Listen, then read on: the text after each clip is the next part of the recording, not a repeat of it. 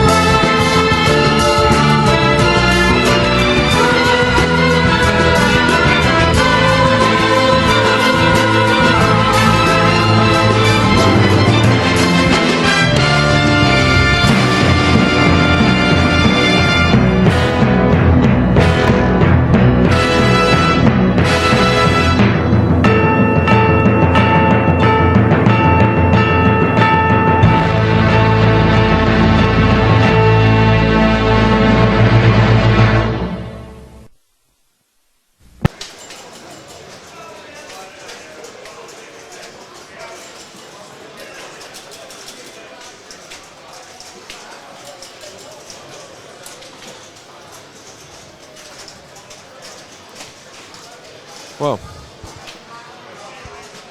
good morning everybody, and welcome to the stream. Welcome to the UKCS 2025 finals here at Pinball Republic. Little glitch this morning whilst we prepared the tournament, but play is underway on James Bond already.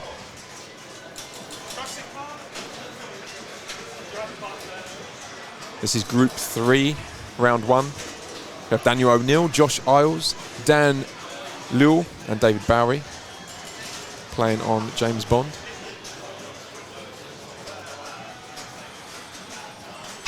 Didn't quite see who was first up, player 1. Can't quite see the score on the screen either, but underway with player 2.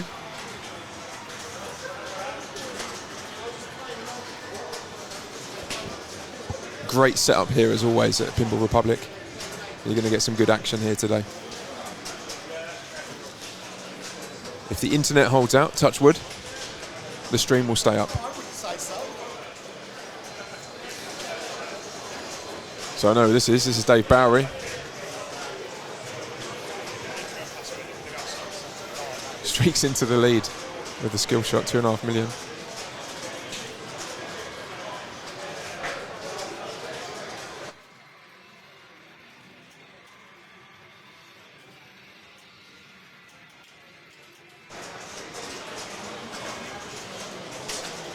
It's a bit unfair. You guys have had that extensive practice round now.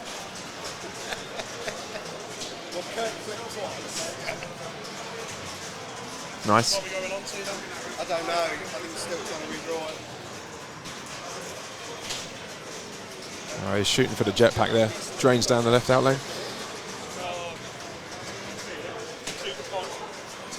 Someone did want to put 30 miles earlier. So it looks like a tentative start. Not sure how much wax has been applied to these tables. There was a couple of photos flying around last night of some late night waxing on the tables. So I expect them to be quick.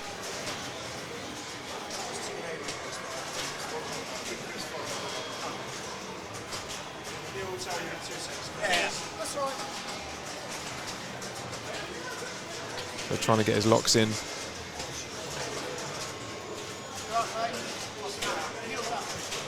me 1 second.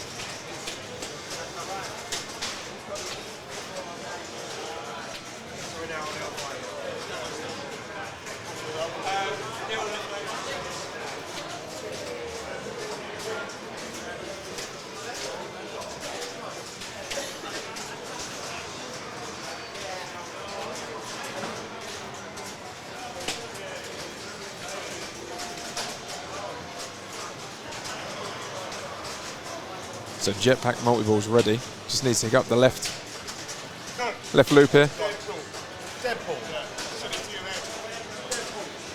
What we on? Oh, unlucky. A few nudges going on there. I'm not sure what the sensitivity is like. We'll see. But he's got the jetpack multi-ball ready to go.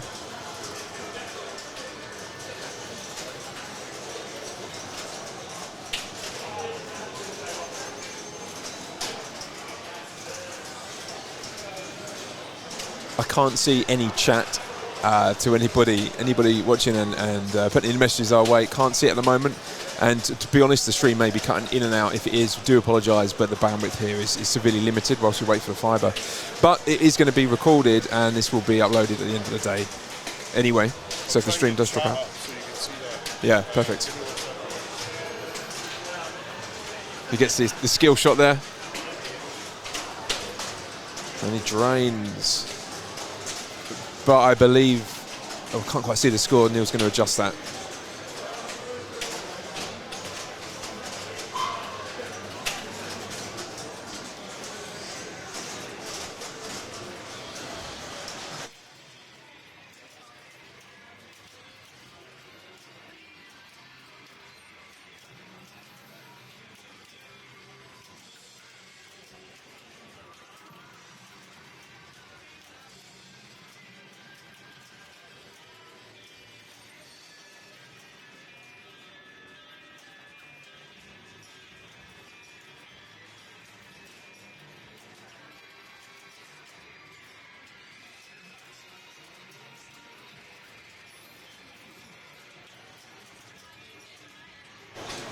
Oh, so we just established that this is we are watching player 2. This is Dan Liu, a beardless Dan Liu, through the identification process there. Also looks like he's got jetpack multi-ball ready to go. Extra balls lit, they're obviously off. 25 million for that.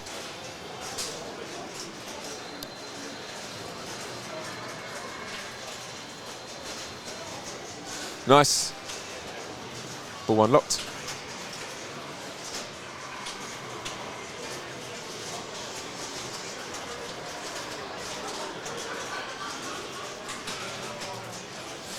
Okay, well there is a tilt warning. It was quite a move and drains down the middle. So ball 2, Dave Barry's on 10.6. He's chasing here.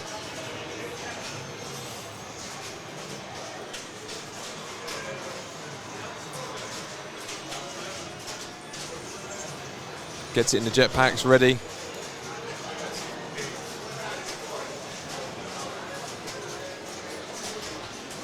There we go. So he wants the left loop. Whoa. Maybe a post pass. Try again. Tricky that one. Needs to get this under control. Let it bounce across. Now this can go anywhere when it chucks out of here. Back in. It's not so bad.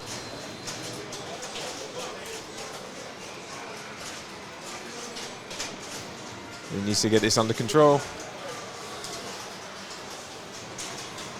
Okay, here we go. Nice.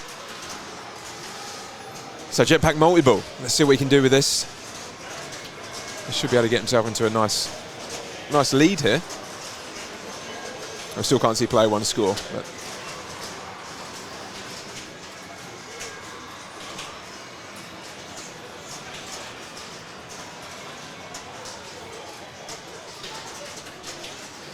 nearly lights all the in-lane rollovers there. Just misses the end.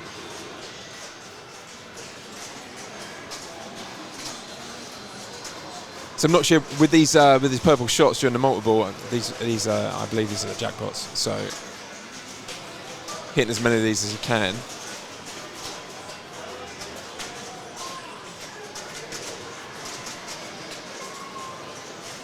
This is where we need Goosey here.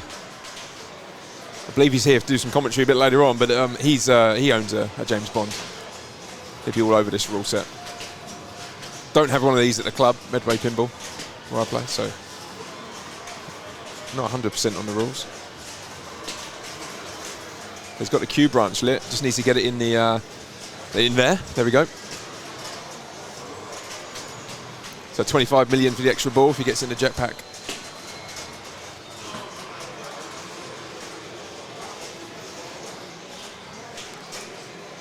Yeah, so 15.5 million for the jetpack multi-ball. Gives him a decent lead to build on.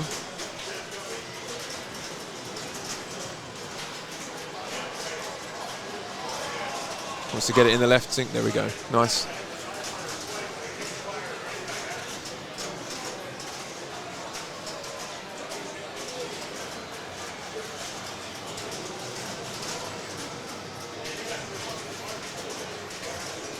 Nice.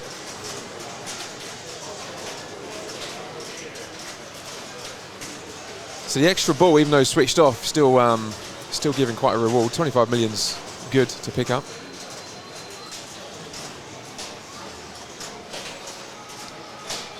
Still blinking away again. The jetpack scoop on the left. I'm not sure what that is for. Is it another extra ball stacked?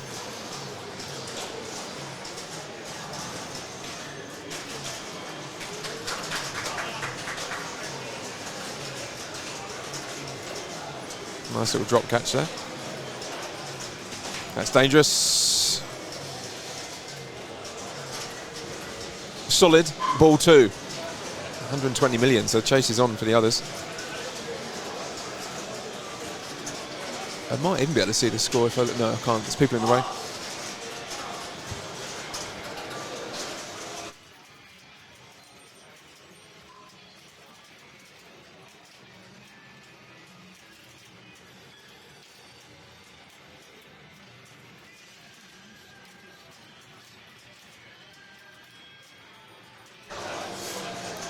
Okay, just confirmation. Player one is sitting at 13 mil. So Dave Barry's putting himself a good 100 mil plus ahead. So this is Josh Isles, I believe. I'm slowly picking up the names. Obviously a very good player. I can't remember what seed he was. I think he was a first or second seed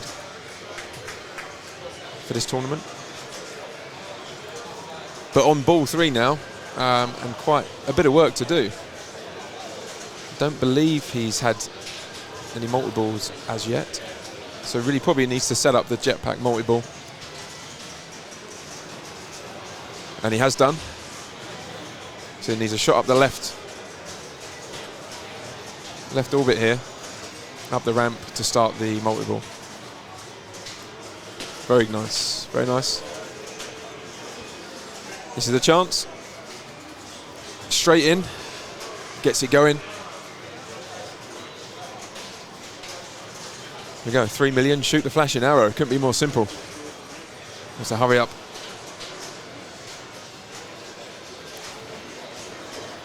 And here we go. Shoot the flashing shots.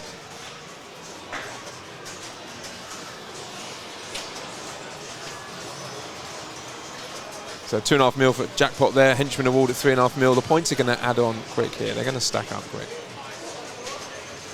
He's lost the ball. He needs to keep that one in.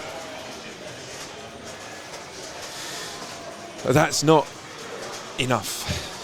So, still can't see his score, but I'm guessing it probably puts him maybe around 60, 70 mil.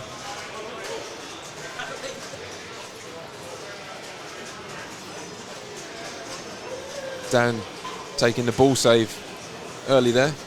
At least they're still switched on. Maybe start some of the villain modes, yep.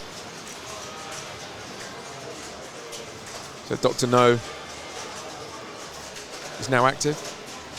A couple of the Bond ladies as well that he could be shooting. Yeah, he tried it there on the right orbit.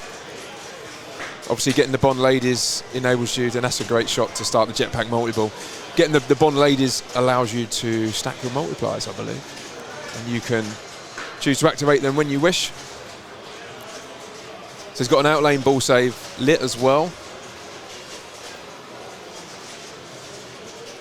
And that's just, that will be giving his ball back there, I think. It should be. Yeah. And keeps his outlane ball save, because of course the main ball save's still running. So he really needs to pile on the points here, chasing Dave's 131 mil. Ah, he's lost one. So no need to panic here, just needs to, he's got it back.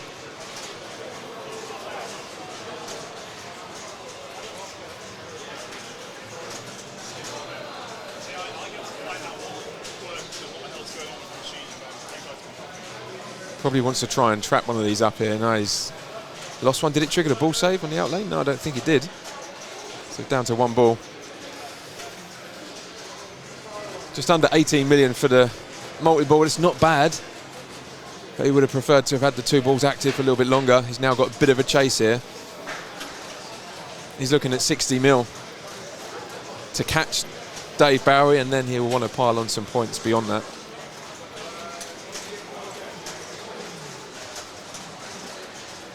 So a nervy start for some. Certainly for Josh, he will be disappointed with that start. I just spoke to Dave, who declared he didn't know what he was doing. I don't believe that. It's just showing a bit of humility, I think. It's a solid score to start off with. So but up to 101. I mean, it's very much on. It's going to bounce over. Now he wants to get another ball locked up there, round by the rocket loop.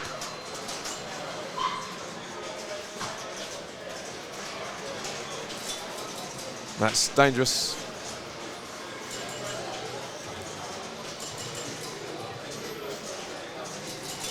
And that's gone. Well, he's just crept ahead, but I think Dave's he's only got to look at the plunger, and it's going to he's going to recapture the lead here. So no danger there. A good third ball from from Dan Lewell, sorry. But I think Dave Bowie very much in command here. Already guaranteed second place. I think with the bonus, Dan shot up to 151.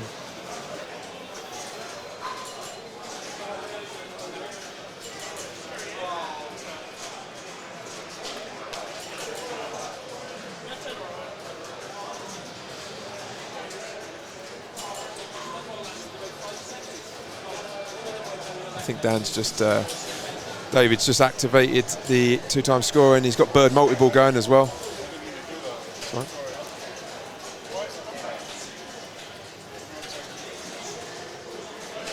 So in another multi-ball is surpassed, or he's about to surpass Dan anyway, to guarantee himself a good chance of first place. Of course, it'd be down to, I think, Daniel O'Neill, player 4, to see if he can cause an upset with this.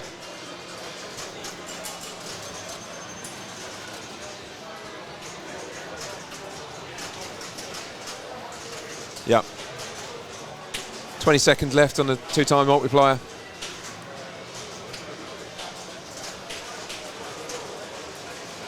He's down to one ball, multi-ball over.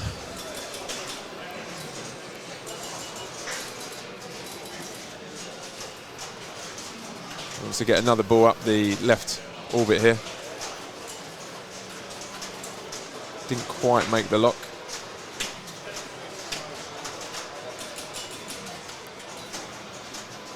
Yeah, didn't quite get up there.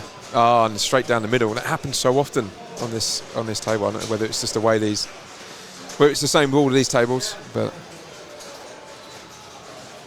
straight down the middle off that right orbit is quite often what happens. So Dan steps up. He's on 31 million. He needs a good innings here. He's got jetpack multiple ready to go. And he needs to capitalise on that when he gets it going. If he gets it going, here's his chance.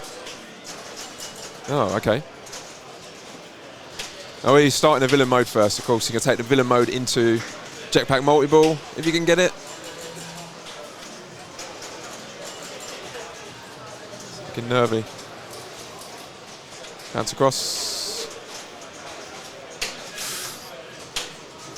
Post pass. On the fly, nice. Oh, I didn't quite have enough to get up there. And he's not happy about that. That looked good enough to me. Just needs to get this back under control. And when you're trying to get it back under control, being spat out of there is the last thing you need, because he could go anywhere. Here we go. No, that was... no, he's gone, he's drained. Well, he's wasted that opportunity there. He gets that going, he's got a good chance of at least chasing the 150. So there you go. I think that was Dave Bowery takes first place for that one. Dan Lewell on second. Not sure on Josh's score. I can't see it. I think it might be Josh in third. Switch back to the booth for now. It's going to make you all dizzy. Yes, I'm not sure if it's the first with the large DMD, but certainly one of the machines that made the most of it. It's a great table.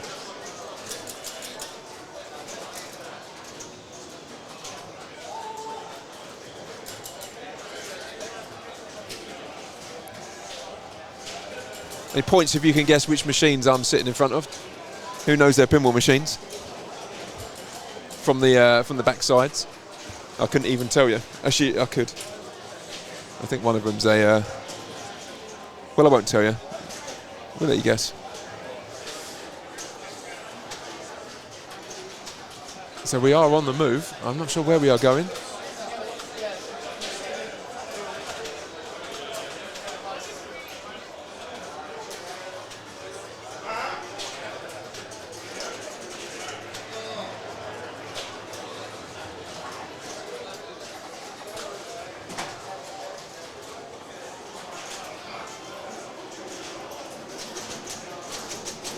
Can't see the...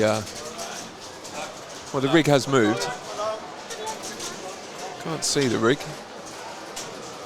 I'll let you know as soon as I know where it's moved to.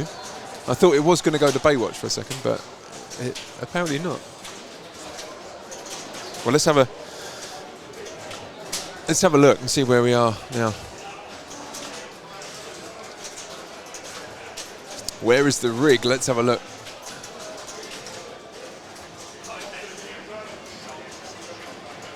All right, looks like we're ready to go. Josh is up. Same order.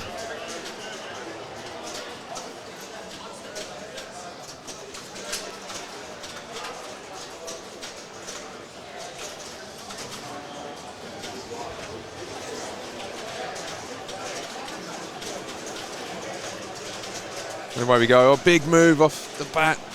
2 dangers there, 2 warnings.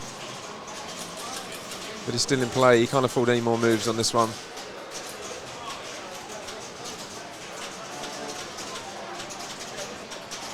So he's going... I think you're going to see a lot of people going for these alternating, the fast loop shots there up the centre.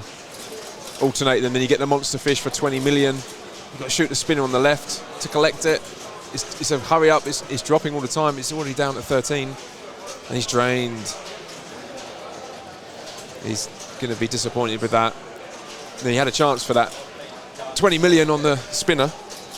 It drained so quickly, and ultimately drained on the out lane on the right. So Dan, ball saver to the rescue. Straight into the captive ball, pings off down the right out lane. That's disastrous. That's bad luck. Well, bad luck, or is it? I mean, he was going for the centre loop shots.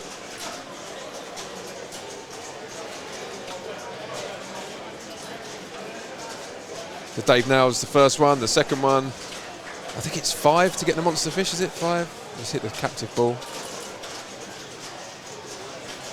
He needs to get this back under control.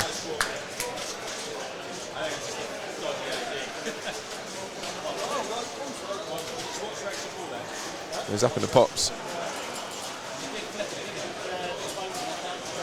Nice little nudge there. Needs that to drop back in. Oh, it's just too much. Maybe a little nudge on the post could have saved him, but I don't believe there's any rubbers on these posts. Pinball Republic famous for not having the rubbers on the posts. It can be brutal.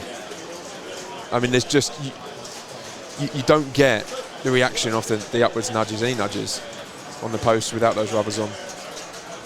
But it's the same for everybody. That's what everybody always says.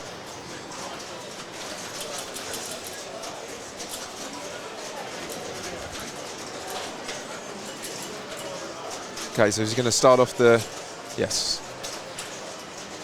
alternating shots, get these combos going, get your monster fish lit, take it first. So that was 4. You only need 4. Can he hit it first time, second time?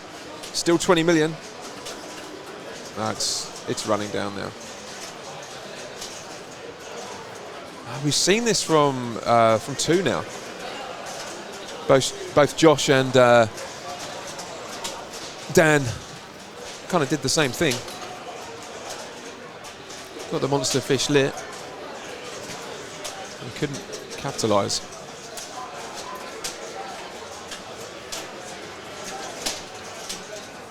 So Josh on his second ball. We're looking for a better score on this one. Is he going to do the same? Is he going to go for it? Can he backhand this one, I think? Oh, he's going for the locks. They're all lit. So it's only a case of making 2 more shots and then starting the multi-ball. There's one. Oh, he's positively moving about here. He's bouncing around. He's in a good, must have been a good move, and he hits the third one on the bounce. No messing about there. So the multi-ball starts. And this is Josh's chance here to score some points. So I think he was at least 3rd in the last round. He might even have been 4th. So he really needs to finish first here. He'll be looking for nothing less than first place. So really needs a monster multi-ball performance here. So the jackpot, he's got to shoot the left. That's it. He's got it. So solid 20 mil. How's he relighting this jackpot? Okay, yeah, it's lock shots on the right, and then I think then left loop again, and he's done it again. So it's 30 mil. So rinse and repeat. Is it as simple to relight? Okay, off the left. Yep, one in there. Oh, there we go. It's very nice. Well, you're looking at a strategy right here. So 1 shot to relight the jackpot, and then 1 shot up the left to collect. Just kept them in.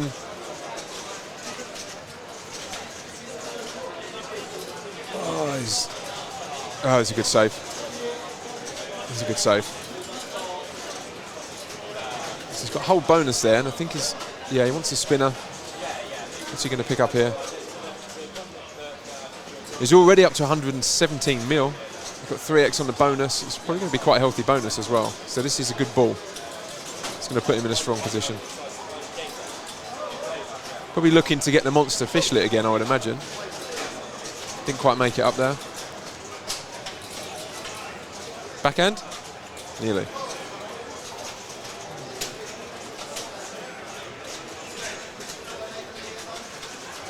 Is he going for the locks again? He's got them lit. Just misses it. Again, a good save. He misses it again. Oh no, he gets it. Pulls in. I thought it had gone up the far right there. And another one. On the fly. We're going to see another one on the fly. Bang. Not quite. Keep it in play. Here we go. Nails it. So second multi-ball. And we're going to see the same strategy again here.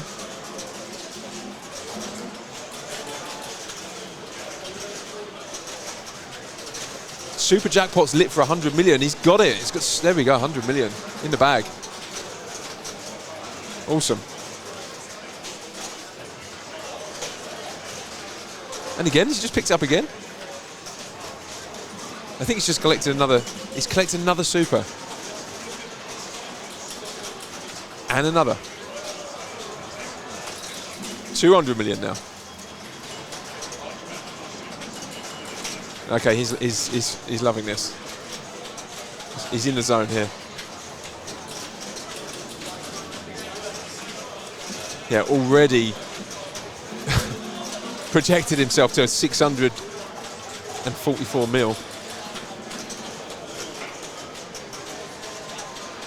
You're watching a bit of a masterclass on how to play fishtails right here. You may even see a third multi-ball. Very nice. Let's go. Shot here. Gets it. So one more for multi-ball number 3. And I would imagine a slew of jackpots to follow. Oh, nearly on the fly. Very nice. Live catch. Nails it. He's on fire. Dave Barry looking concerned in the background there, but he's got a first place in the last round. Well, the last game, sorry, of the first round.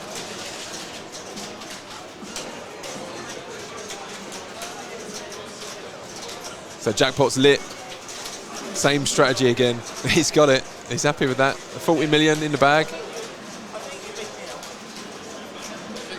So how is the super lit?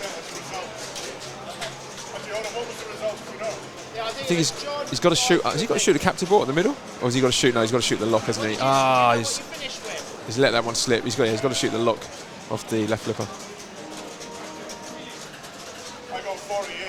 I mean, 700 mil, ball 2. That's a good reaction save there as well. Oh, it just rolled over. That again, with the rubber on that post, that would not have happened. It just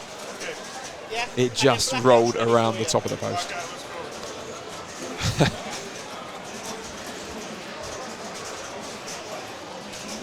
Dan looking a little concerned, and he's got a little bit of work to do here. Second place on James Bond, previous game.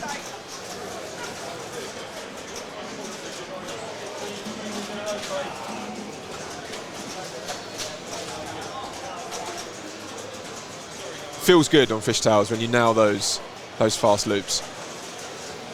A very nice flow.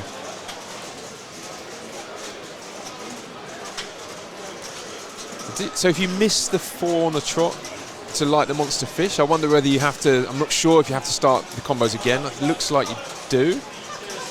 No, he's just collected. Yeah, it wasn't the monster fish.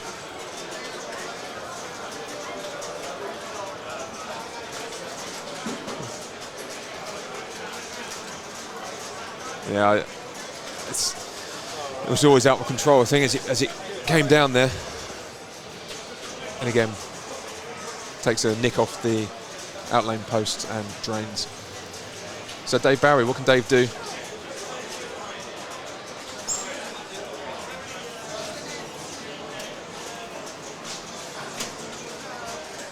He's going to need to get at least one multi-ball going.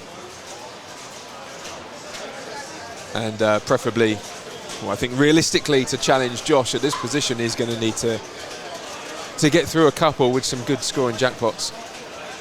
It looks like that is the strategy. Oh, again, we've seen it. That's twice now. I'm not sure if it's Dave the first time, but straight off the captive ball. Centre shot, captive ball, pings off to the outlane drain. I'm not sure whether he was going for that shot or whether he was going for the loops. But, you know, if you're not accurate, you get beaten up, you get punished. I should know, it's the story of my life. I can be accurate when no one's watching, and then when someone's watching in any kind of match. Watch Yellowstone. So yeah, first up, well done. So of those 4 players, I know Dan. I do not know the other 3. Goose? No, I'm just looking for Will's details on the IFPA pinball, sort of top 100. Can't find him at the moment, so I'm not sure what his seeding is. But he's currently in the lead on 17 points, with Vin right behind. So okay, play's underway. Not sure if they're playing in the order of the standings. Well, it says it usually goes in the order that you see, like, you know, so Deadpool, P1, P2, P3, P4. So the names as they are is the order in which they're going for. So looks like Will's underway.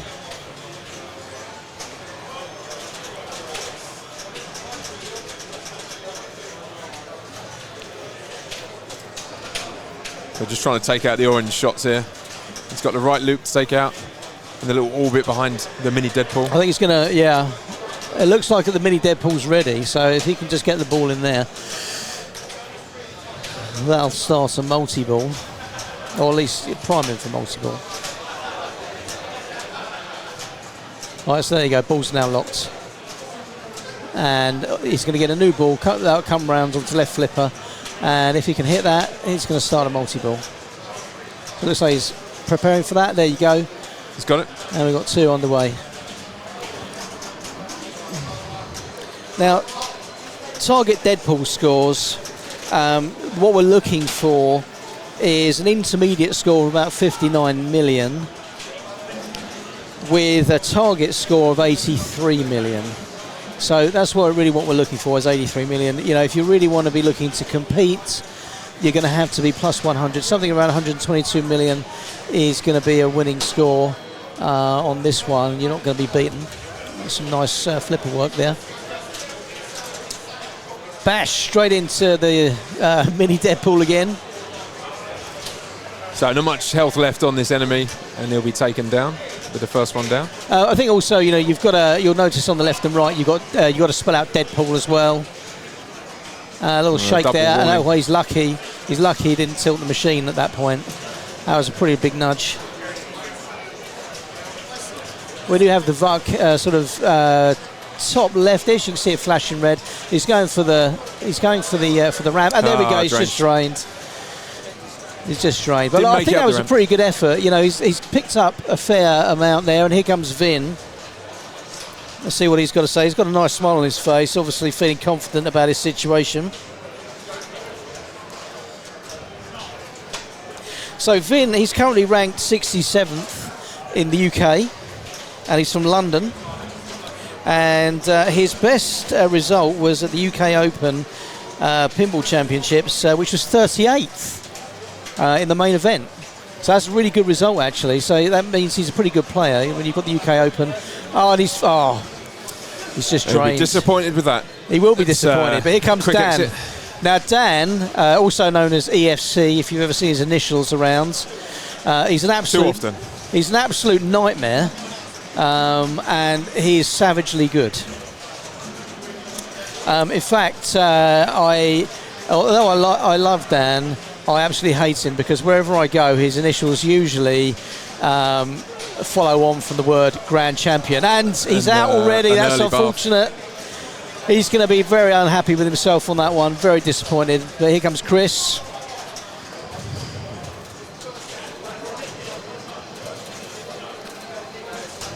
Yeah, I spoke to Dan just now. The first game he had was on Hurricane? Whirlwind? I think it was Whirlwind. And he wasn't happy so far. So I don't think he's settled into any kind of rhythm just yet. I think Dan plays best when he's not under pressure. You know, like when he's just like freestyling and just trying to get a game in rather than the competition format. But we just obviously that was Chris. His ball drained pretty quickly. And that means that Will is, he's clearly in the lead at the moment. He's got to feel happy about that. He just needs another good ball here. So ball save's now off. Yeah, we're into the big time now. So is this a ninja? What was the Ninja Apocalypse there? What was that, Goose? I don't know. But what I'm seeing here is I'm really seeing some nice flipper control here. But again, he's double danger. He's double danger. Will's double danger, which means that any slight nudge now, and he's going to tilt. He won't be getting in that beautiful bonus that he's created, which you desperately need in order to try and win this round. So 6 weapons away from extra ball. I don't know how much he's going to pay off the extra ball. Obviously disabled, but yeah, could be 20 million. Yeah, extra ball disabled. But look, he's already up to 51 million. Yeah. So he's already. So it's. For Deadpool, 51 million, he's already about the intermediate score. So, and he's up at 60, he's over the intermediate score now, and he's sure looking strong, which I think looks great. He's just got to make sure that he doesn't, he was so lucky there. I thought that was going out for sure.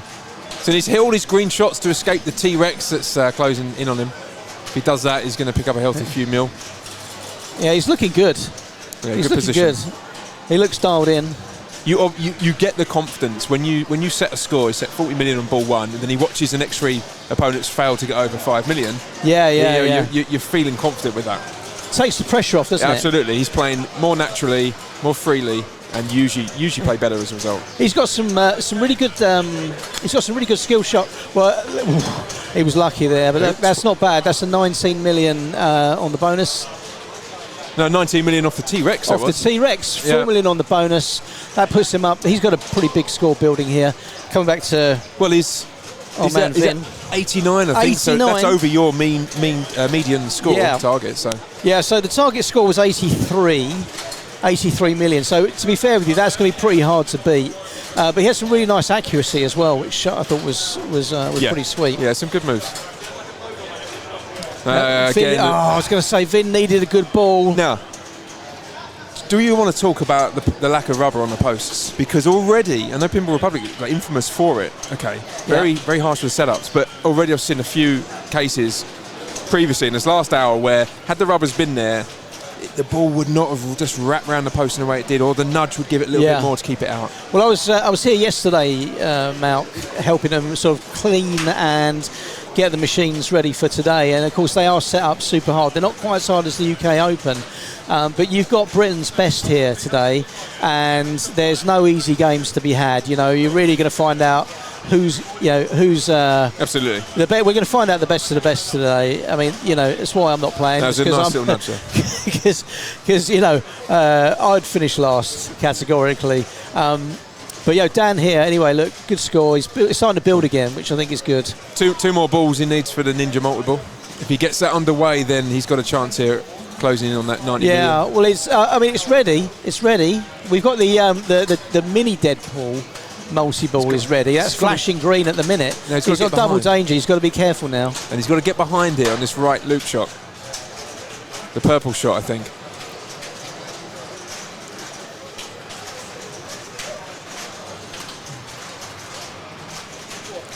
Come on, Dan. That ball's flying around. Yeah, very fast, whipping through that in lane just then on the right.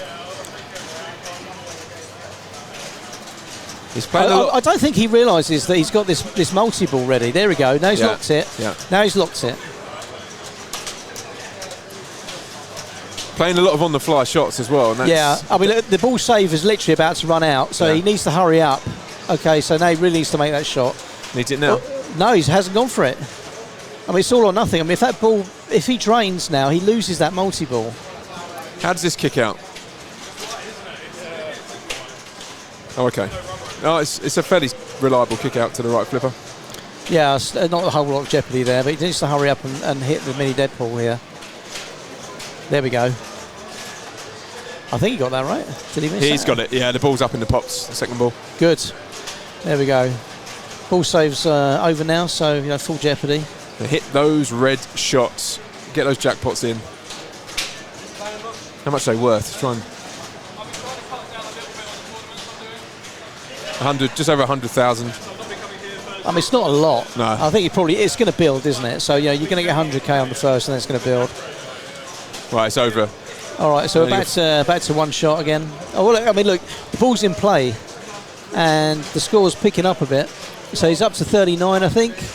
I think this is the point. 39-40. Yeah, and I think this is the point now where maybe he just needs to trap up and just have a look at what's on the floor. What's he shooting for?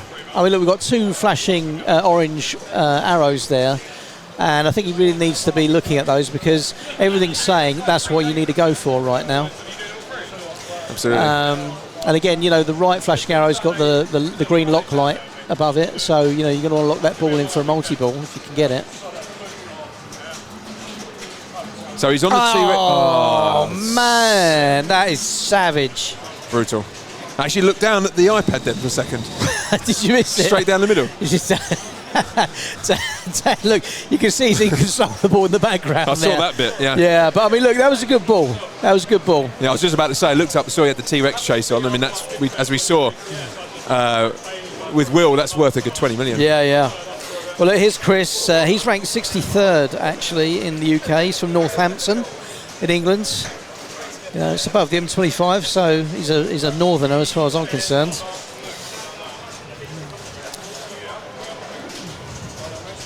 World rank 3,117, but he actually finished 55th in the UK Open.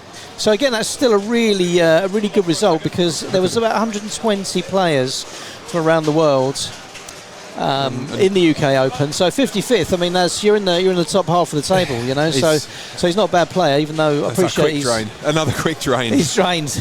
Yeah. That's better. We can see the scores now. Neil just zooming in a little bit on the screen. 89 then for Will. So just looking to extend that lead a little bit further and make Dan ask a few questions of Dan, his closest challenger. Yeah. Has he? Oh no, he's gone. He's got the ball save. No. Yes, he got the ball save. Yeah.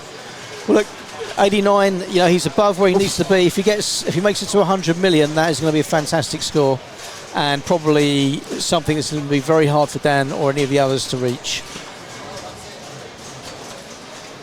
So again, T-Rex chase is on. Shooting the green shots builds the hurry-up value.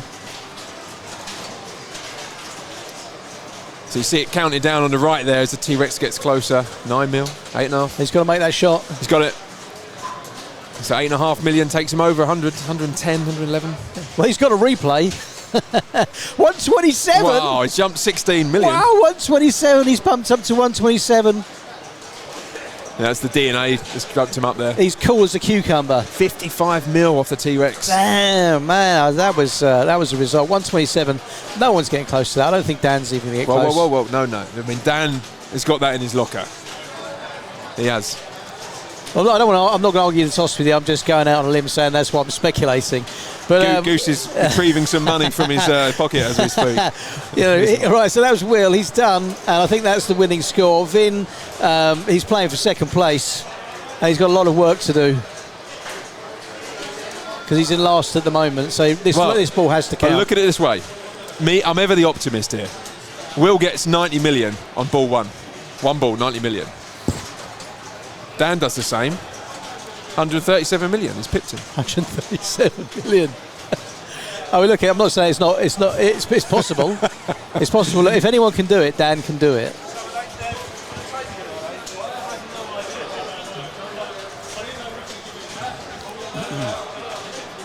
Ball save active. They'll be coming back. No concern yet for Vin. Yeah, that's. He's got the. I think he's got the multi-ball lined up. He's in the multi-ball. He's in the multi-ball. There you go. Lost it straight away, just drained. And that very nearly wrapped round the post and went down the outlane. I'm not seeing. Oh man. Well, that's 15 million. That puts him into third place at the minute, and Chris is going to have an absolute stinker not to finish at least third. So Vin's got to be thinking that he's going to be finishing last in this one. But here comes Dan. Let's see if he can do it. Well, you know, he's great. I found 20p on the table. I'm going to bet Neil's 20p. You're going to bet Neil's 20 pence. Well, we want Dan to do well. Yeah, he's a local boy for us. Visits Medway Pinball quite a lot. You'll also find his name all over the pinball machines at Funland up at Brunswick Square. Annoyingly, whenever I go up there, the grand champion, it's Dan. Anyway, he's out. No, he's got the ball safe. He's got multiple running. Okay, well done. So this must be the Ninja multi-ball. Just assuming by the graphics.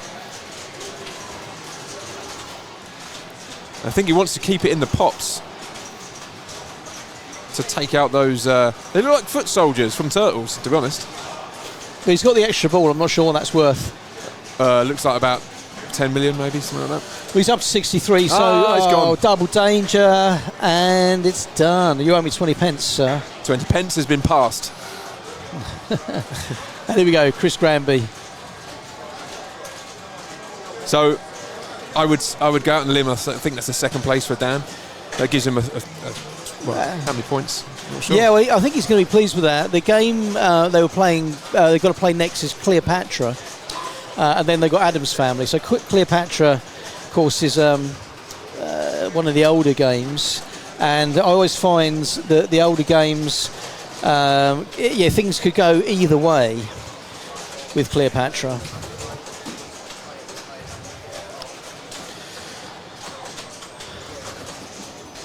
So it's not based on the girl group from the 90s. No, that'd be an unusual license to obtain, wouldn't it? I don't even know that one, but yeah, it's one of the old solid state games, if I'm correct. It's a Gottlieb, okay. Gottlieb, yeah. Yeah. So just want to check that out on Pinside there. What's the rating for that game anyway? Where does it sit on the rating? Anyway, but yeah, I always find, like, for me personally, I find I do struggle with those older games because I don't know, maybe they run a little bit flatter, and my general strategy for those games is keep the ball away from the flippers, which works sometimes but not in others. So actually, you have to be a really skillful player to get a decent score on those older games. And then, of course, once you're onto the Addams Family, I think pretty much everyone knows how to play that game. So that will be a good one to actually watch, because I think there'll be a lot of people putting up some good scores on that later. So Cleopatra currently ranks number 317. Is that what, the overall list? That's the overall. It's only been rated by 26 users, and they probably all own it. Yeah, probably. Yeah, there's not that many of them around. I mean, my personal feeling on these older games is that they need to be burnt. Save them all for fireworks night, or throw them off the top of a building. Meanwhile, Chris is rapidly closing on 100 million. What's happened while we've been chatting? 54 million there on that previous mode. He's got had time. He's not happy about that. I'm sure he would have wanted some sort of score action, but that's actually, he's closing right in on it now. I think Will's nervous now. If he can keep his calm here, best thing he can do is not really look up at the score. The amount of times you look up and you see your 10, 20 million away, you think it's on, then you beat the next shot. Yeah, well, you don't want to take your eye off the ball, do you, at this point? No. That could be crucially. Searching for that left ramp or the kick, or the up kick.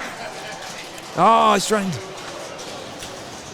I think he was just flailing around a little bit there. Needed that under control. I think he was looking for the scoop. I mean, look, he's got to be happy about coming back from third position into second. Yeah, that's increased the pain for Dan as well. And a big sigh of relief for Will. So Will takes 2 wins. Where we move to next, we're not sure. But we'll be right back with you. We'll be right back after this break. Okay, Dan's in play. Let's see what he can do. Not familiar with this machine. I don't have any stats for this one. Well, I can tell you they made 7,300 of these machines.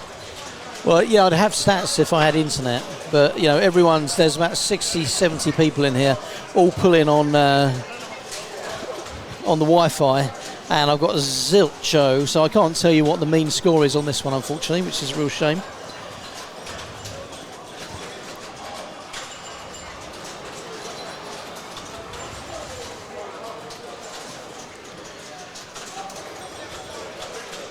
For some reason, I still have working internet, so I'll try and find some strat guides, get an idea of the scores we're looking at, target scores on this machine. It's not that way though. As Chris drains down the right outline. Back to Will.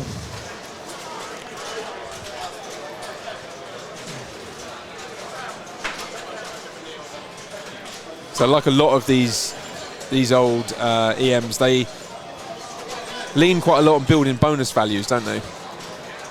And it looks like this one's... Oh, that just drifted. Seemed to just drift. It looked like it was heading for the left flipper. It just drifted into the middle.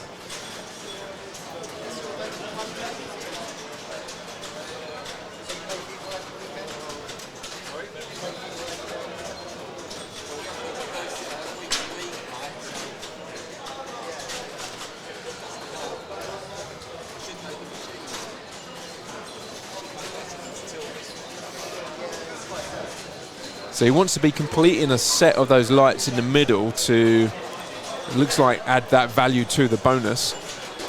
So you can see he's lit the 1,000.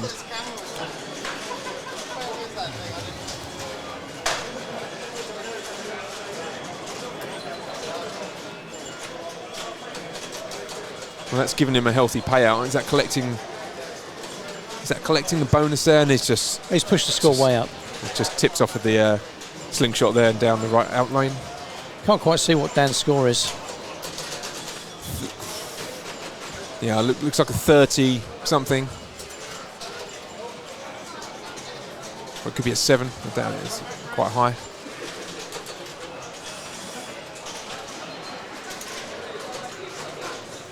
So that triangular slingshot in the middle there looks like the pyramid as he fumbles it down the centre. Is that an active slingshot? I haven't seen if it's pinging off that or not. I imagine it would be. Yeah. Well, I think it is. No. If it is, it hasn't got much power behind it.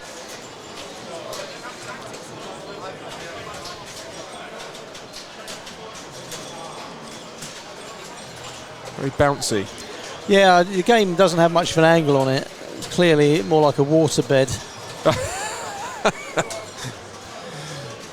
Bit like the Star Wars we used to have down our place. It kind of messes. Well, it's one of those things which can mess with a player when you're used to playing steeper games. Right. I mean, that's as bouncy as the Jetsons. At NPC, isn't it? Yeah, that bounces around quite a lot. Have you ever played Baywatch? Yes. Again, that's quite bouncy. You know, like the ball will bounce off. You know, you're going to let the ball bounce off the left flipper to try and allow it to catch on the right, and then it just goes straight down the middle because the bounce is wrong. So it can be difficult to acclimatise yourself from a sleeper game to a game that's not quite as well. Like I said, it's like a waterbed.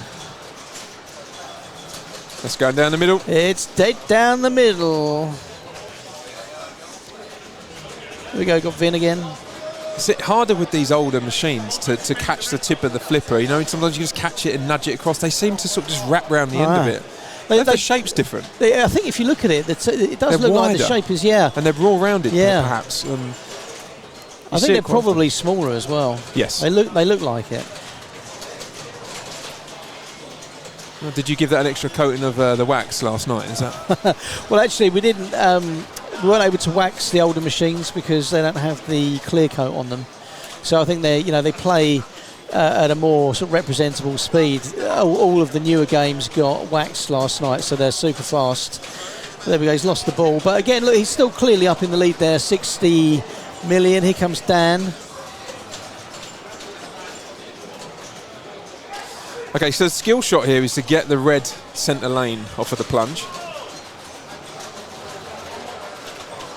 And it looks like the best strategy here is just to focus on shots to the top rollovers.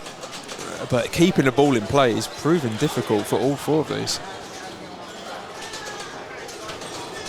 I mean, I'd probably have rage quit by now. That's what usually happens. You just get in the car, you talk to nobody, and you drive. That's it. And another early That's another quick drain.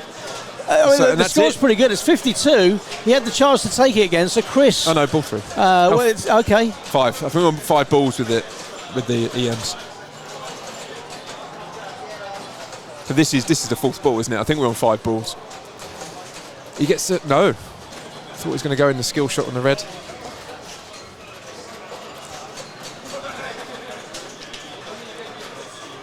And straight out. Savage.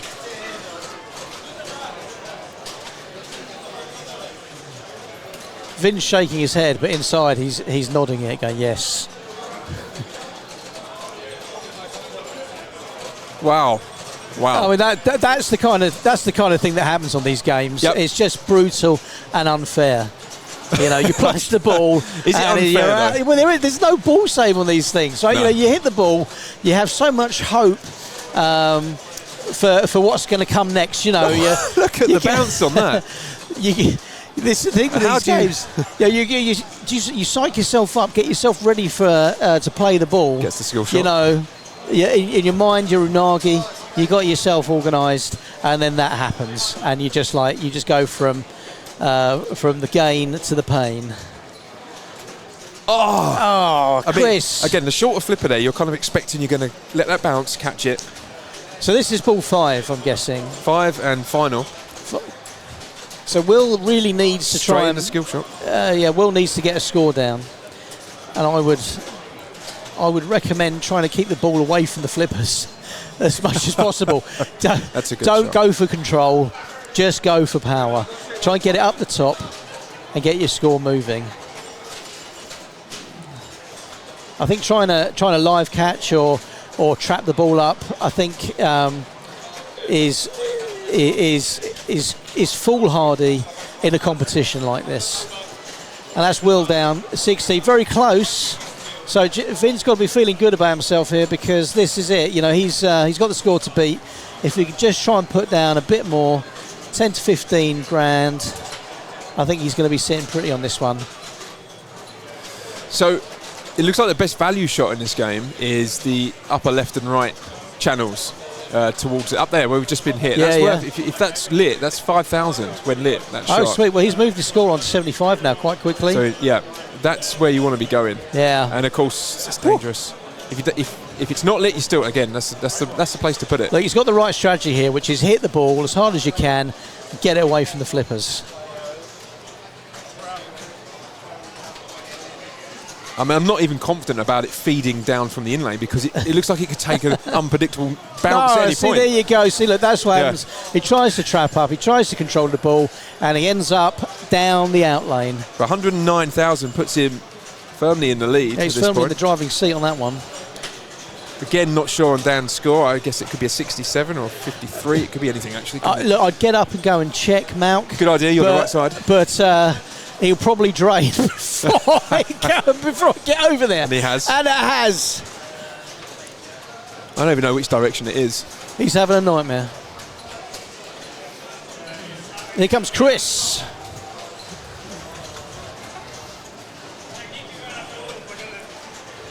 Bow, bow, bow, bow, bow.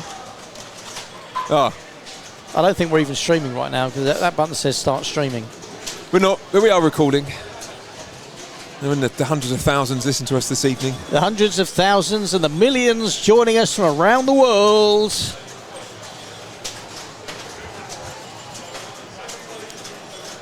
What they need is to put the stream output here on one of the screens in the club. Yeah. Yep. Along with our commentary pumping out. Yeah. I mean, actually, I like the size of your screen, because I can actually see it. Even with my newly prescribed glasses, it's a nightmare just looking at the screen I'm looking at, and it's not even that smaller. So yours is, like, I understand the reasons why things are in big print these days. So in fact, when I play pinball, usually I take my glasses off. I don't know why, but I can see better, which sounds ridiculous. But I just seem to play better with the glasses off than I do with them on. You need the Ray-Bans there, need to be able to zoom in. Yeah. That would be the... See, actually, I take these off, and ridiculously, I can see better. I mean, if I... Anyway. Well, I've got to go back to Specsavers, I think. But anyway, I'm going to take them off for a minute because they're actually doing my brain in. Anyway, so that's it. That's it for game 2, and that is Cleopatra. Next game is the Addams Family. So maybe if we're going to get the rig moved over to Addams Family, we like some of that. I think that's going to be good. Well, that's the first machine you're going to see on your way in, and they are already congregating around it. So yeah. Addams Family only recently returned to Pinball Republic, isn't it? It did, yeah. It was a long hiatus, but again, it was a very popular game. One of the members here owns it, and I think he had it at home for a bit, and then brought it back. And literally, I'm not lying, as soon as everyone heard that Addams Family was back.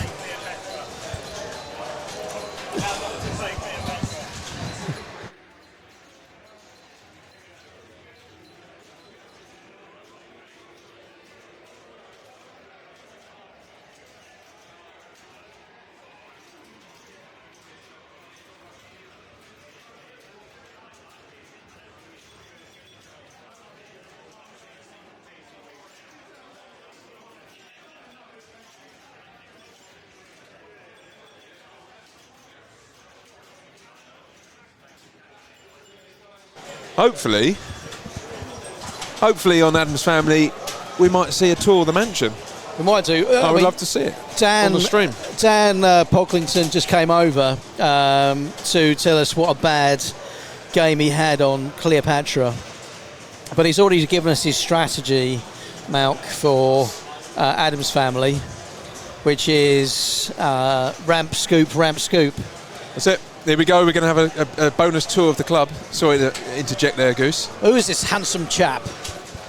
And when you say stop, we will play that machine. All right. So at this point, I'd like to have a big shout out to Tony Malloy, who is the owner of Medway Pinball. Medway Pinball, and of course Mark, who cleans the machines every week and keeps them looking shiny and clean. Sparkly, I should say. So shout out to the Medway Pinball crew. We can see like Dan's arms crossed. He's already in a sort of a position there where he's thinking to himself.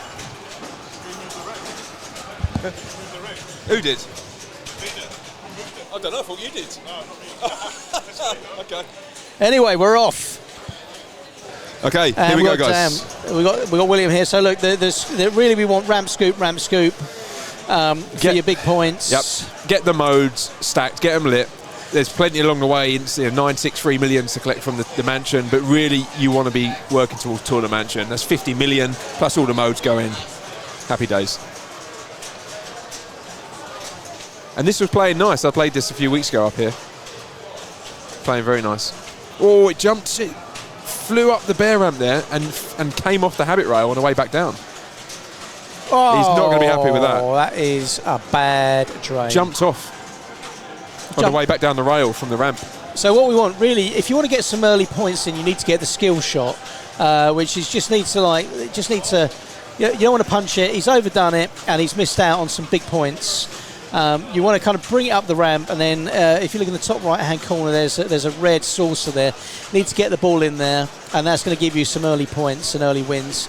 Then you're taking the left. Sorry, did I say left or did I say right? No, so when you're in the sinkhole on the right, then you plunge on the right. It comes to the right flipper. You want to take the left shot there, left ramp shot to the mini shot on the side. Yeah, well, so where the ball was just then, that's where you want to aim to get for your skill shot. Now that's big points straight away. You don't want to be losing those. So I would suggest that Vin's not familiar necessarily with the rules of the game. It's the 5 times graveyard value that's worth. It's quite a bit. Yeah. Right, he's out as well. Let's Again, see how Dan approaches. Well, here comes Dan. Ramp, scoop, ramp, scoop. So soft plunge. Soft plunge to the saucer on the top right. No, overdone it. Overcooked it. This is the graveyard. Well, actually, one of the nice things what I like about this game is that left-hand flipper which fires the ball across to the graveyard. Yep. That will auto-activate at some point, which I think, and it fires it straight into the VUC over there, which I think is great. Until it goes wrong. Yeah. And you can, of course, override it. Just take the shot yourself if you feel. You can. I always feel like hang on, what's happened? It's like my I think let it play out the way the developers intended, though. You know, let it take a shot. And apparently, I remember reading that's supposed to learn and correct on the fly. Yeah, it's a good bit of coding there. Well, they tried a similar thing with Baywatch on their shark flipper, but they didn't have the pattern, and so it doesn't work. So, is that a lock? Yes. No, it's a quick multiple. So 2 balls in play here. Yeah, he wants to be shooting the bookcase. Yeah. Or behind the bookcase, I should say, into the vault is where he wants to put the balls for jackpots. Tricky shot. It's very tight up there. You know, I'm kind of surprised, Malcolm, that I'm not seeing much in the way of trapping up on multi-balls, you know. Everyone's just firing it. As the ball comes in, they're firing it out. Very much on the fly. Yeah. I appreciate it's one of those skills that you really need to have. It's a fumble. He's going to be gutted with that. That was a waste. Yeah, there's not a lot of trapping up. I think this is the sort of machine of this era, like these new Twilight Zones and all those Bally Williams where it's about starting the mode, maximising the points. You need to be doing more trapping up and really looking at, you know, trapping up, hitting the chair, getting your mode going, you know. You start playing on the fly, there's so much that can go wrong here. Do you think that it's just nerves at this moment in time? You know, like possibly, yeah. Like it's kind of revert to type, like, you know, you feel like you might mess it up.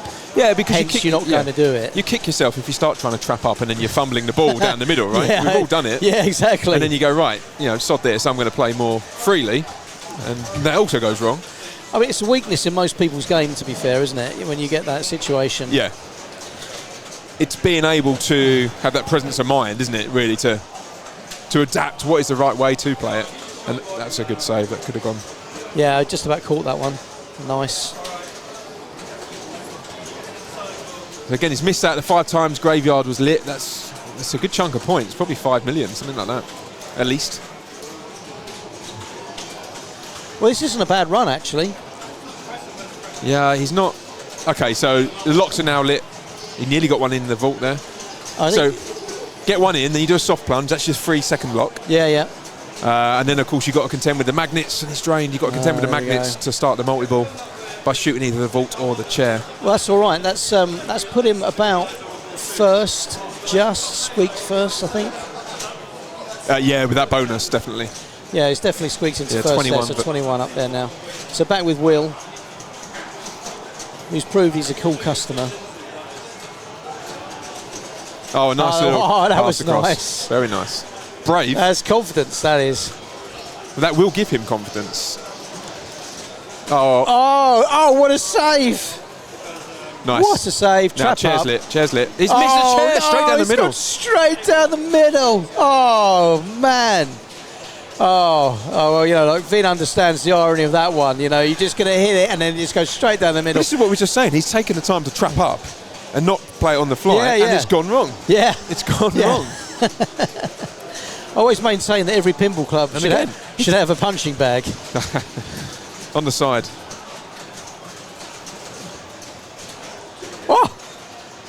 Whoa, that was lucky. I think that left in-lane rollover lights the thing flips. So you want to be shooting up the ramp after lighting that.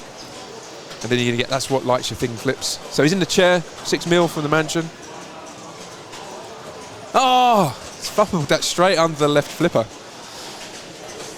So an opportunity for Dan here, because Will and Vin have not taken a chance to increase their lead, or increase their scores by much. Dan can get a multi-ball going.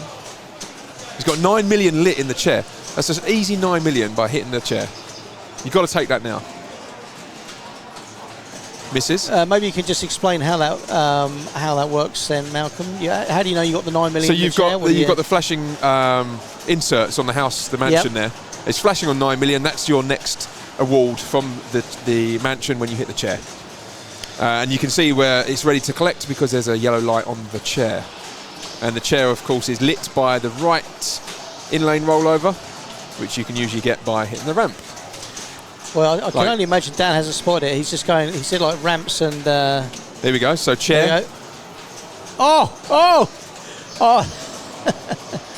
I don't think you can really come at that chair too hard. There we go, he's got it. Mansion Award, 3 million points. He's up to 26 though. Okay, that was ball 2. All right, well, that's into second. Let's see what the bonus looks like. 2,600,000 in bonuses. And that gets him up to 28. So that's not too shabby actually, and that puts him into the lead. Yeah. But yeah, Chris doing a soft plunge, skill shot, and first ball lock, I think. So he can do the same again Yeah. for another skill shot. Yeah, ball lock for multi-ball. And a second, he's under plunged it, so it's going to come out of the swamp. On the right, trap it. Oh, nearly gets it in. Oh, what? The magnets diverted that. Oh, man. That was heading to the left flipper, and the magnets pulled it into the centre. You see, like, how Chris rolled his eyes on that. He's very unhappy with that. There's a few F-bombs coming out of the mouth there, I think. That is a guy who's not happy. But here's a guy who's happy. It's Will. He's got a smile on his face. I mean, he's in third place right now, but we know that he's got the skill to really change that. Oh, is the ball safe? Oh, is it? No. That's it. Wow. That's it. He's out. That is savage. He is out. And Look at a Dan. roll of the eyes from Dan.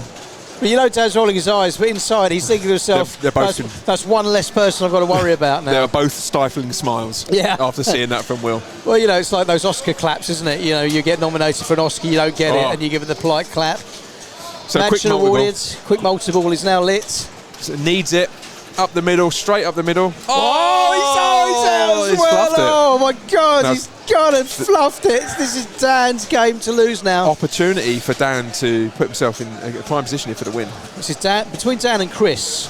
You know, Dan's on 28, Chris on 25. This ball counts. He's got the locks ready to go. Yeah.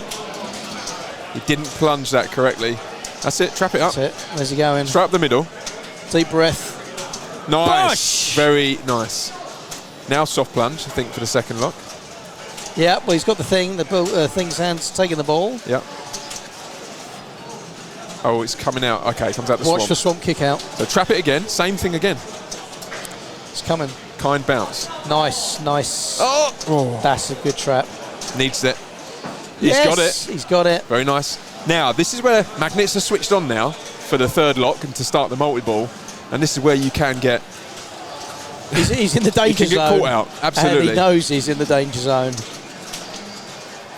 Oh, that's a beautiful trap That's again. nice, but you can't backhand this. Post pass across. Oh, he's going for the chair, of course. Okay. Oh, come on. Got to get it in. Yeah, when you catch the ball in the bumpers Okay. and the ball's out of control, He's got it. he's done it.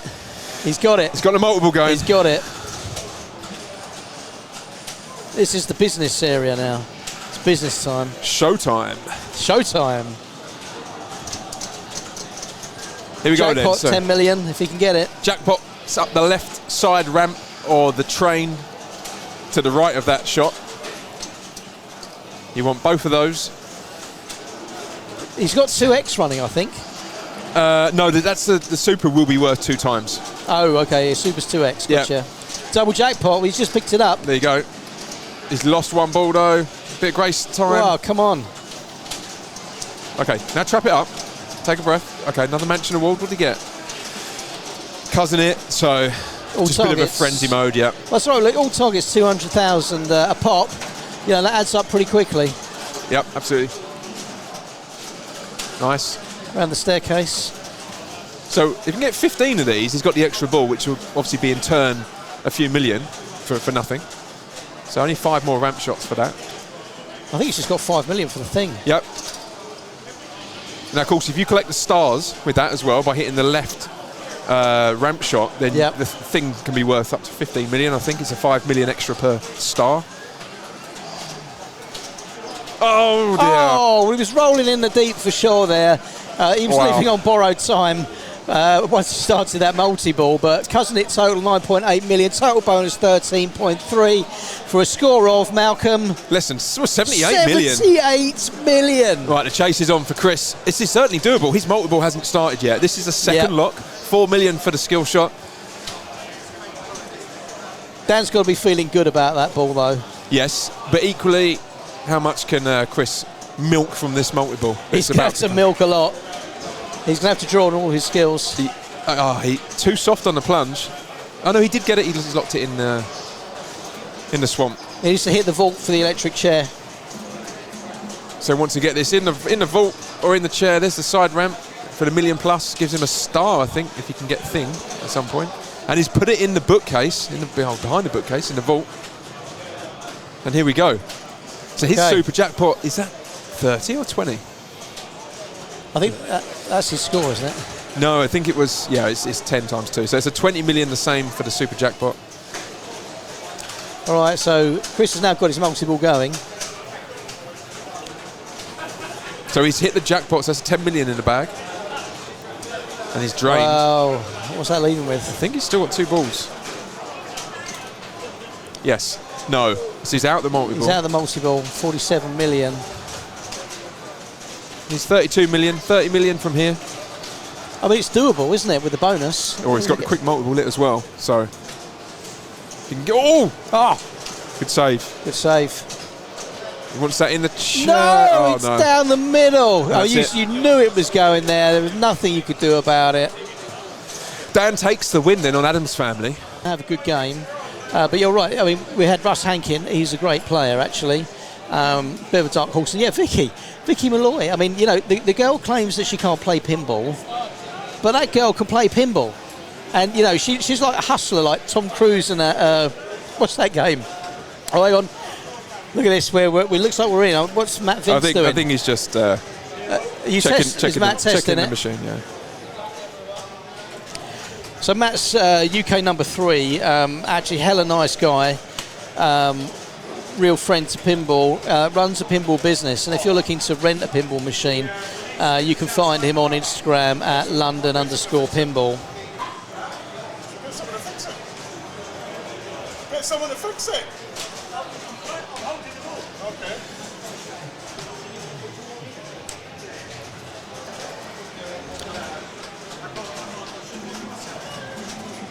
Okay. Fortunately, I have detailed notes on Avengers Infinity Quest, and what I can tell you is what you want to be doing first of all is get your notes out. So I think actually that's a good thing with pinball. I don't know. Do you keep notes, Malcolm? Sorry, you said get your notes out. I thought you were talking about cash. I thought, what do you get your notes out in the game? You know. Yeah. Do you make notes at all? I don't make notes. No. I do have a few websites I go to that have got really high-level summary strategy guides for machines, and I use that sometimes to remind me. But no, I don't keep notes. Maybe I should. Maybe that's a good thing to do. Well, it's just, you know, if I'm watching a video, I make a few notes. Yeah. And, you know, there's a few notes. So in relation to Avengers, you need to be going time gem first. Time and power, isn't it? Yeah, so time gem first, which extends time. And where are you putting the time gem? It's the centre ramp? Time gem goes on Black Widow, which I think is the centre ramp. Centre ramp, and I think then the power gem is on the Hulk shot, the left orbit. No, power gem needs to go on Captain America. Okay. So that was, I mean, these are notes which have come from, was it Ray Day Pinball? So he's obviously, I think he works for Stern, doesn't he? Does he work for Stern, Ray Day Pinball? But anyway, so basically it looks like time gem first, which extends time, power gem before soul gem, power gem doubles your progress, reality gem is score doubler, 3x, 4x, etc. You want to put the time gem on the Black Widow and the power gem on Captain America. And ideally what you want to do is when you plunge the ball first, you need to be coming over to that bingo sheet on the left hand side where you've got the 3 droppers. Yeah, you need to hit that, and then the yellow shots relight on the ramps, don't they? On the time. So I'm talking about around there, and you need to wait until you've got 3 in a row, and you want this one here. That's the one that you want. Now, do you remember how to get this off the screen? I was just about to say, do you know how to clear that? As you were drawing that, yeah, one of these, I think, clear whiteboard. There you go. All right. Is it working on the? No. Oh, well, look, we've got this. You know, if you want me to circle anything, then we'll circle it. Sorry, Dad's dropped in. I'm not allowed to touch the mouse. By Dad, I mean Nizzle McCrizzle, the Nizmeister. He's always a very stressed out bunny on these days because you know, he's trying to run a competition and also be in the tournament at the same time. To be fair, and it takes one wrong button press to bring the whole string crashing down. That is true, right? But you know, I'm also a 53-year-old man, and you know, I do know how to use a mouse. So we've got. This must be. Is this Dan? So we got Dan Pike. Martin Isles player 3, Sergio player 4, and obviously we just saw Matt Vince take his first ball. He scored 21 million. And this is one of Matt's favourite games. When he comes down Medway, you hear him a lot expressing his love for this game, so I'd expect him to do well on here, but you know, it's a good field he's up against. This is obviously a difference. This is the premium, at least. Maybe it's the LE, I'm not sure. Yeah, that's premium. But at least one of those two, because obviously the portal lock rises up from the playfield. On the Pro, which we have at Medway Pinball, there is no such thing. It does not rise up, and the right ramp is not a right ramp shop. It's just a little bit of a slingshot, and that is the. So, what we're looking for on mean scores here is 65 million as an intermediate score. 91 million is your target. And really, if you're going for it, you want about 170 million is your top end on this game, I think, on a day like today. So really, target score is 91 million. If you get 65, you're doing all right. The mean average on this game, actually, just generally speaking, on Thursday night league play, is 48.7 million. So I think probably your average score is 48.7. Aim for 65, but you really want 91. Okay. If I'm not confusing everyone too hard with that one. So I'm going to share a little tip here, and I'm sure this is widely known, but it's really difficult to execute. The secret skill shot. You know the secret skill shot in this game? I'm pretty sure I don't. So a soft plunge, just up to where you can see the green flashing rollover at the top there. Yeah. You want it to go just round the top there, but not fall into the pops are up there, and then just roll back round. It rolls back round. That right loop. That gives you a secret skill shot. And what that does is it awards you a portal lock. Right? Oh, nice. You want those. So that means when you start a mode, you go into that mode with an extra ball. So 2 balls, an extra ball in play, and points, the scoring's doubled as well. So really, really valuable. But very hard to pull off. But I would go for that every time on the plunge. So who's up at the minute? We've got Matt lounging on the sofa. Yeah, I think we're waiting for player 3, Martin Isles. So Martin Isles, he's from Swindon. He's a familiar face. I think he's been at some of the Medway events as well. And obviously a regular here. Yeah, he's ranked 31st in the UK. It's good.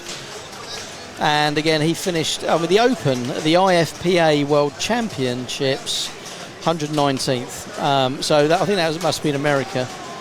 And again, I'm prepared for anyone to tell me that I'm wrong, because I probably am. But what we'd like to say on it is, right. Anyone that wants to tell me, then please jump in. So the portal's open. Martin gets the ball in there, so now he's choosing his quest. What's he going to go with? Looks like reality. Well, that's the one to go for. Oh, I thought time is usually the first one in most strategy guides. But you're probably right. Let me just time gem. No, time gem first, then power gem, and then reality gem. So he's gone. Well, I don't know if there's any strategy behind that. Well, let's see. So now he just needs to make the flashing shots, the amber shots there, and that's going to decrease the villain on the right hand side there on the screen, Ebony Moore. It's going to decrease his health when it gets down low enough. There'll be a final blow that he needs to inflict on him, and then the fight will be over, and he'll get to place the gem on any one of the shots that he wants to. I'm not sure where the reality gem should go. There's a problem with the machine, I think. The ball got stuck. Yeah, at the top there. It's back in. And thankfully it didn't go straight down the middle.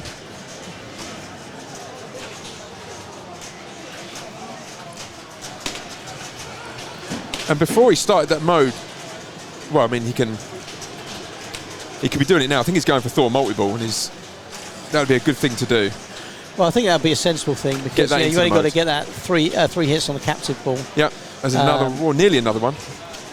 But really, you want to have it ready to go. Start your mode first, then hit it. He's got it running. Yeah, he's just got the adder ball lit, but I don't think he got it. So there's a chance to bring 3 balls into play here.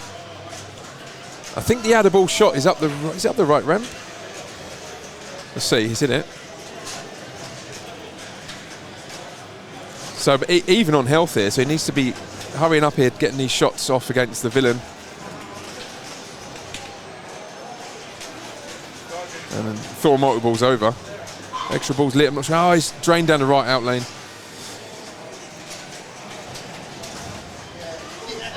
So, decent amount of time on the ball, but he still falls short of Matt's score. Right, so here comes Sergio. He's ranked 66 in the UK. So he's inside the top 100. He's a good player and not one that you can discount lightly, you know. And I think everyone that's here playing in this particular round is going to be thinking that he's definitely in with a chance of taking down some scores here and putting the pressure on to other players. A big shake of the machine now. I don't think he got a warning, and he did it with a ball save running, so it was a rather adventurous move.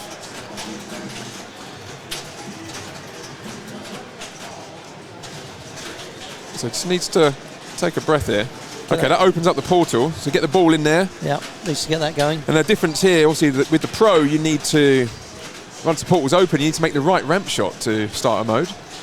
I've got to say, I much prefer firing it into the portal. Oh, it's got vibes of Cirque Voltaire, hasn't it? You know, with the Conjurer. Or but it's also the actually Ringmaster. it's a nice little toy as well. So you kind of feel like a sense of achievement firing into the. But as my dad would say, oh, it's just something else to go wrong.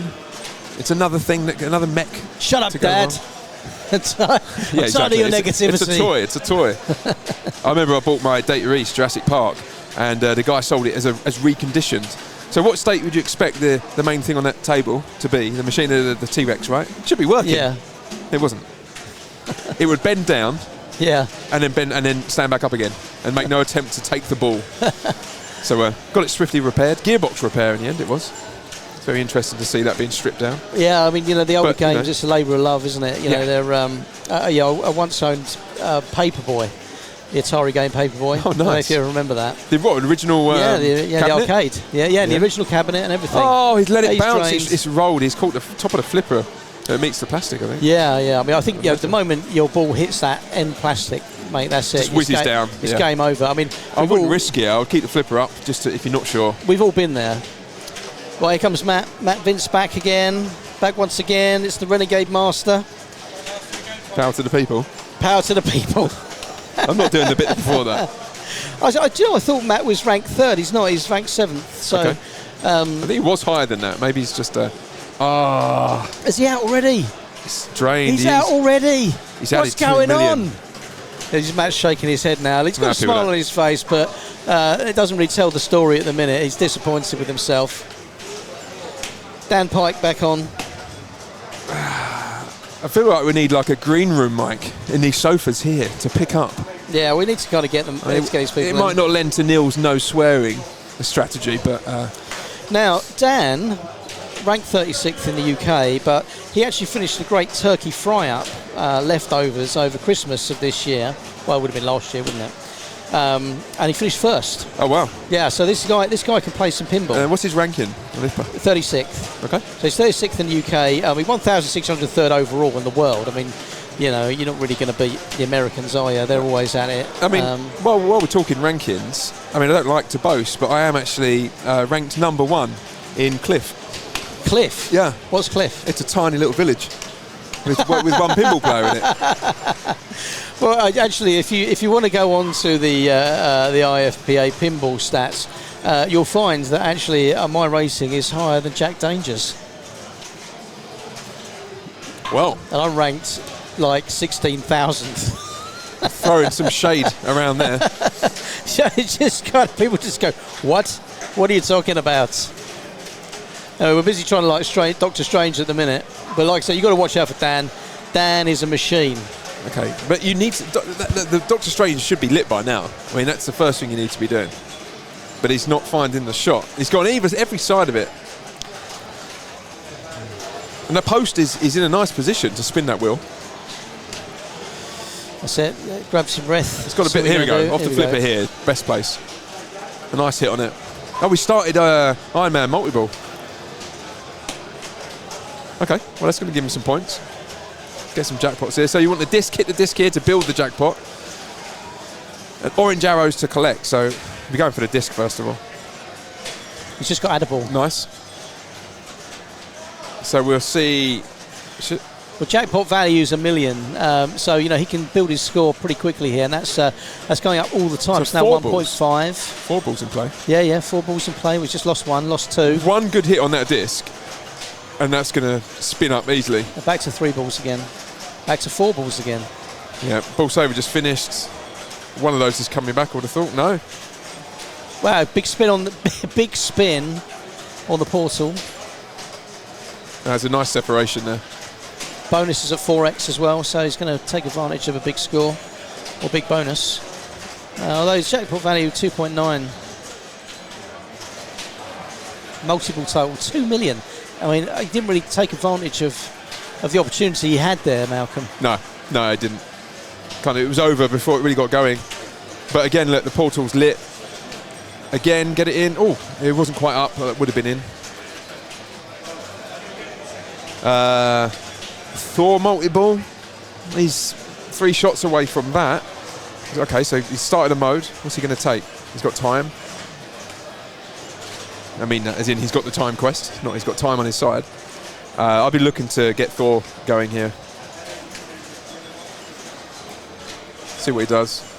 Well, take that other right ramp orange shot. Now he needs to be focusing on the grid on the left, I think, to relight those.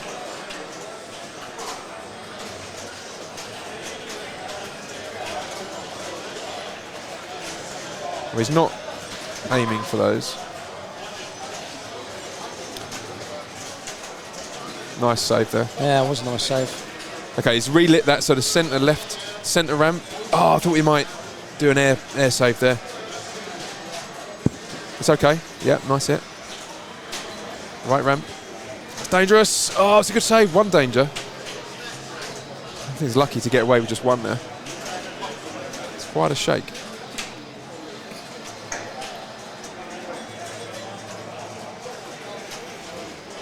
Okay. What are we looking for? Loads. No, looking at your power. Loads of power. Yeah. Well, yeah, he's certainly building towards the mean average score there. His second ball, 51 million. So actually, he's just above the mean average for the club. Which is 48,707,560. I mean, I think you get yourself over 75 million on this game. You're fairly confident. Yeah, definitely. In the league format. Matt Vince is, he's always a danger, and you have to watch out for Matt because he can pull it out of the bag, no problem whatsoever.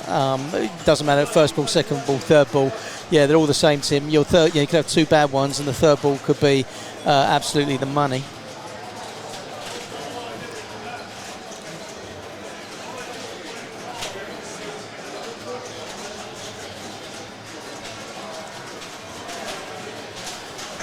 Okay, the portal's open, ball save, it's coming back. No panics.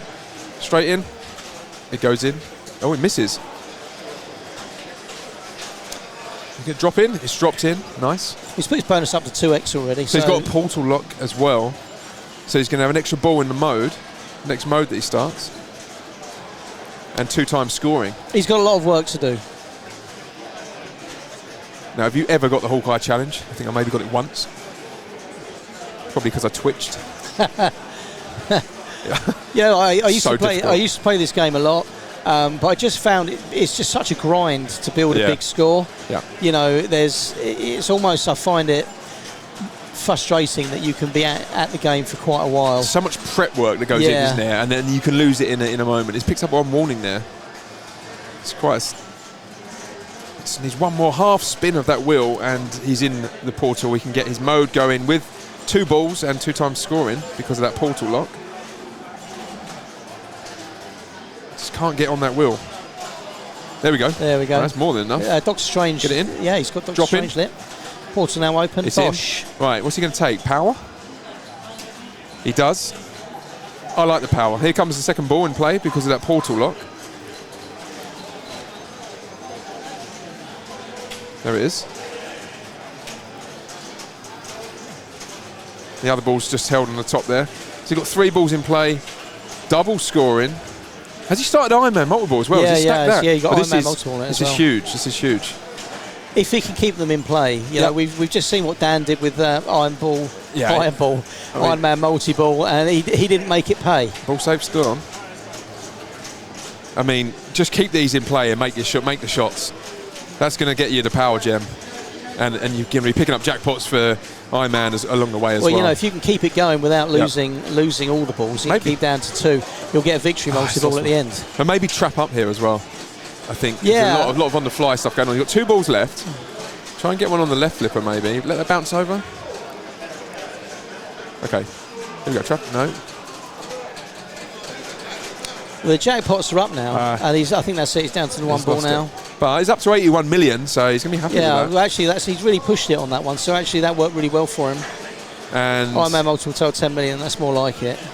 And he's nearly completed power gem as well. So he's probably a couple of shots away from the final critical, the final blow to collect the gem. And that shot is just behind the disc, isn't it? It's just one here. Yeah. We would mark it, but we're scared.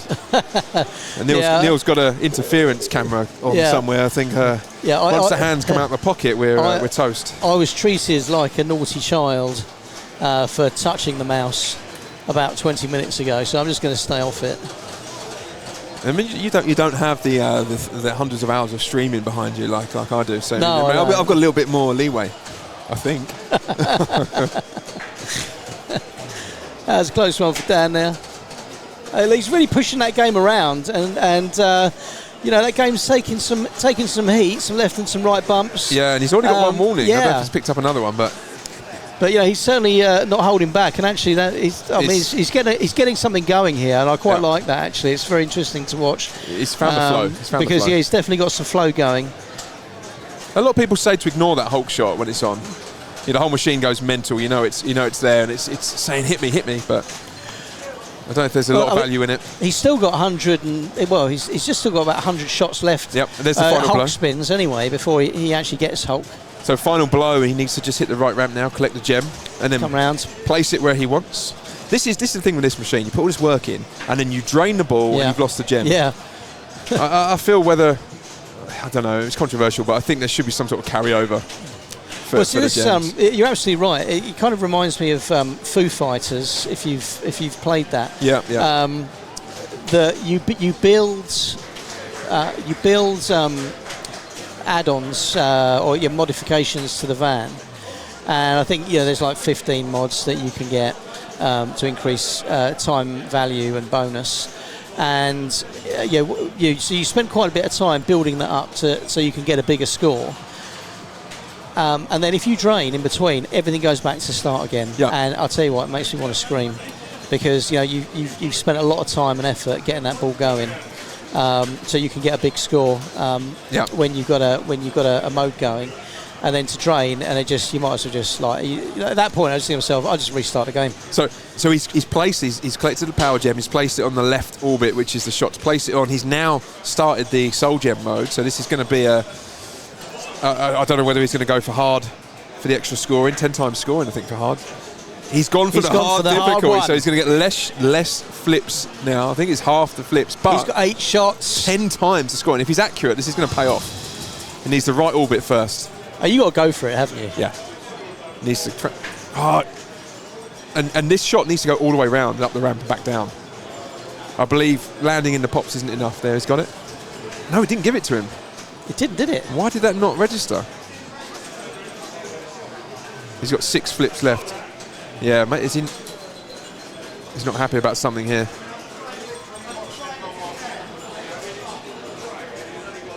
I hate to say that it is what it is, but it is what it is. I don't think he's querying that. He couldn't. I mean, that's just. He's got 1 flip remaining, and he's drained. He's lost. He'll lose 5 flips for that, I think. Really drained. Yeah, he's lost it. Yeah, but he didn't even make 1 shot there. So if you make a couple of shots for 10 times, fair enough. I mean, yeah. So he's unlucky there because he did get the shot, it just didn't register. What he's saying, he's blasted past the target score of 91 million. Yeah. A big shake again. He didn't pick up any warnings. Another. Yeah, I mean, sometimes you just get those balls, don't you? That doesn't matter what you do, it's just not draining. Yeah. It seems like he's got that ball here. And you get the confidence then, don't you? to hit more on the Yeah, fly, yeah. you think, well, I'm riding this luck out. Yep. He's got it in the portal. So what's he going to take? Mind. I think once you're on the fly, you got to stay on it, because at the moment you kind of go, well, hang on a minute, I've got to slow it down. Yeah. That's when you're going to drain. Matt's standing just off to the right of Martin here, just paying close attention, just watching. He's obviously on a very good score here now at the moment. Ball saves coming back.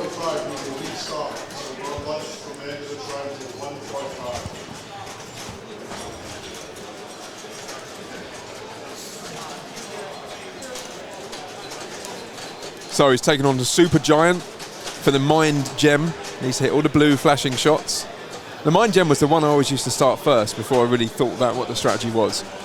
I remember in the early days of Medway Pinball, I think I am the first member of that place. I've been there since day one. Okay, yeah. And me and Tony in the early days were playing this, and we spent hours just playing game after game after game, just trying to collect a gem, and we had no idea what the rules were, and it was one of those, and we just went for Mind Gem all the time. So he's okay, a good ball, a very good ball. Let's wait to see what the score was. Still in play. Yeah, He's still in play. Yeah, he had a ball save going. Wow. He's now 110,000 a spin on the spinner, the Hulk spinner. It's probably worth a shot at this now. Still got 88 spins to level up. It's picked up bonus X. Yeah, good spot. So of course those objectives on the left, that's how you start the soul gem, by completing the first level of each of those objectives. So you've got the spinners, you've got each of the characters needs to be completed, and then you can start your soul gem. And I'm not sure what happens as you level those up. Yeah, Iron Man, he's one more of those to level 1. 8 pops, pop bumpers to level up. So he's close on a lot of things to getting a lot of extra points out of the game. But look, here we go. We've got multi-ball going again, and he's just picked up 10 million in bonus. An 8x bonus as well. I mean, this is going to be huge. This is going to be huge. Yeah. I think this is probably his third mode as well. He's had running, and the bonus is it's going to be huge. I'd say probably looking at a 10+ million bonus. It's going to be big. Oh, he's lost it all. You can see a shake of the head there. 170.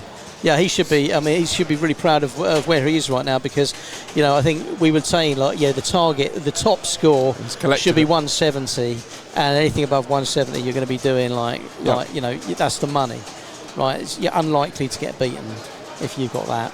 So you've got, Matt and Martin and Sergio have got it all to do. So he's placed the Mind Gem.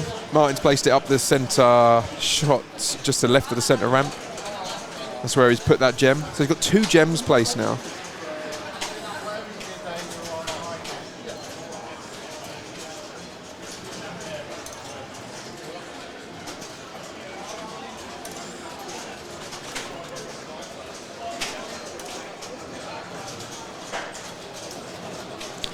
Yeah, the winner of the Great Turkey Fry-Up leftovers is having a great ball. I'm going to be interested to see what the bonus looks like when it comes in. Yeah, it's going to be massive. So he's got a shot on the right there. Again, it's another difference between this and the Pro. That little shot to the right is quite an acute angle. You can only get it off the left flipper. That's actually a scoop, or a saucer, isn't it, with a kick out? Whereas on the Pro, that's just literally up to a sensor and spits back out. So that's one of the 3 differences between the Pro and the others.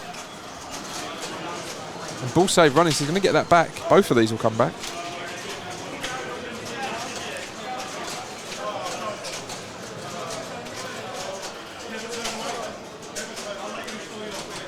Super Gauntlet is just completed there on the grid.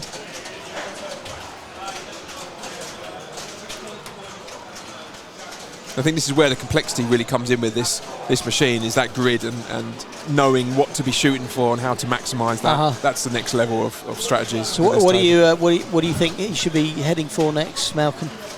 I really don't know. I mean, he's already got two gems on the on the board. I think he's probably he's in what mode's he in here now? I'm not quite sure, but he needs to be lighting the Strange again, Doctor Strange, and getting another gem quest on the go. Oh, he's at 10 million. Hurry up. Oh, that's unlucky. And he's out. A great save there. He's out. But whipped round. What a score. 198 plus the bonuses. I mean, the bonuses are going to be big. 11x on the bonus. 43 million in bonuses. Wow. Big bonus. I mean, his bonus there is pretty much more than all the other scores. Apart from Dan Pikes, who's on 50 plus. So all to do now. That was, I get that wrong. I think that was Martin. It is Martin, not Dan, yeah. I called him Dan, oh my God. You were talking about Dan and the turkey fry-up earlier, but yeah. Oh yeah, so that was Martin. That was Martin. And this is still ball 2. I mean, that was almost a 10-minute ball. So anyway, Sergio's in. What do you think Sergio's got to do now? Well, he's got to find something on the floor and walk in it, I think. He's going to need a monster effort here. He's going to need to get the gem quest going. He's going to need to he's going to need to stop doing that, and he's going to need to collect a couple of gems, get them placed. Make sure you're carrying into the many multiples. Make sure you're carrying a mode into those as well. How do you think Sergio will be feeling as he steps up to the game, having seen Martin put up such an amazing score? I don't know. I think these players, like, if it was me, I'd look at it and think, well, if he's done it, then I can do it. If they've done that, well, okay, thanks. You've shown me a direction to take. But I think at this stage, ball 2, they're not going to be too concerned. If you start letting that get in your head, then you're going to approach the game in the wrong way. You're not going to be playing with your natural kind of confidence, are you? You know? Which is why I went, he's got away with that. He's got double danger. When practicing, some of the machines, you can have a really bad ball one and you just hold down, start, reset, and you try again. Because you think, well, I've beefed the first ball. Obviously, you can't do that in competitive play. How many times do you have a really brilliant third ball and you pull out like 95% of your score on the last ball and you win? Yeah. So in practice, I always try and play all the balls and not reset all the time. Unless, of course, I'm on Batman. Yeah. And I mess up the bookworm, because let's be honest, all we're trying to do is beat Dan. Yeah. No, he's tilted. He's a tilt. That was tilted. Sergio, you've tilted. That was on the cards, I think. A couple of big moves early. We need to recenter the machine, I think. No, we're just all right. So, Matt Vince is going to give that 10 minutes to settle down, let the ball stop swinging. We do need to get it. We could do with just a little shimmy to the left.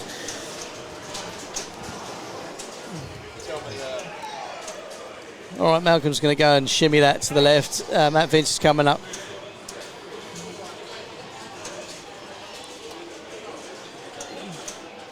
That's good.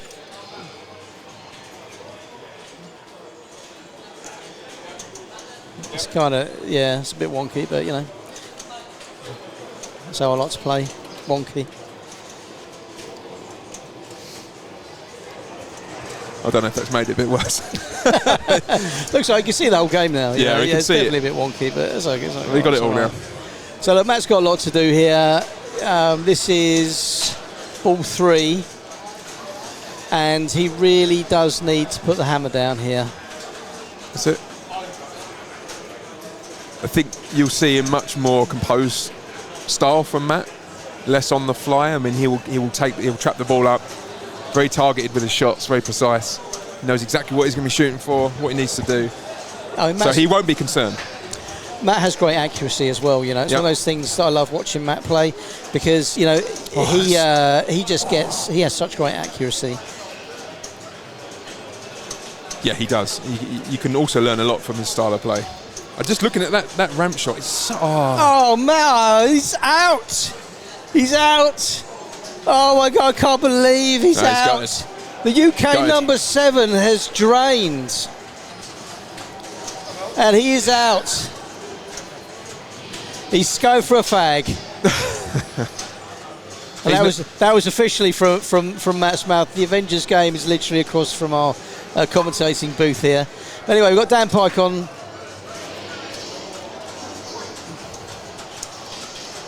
Straight out of this release into the portal.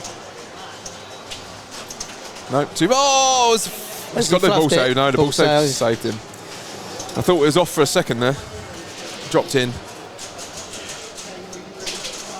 Oh, he's got the soul gem. Welcome to the chat. Backhand Soul gem. pinball. Welcome to the chat. Backhand pinball. Thanks. Soul gem is underway now for Dan.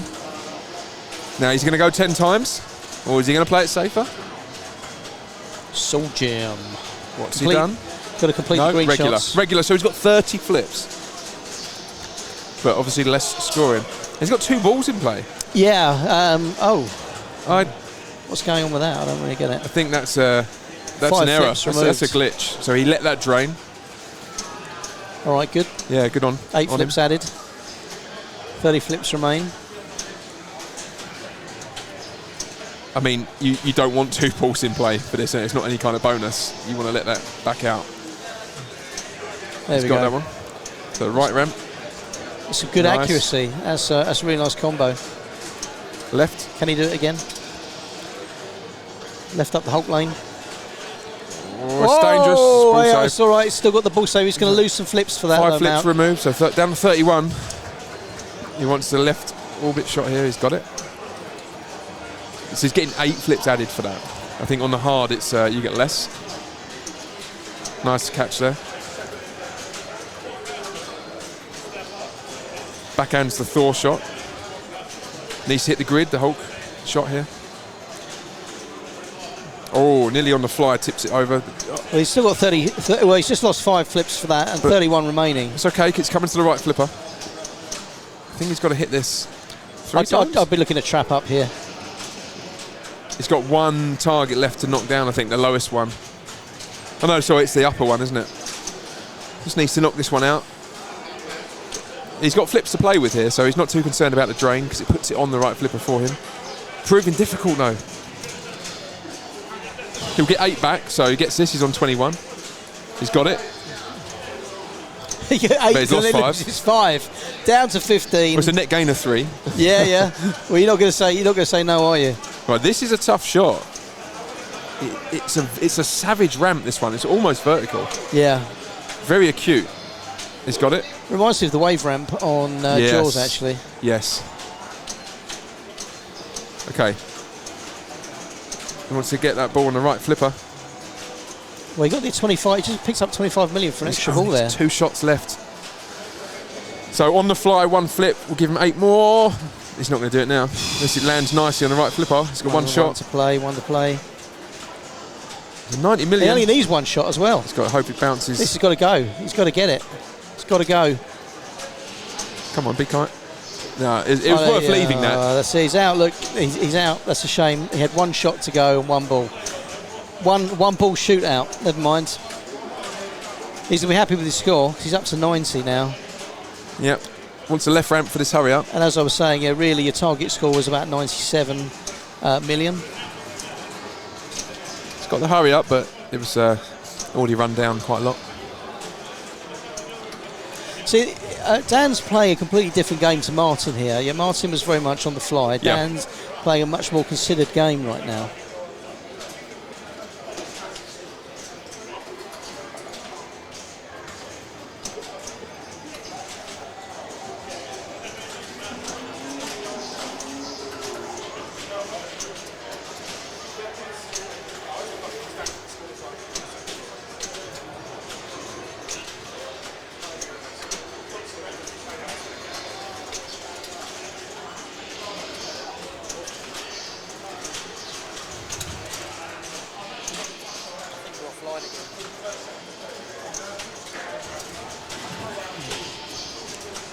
What's up? I think we're offline again. Looking at it. I think we're still sending. Oh, yeah. okay, we're still in. Yeah. He's just still. That's the playback of the stream. He stopped. All right. Yeah. Well, you got 51 minutes of Malcolm and myself chatting rubbish, and what we've missed there is we've just missed Dan draining. But here comes Martin. I mean, he doesn't have a lot to do, does he, really? So pressure's off. I mean, if it was you and you're in this position, Malcolm, how do you think you'd be lining up to play his 3rd ball? What would your strategy be? Would you be particularly worried about if you drained straight away? Would that be a concern to you? bearing in mind the scores on the board at the minute? Well, what's the gap? Well, this last ball, so there's only one person that can catch her, and he's what, 210 behind at this point? Well, it's third ball, right? Yeah, last So ball. actually- and he's guaranteed second. The only person that can catch him is obviously Sergio, and he's 220 million behind. Yeah. So, I mean, I think I'd be phoning the missus and getting the potatoes on for dinner. I think at this stage, to be honest. Right, so Matt, come and sit down, Matt. Come on. Put the headphones on. Right, so let's get started. All right, Matt. You all right, guys? So how's it going? You had a bit of a bad one. What happened? It just didn't go my way. I wasn't making my shots. Every time I thought I hit the captain ball on 4, it didn't give it to me. Just didn't go my way. But Yeah, we could see you leaning over Martin while he was laying up a massive score. Did you find was that at all intimidating at all? How did it affect the way that you lined up for your next ball? no, I wouldn't say it would, because the plan was starter mode, get the multiple with it. The reason I was watching was because when Martin had the soul gem, it didn't register the right ramp. It didn't register. We at saw the right that. orbit. Yeah. So I wanted to see whether that was a one-off or if it was consistent, because if it's consistent, we got a problem. But it seems to be working most of the time. Yeah, Dan did get it. We were watching it. I wondered if that's what he was stopping play for. No, I was keeping an eye, and it had registered after. Oh, okay. So, but James is going to take a look after this game finishes just to make sure it's nice and Well, we've got active. Sergio lining up now, and I presume I'm third no matter what, am I? Or can't quite sorry, see not us. third, last no matter what. Yeah, I think you're pretty much in last on this one, Matt. What are you, 26 or 36? We can't. It won't be 36. It was terrible. Must be 26 then. So yeah, you're guaranteed last. But I mean, where's that set you up for the next round then? Because you're on 40 points. This is only our first game. Oh, okay. Is it? We've Right. still got 2 more games after this. Okay, and what are they? Big game and high speed. So actually 3 in a line. Okay. As it happens. Well, I think if it goes the same way as the last set, they'll just move that onto your next game, or you move it onto your next game. Yeah, we'll just roll it over and carry on the next one. But, Yeah. Nice. So no, I'm not very pleased to be taking a last. You want to avoid thirds and fourths as much as possible. But So what's the next game you say? High speed. big game, I think. So is big next. game. So big game's next for you. Yeah. How do you think you'll do on that? Is that a game that you do well on?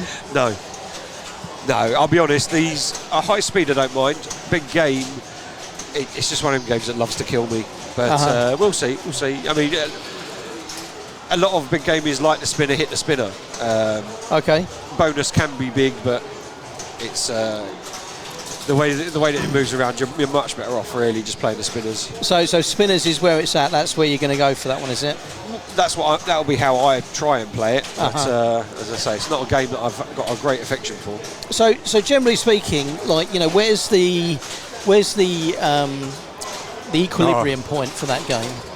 If you're going to be playing big game, where's your equilibrium point? What score are you aiming for? Oh, I see. You want to be really looking at 500,000 at least. But I've seen plenty of games on that where no one's got 500,000. So it really can depend. But So- it looks like we're up actually. So I've got a better go. Righto. Good luck. All right, well, Gonna thanks need for it. joining us briefly, Matt. That's Matt Vince, everybody, number 7 in the UK. Top guy, and he runs London Pinball, which is a pinball rental service. If you're looking to rent a pinball, catch up with Matt on London_pinball on Instagram. Is that what it is? Yeah. Lucy runs I'm glad it. you No, know. I don't touch it. Lucy does all that work. All right, cheers, guys. All right, it's Good run luck. by a Thanks, 12-year-old girl.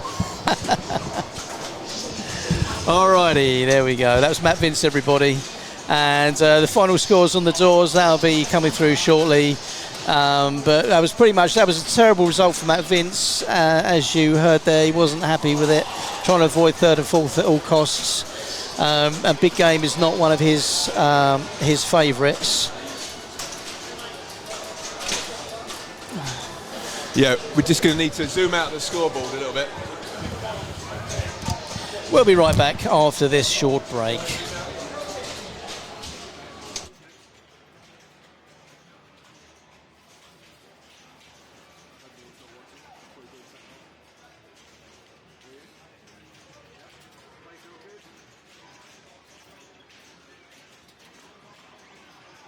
Okay, here we go. Big game. Stern, big game. What do we know about big game? Big game. That used to be a. Oh no, it's Big Train. It used to be a comedy. Big Train. You know, I always find Malcolm. I don't know about you, but any game that has more than 4 flippers at the bottom is like freaks me out. Yeah, I don't like that. Whoa, I mean, look at that. It's like, what the hell do we do here? Do we let it go? I mean, I'm just like 4 flipper. It just reminds me of like spiders. I How think much I'm I hate drunk. spiders. Yes, it is a very spider-looking thing, isn't it? I'm like they obviously went through. This was probably through like an LSD phase, like when developers were trying out new designs. I don't understand the point of it, because what shot is not hittable from the lower flipper, traditional position? I mean, these. Oh. He's out again. Oh my God, he's gone. He's gone again. Matt Vince, what's he doing? He's been out for a cigarette. He's chilled himself out, and he's gone already. But look, that could just be the state of the game right now, as Dan pulls up to the machine. He's so confident he only needs 2 balls, is what's happening here. Bada bing. So he said 500,000 would be a good kind of target score. So 500,000 is a good score, but he said a lot of people get a lot lower than that anyway. So, I mean, if the score would stop moving, I'd be able to tell you what it. Oh, it's just the refresh rate there. So he's 99,000 on ball 1. So that's all right. Too bad. That's all right. And I thought he had 9. I thought he had drains. Because of the refresh buff. rate, I thought he got 9,930. Hey. All right, well, look, that's all right. He's in good shape. Dan's out. But Martin Isles, definitely the one to watch after a big score on Avengers. So, big game. Date of manufacturer, have a guess. Gottlieb.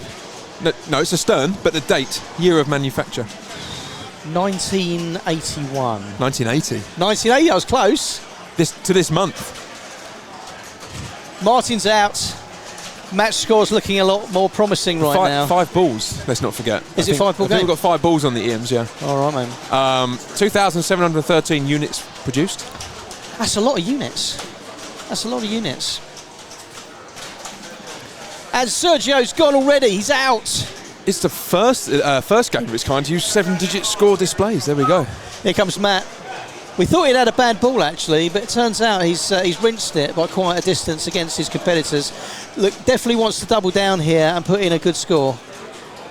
This was also the first wide body game from Stern.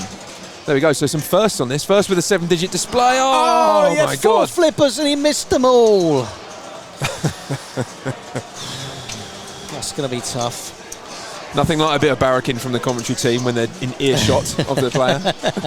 But you know, it's interesting, Malcolm, because again, like Matt was talking about spinners, and that's the way to go with this game. I wonder, you know, how the others set their strategy out.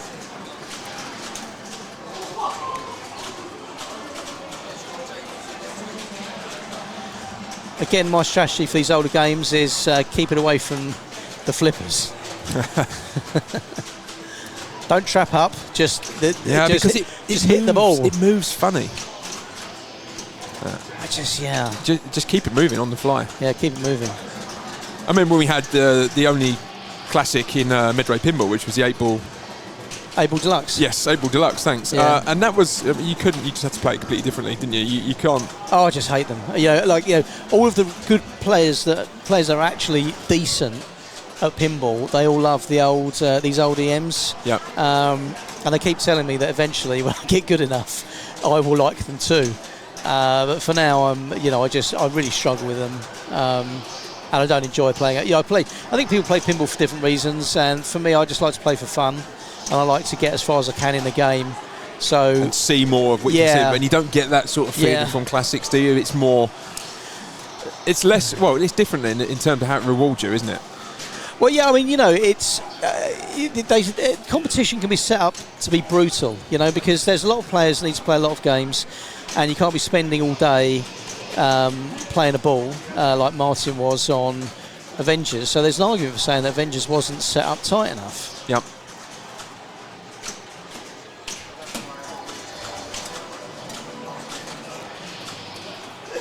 Yeah, but Dan's score's now kicking on. He's up to 246,000. Matt is on 1.1 million right now. Actually, he didn't really do anything. See, that's I think the difference is Matt didn't do anything, but he got a big score because he knew what to do. So I'm feeling like our man Dan here's, he's just trying to hit things, hit and hope, see where you go with it. But he's keeping the ball in play, so credit to him for that. That's the main thing, yeah. And his score's shooting up. He's nearly 300,000. Could not tell you. I mean, there's different cards on the playfield there, and he's one away on that top left one from completing it, and I guess that's going to be worth a stack of points if he can do so. Whoa, that's a lucky bounce back in. Yeah.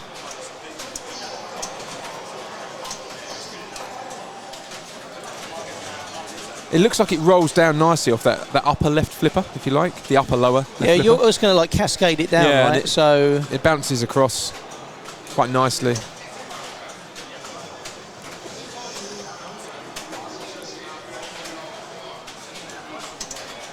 He's going for that left sort of loop back shot in the upper left of the playfield there, off the right flipper. He's going to try it again here. He's got it. And that saucer's worth... Whoa! About 50,000. I'm kind of keen to see him close off on that, get that one that's missing down there. I don't know what he's going to do to pick up that one. Yeah. But that was a pretty good session there from Dan, and he picked up some good points. Bearing in mind, Matt said that, $500,000's a good score, or your target score, really. He's pretty close to that, and that's the second ball. Here comes Martin.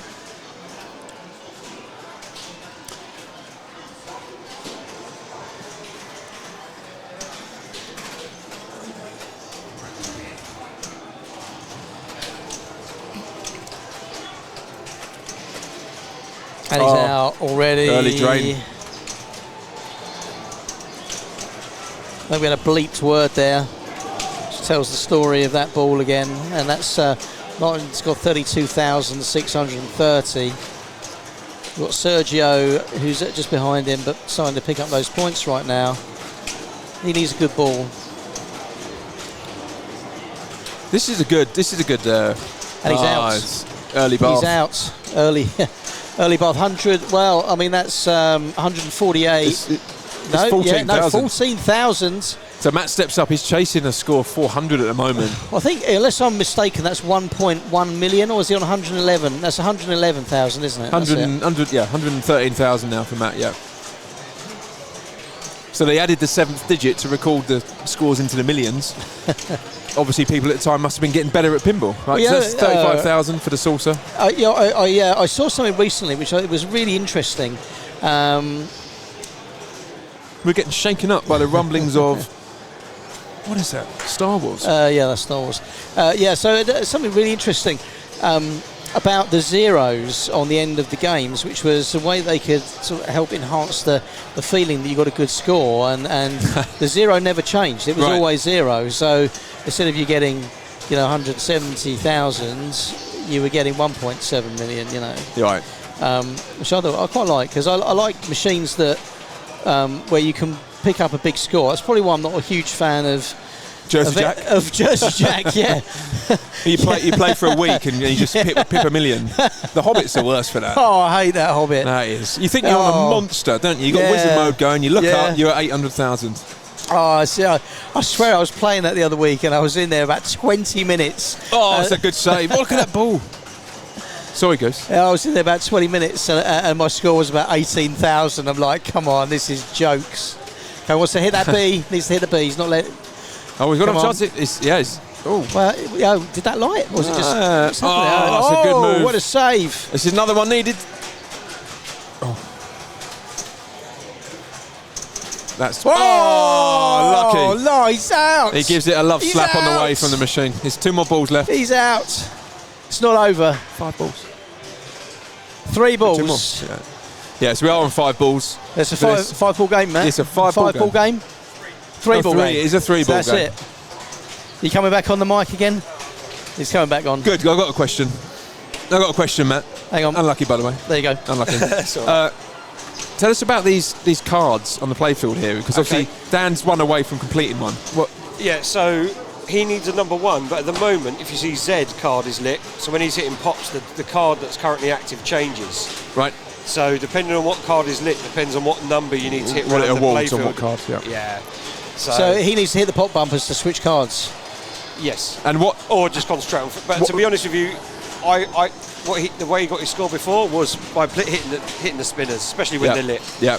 And he kept getting this saucer up here, which was 35. Yeah. 40,000. Well, it depends on how many letters of big game you've got, which he's got quite a few of. So how does he get the 1 here if that was lit? What's awarding these shots? So I think you'll find it's top left is 1, 2, 3, then 4, 5, 6, 7, 8, 9. Okay. So that's another. Yeah. That's a decent score he's got there. Yeah, he's always got 2 cards full now, and then there's that third card, the Z cards. Yeah, so they all have a big effect on your bonus. And we were saying about this game, this is the first wide body game from Stern, but also the first game to have 7 digits on the display. Is that right? Obviously, I didn't know that. We're saying is that people were getting better at pinball at the time, and they're fed up with it rolling over and going, oh, is that 1.1 or 100,000? You know, so they added another digit and. Yeah, rolling the game can get confusing, especially when you're looking at something like James Bond 60th or Pulp Fiction, for instance. You've rolled the score on James Bond? I have, yeah. Oh. Yeah. Just slip that in. Yeah. Pulp Fiction's the same. Yeah, how many Pulp digits Fiction, has that got? 6? Yeah, again, you have to roll it on that. But look, we've got Martin's up. Martin needs to pull a rabbit out of the hat here. He's got a lot of work to do if he wants to try and make second place here. He's going for the G, I think, isn't he? Oh, and he's out. Tough luck. And that is third place. At least, well, hopefully, potentially third place. But then we've got Sergio coming in. And I don't think Sergio's feeling particularly confident about what's going to happen on this last ball. But look, he could get himself into third place and pick up a couple of extra points. If he can light big game and make the shot up the top left on that saucer, then that's it. That's all he needs. So, Matt, what should Sergio be looking to do right now? At the moment, he just needs to find a few shots. If I was him, I'd still be hitting the spinner, far left spinner, because it puts you in the saucer and then gives him a chance to get some letters of big game and the rollover lanes. So he's not trapping up. He's got a shot. That's where he wants to be aiming for Picks now. up the spinner. 20,000 away. So you can get the G here. Nice. Letter. Back up the spinner. Personally, I would. It's a safe shot. You're guaranteed to get some points. Yeah. I mean, for me, I find with these old games, I like to just try and keep the ball away from the flippers. And that tends to help me get a better score. Dangerous. Oh, I was almost out, but he just about saved it. It was the leg in the air that helped him there. Oh, that's a nice nudge. Yeah, that was pretty good. I mean, so you see the lit spinners moving as well. So at the moment it was on the left there. I think that lights out, but that's another good one. But he's put himself into third place now. So Martin, after a fantastic game on Avengers, winning that one, now finds himself in fourth place on big game.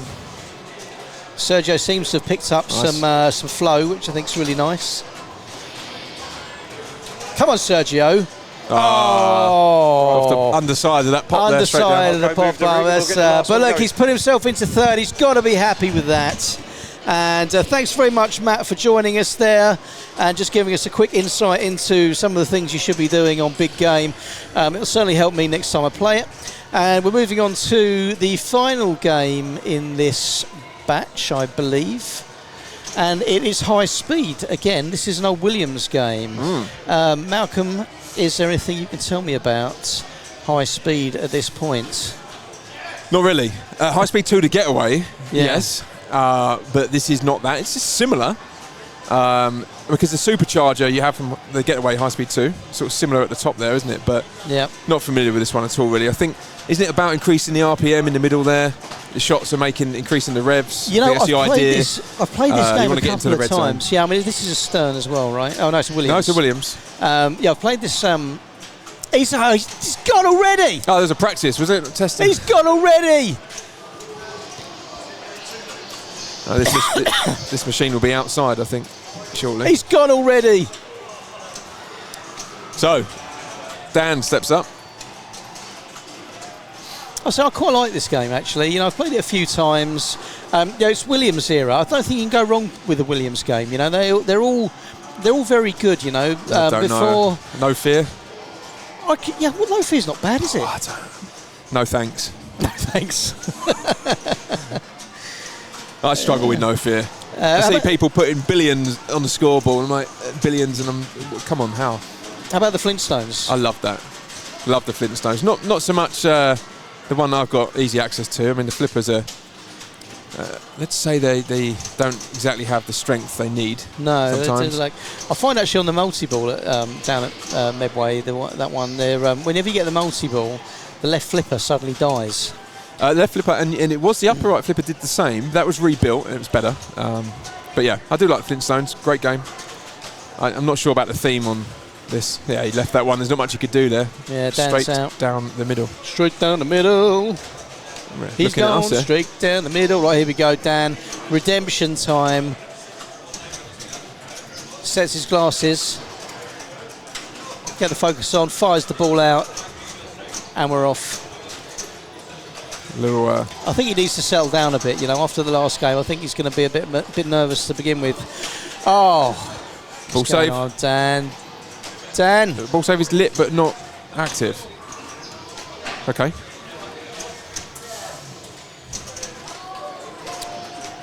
That's odd, isn't it? That's a quick turnaround, isn't it? The ball save is lit but not active.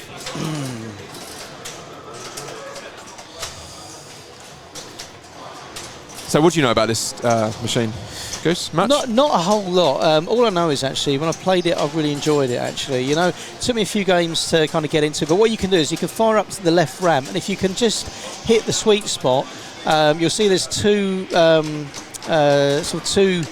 wire mesh ramps coming from the top middle, and depending on the speed of your ball, if you can catch it right, you can get the ball down there. Yep. Which gives you or starts mode. So obviously the easy one option is too much speed and it'll whip you all the way around. Nothing wrong with that. But actually, you know, if you want to start building better points, you want to try and get those two wire mesh or wire form ramps there. But they're only available from that from the middle ramp actually, I think. And it might actually be the one on the left rather than the one to the right, or of the two on the left.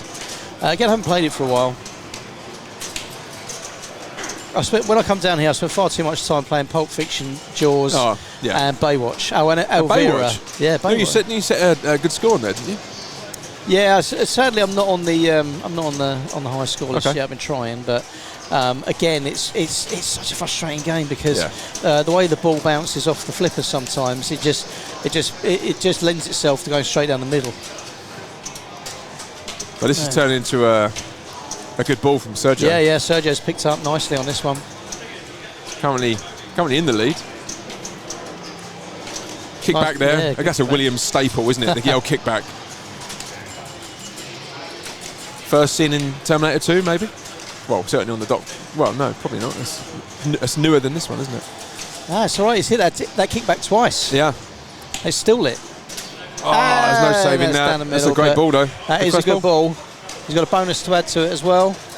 And that's 658,000. So Matt needs to do some work here. Yeah, Matt's got a lot to do. Just chill out a little bit. Oh, it's got that kickback. Oh, there's a weak kickback as well. That was a nice dead catch there. Or drop catch. I always forget, I get them confused. That's nice. I think it's just kind of settling down there now. That's good. Beautiful. Okay, so that RPM there in the centre is increasing, or if that's the speed or the revs, but you get the concept. Those shots are increasing that. You want to get in the red zone.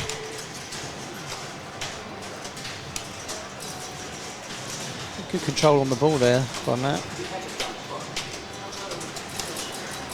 He's looking to make that loop shot just to the left of the one on the right. That's a nice the orbit. Inside one. I think that's the freeway shot. You get 50,000 points every time you hit that. Yep. And we've got a flashing orange arrow on the right-hand side there. Oh, that's unlucky. He thought about introducing the fist there to glass. That's a frustrating one. It's a very similar shot to No Fear. We're talking about No Fear, that upper sort of, you know, I can't remember what it's called. You know, the jump, isn't it? Yeah, the one with the jump. jump. Around and then sort of jump it over. Very similar shot, and you can keep going with that. That's right. I mean, it's 492, 840. Doesn't put him in the lead, but it's in second place at the minute. And Dan Pike has got a bit of work to do here, but I think he's just picked up 100. 100, yeah, 100,000 on that shot. So now he's put himself back into second place again. Needs to get this ball under control. He does nicely. Very nice. Traps up, yep. Where's he going? Ah, through a brick.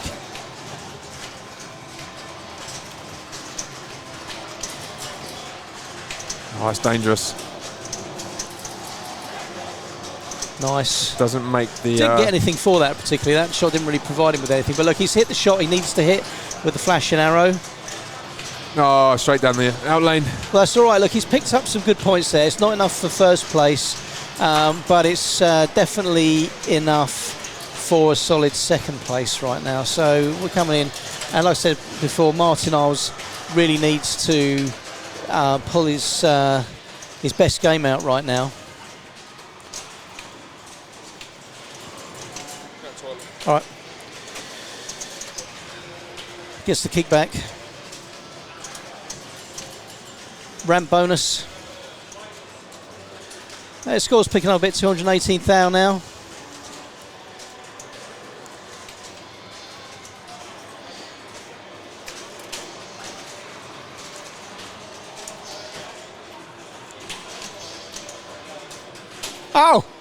Oh, that's unlucky. I could hear the slap of the machine as he was coming through there to try and save it. He was slapping it on the wrong side, unfortunately. He was slapping the left side. He needed to slap the right side, and that would have helped him out an absolute treat. So anyway, back to Sergio. And here we go, 658. He's in the lead right now. He's got to feel happy about that, and he's picking up the scores right now.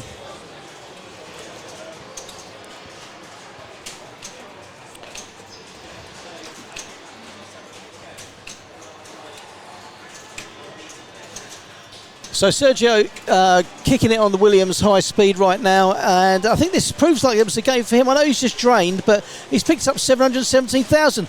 Matt Vince is busy eating cheese rolls when he should be focusing on what he's doing for high speed. Now let's hope he can compose himself. He's rubbing his hands down his t-shirt right now, and he's getting ready to set off on the third and final ball, and he's gone straight down the middle. Does he have a ball save? No, he doesn't. It's back to the cheese rolls for Matt, and that is a bad score for Matt. Oh my God. Are you... He's eating. He's eating his rolls right now. But anyway, here we go. Dan's back. And where we at with Dan? 600,000. Light the red loop bonus here. He's chasing Sergio, and looks like he's going to catch him if he can keep the ball in play.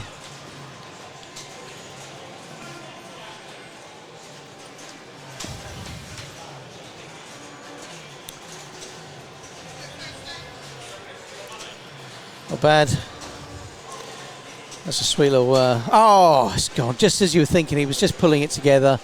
That's the bonus on there. Times 2. It brings up to 733,000. It's not enough. And that is going to be possibly second place for Dan. Martin's got it to do right now. He's on 301,000. He's got to find 400,000 on his final ball.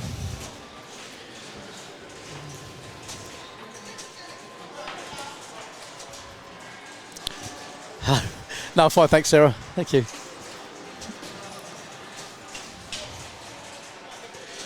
All right, I like that. That's it's a more of a calm approach there from Martin, just letting that ball bounce across the flippers and trap up. Yeah, it's nice. Yeah, I like that. You know, it's a more considered. You know, try and line your shots up so you're not throwing bricks.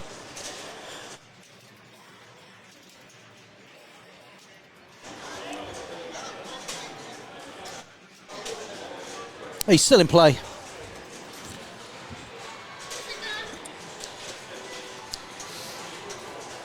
There's some nice play. Well, high speed dial in the middle is gradually building, as is his score. Now look at the score now.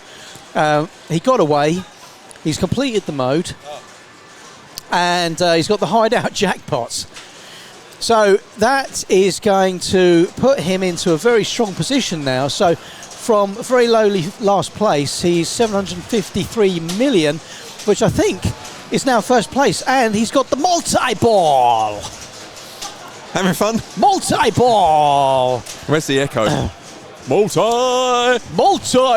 That's for the Americans. We call it multi-ball, which is the correct way to say it. Or, if you were Data East in the early 90s, when multi-ball was licensed by Williams, you had to call it tribal. Tribal. Well, that was a great score there by Martin. Which puts Martin into the lead for the minute, but it's close. Sergio is about to take that lead back. He needs a good ball here. The pressure's on. No, if this is third ball, or are we on 5 balls on this table? I think it's 3 ball. Right, Sergio's catching him up now. He doesn't need very much. As long as he doesn't drain now, he should get it. Now look, he's paused. He's having a look to see what's up. It's the right approach. In fact, whatever he's done, he's just breezed past Martin. So this is Sergio's game. Run the red light, so he's... Well, I mean, he doesn't need to continue at this point. I mean, he can. But it's his. And there we go. Ball's over. Game, Sergio. Well done. So he's got Martin in second? Yes. Yeah. Okay. And then Matt finishes last. So we've got fist bumps all round. Sergio, nice, well done. Sergio, where are you going next? What's your next game? What's your next game? No, we're done this. You're done, yeah? Yeah. Did you want to come round and talk about your game quickly? Did you want to come and talk about your game quickly? You can come on here. No, he's very bashful. That's the sign of a winner. So how old are your kids anyway now? 3, 9, 11. What are you? Well, fortunately, 21, 18 and 12. Oh, there you go then. 13 actually, so... Oh, hang on, we're up and running. Where's Tony? Where's Tony playing Pulp Fiction? Hello. Who's that?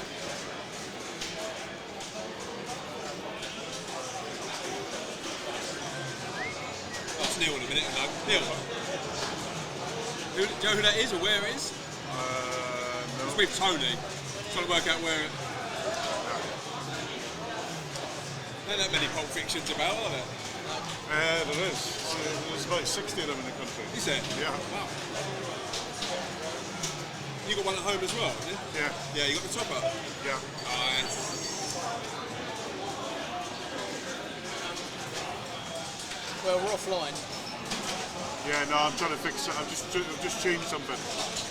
Neil, I need to leave about half an hour, just so you know. Yeah, no worries, man. Like That's cool. Maybe next time I'll go.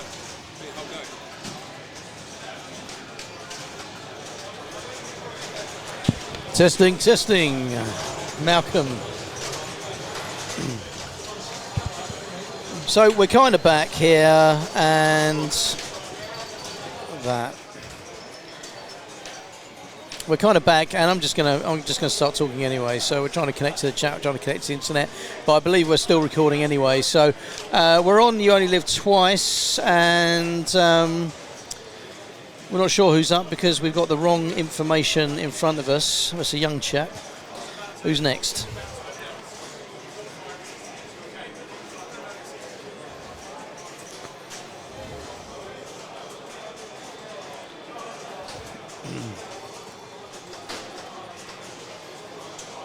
And crack on with the information.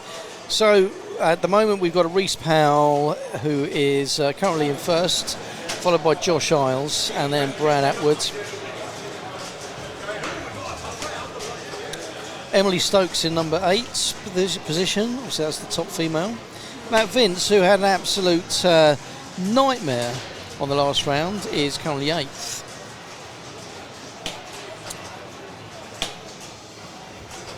How's Nathan doing? Nathan is 22nd at the minute. Right. Okay. You only live twice. And how many rounds are we looking at today playing? I don't know. 8 rounds, I think. Possibly 8 rounds. I think we're halfway through. Lunch normally determines that. So we've got arrange the usual reception, please. which means you've got to hit the left orbit. Well, there's 4 to get. I mean, ideally what you want to do is you want to hit the left orbit, come round and then hit the right ramp, and then, you know, the other 2 in the middle there, they're off the left-hand flipper in the upper playfield. Again, a little bit harder to get, a little bit more danger with that one.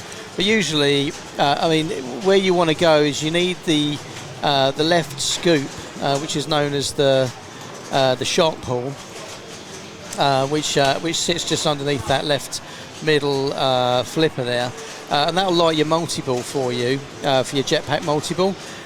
So when you enter something like arrange the usual reception please, you can get your jetpack multi-ball going and stacked with something like this particular mode here. So he's just got extra ball, which should give him 25 million,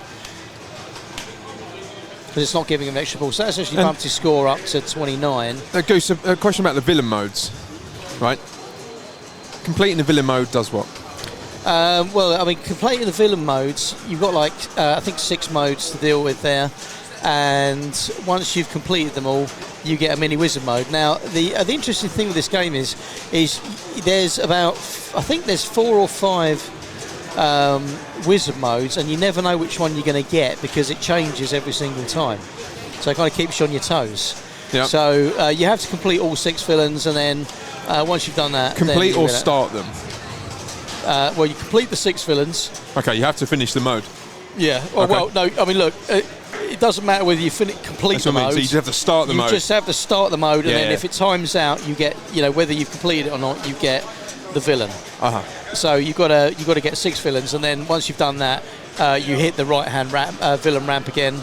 And then that brings you back up. Okay, and then talk us through the Bond Ladies. That's to do with the playfield multipliers, right? Yeah, Bond Ladies, that is your playfield multipliers. But again, you're not going to get them easily, okay? So like anything with, like, you know, when you're talking about like bonuses and such, it's not an easy process to hit, but I think there's a problem here with the game. But yeah, so look, so like you have to like get below the Aston Martin DB5.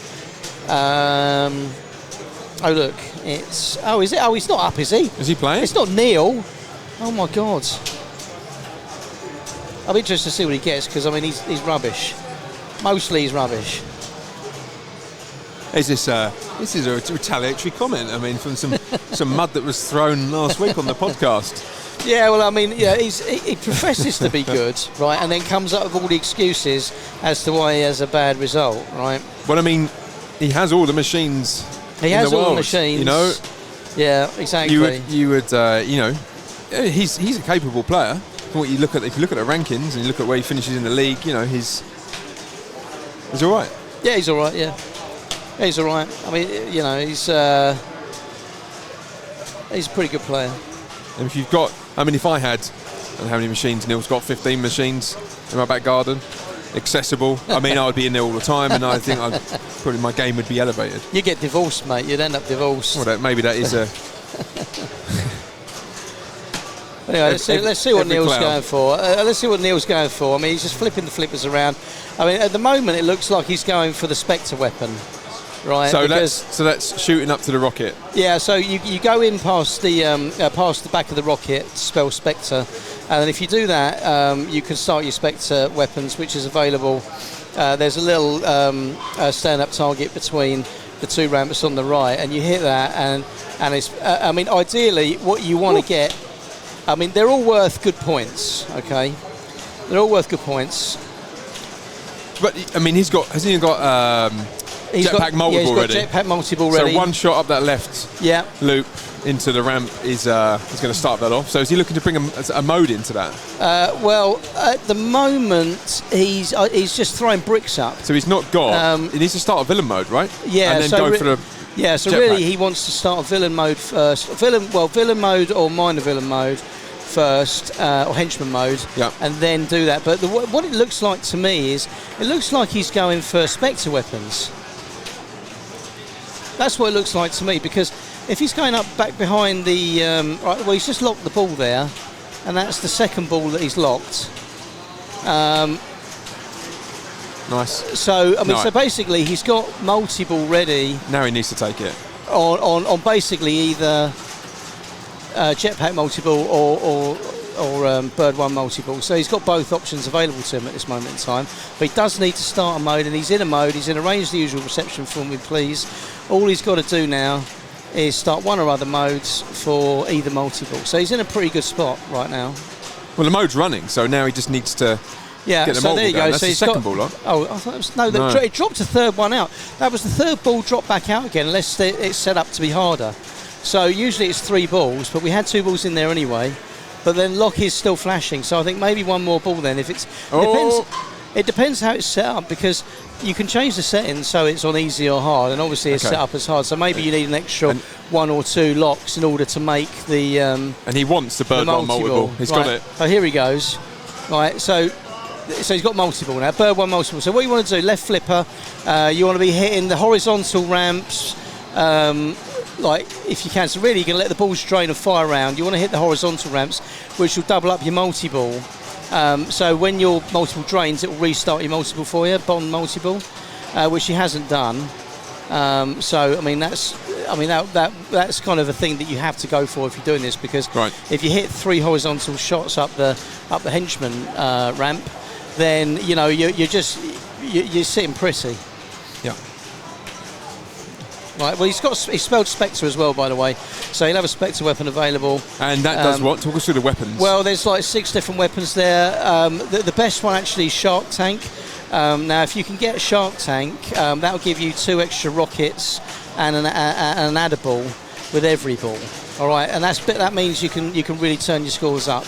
And rockets act like they collect everything on the playfield? They spot shots for you. So rocket like is a shot gadget spotter. in Batman. Yeah. Okay. Yeah, so it spots the shot for you. So you take your rocket and it'll spot the shot for you. So he's out of the multi-ball now, but he's still got jetpack multi-ball ready. But there you go. Look, he's got troublesome tarantulas, and you can either try and hit the shot for nice. that. Very nice. And he's got it. So that's 20 mil. So that's 20 mil, right? Easy money. Right, and that's so he's activated his 2-time multiplier? Oh, that was already running. No, so he's got 2-time multiplier, which he's activated now. Yep. So that means his Spectre weapon doubles in value. Yep. Now this is Sinister Stomach. So if you hit the he's drained. Oh, he's out. He's got jetpack multiple ready to go next time. Yeah, but actually it's always it's sod's law for this one. But the thing with this is, look at the bonus, 58 million on the bonuses, right? So actually, what you want to be doing, you can see when you start. Here comes Clive, and Clive's multi-ball. You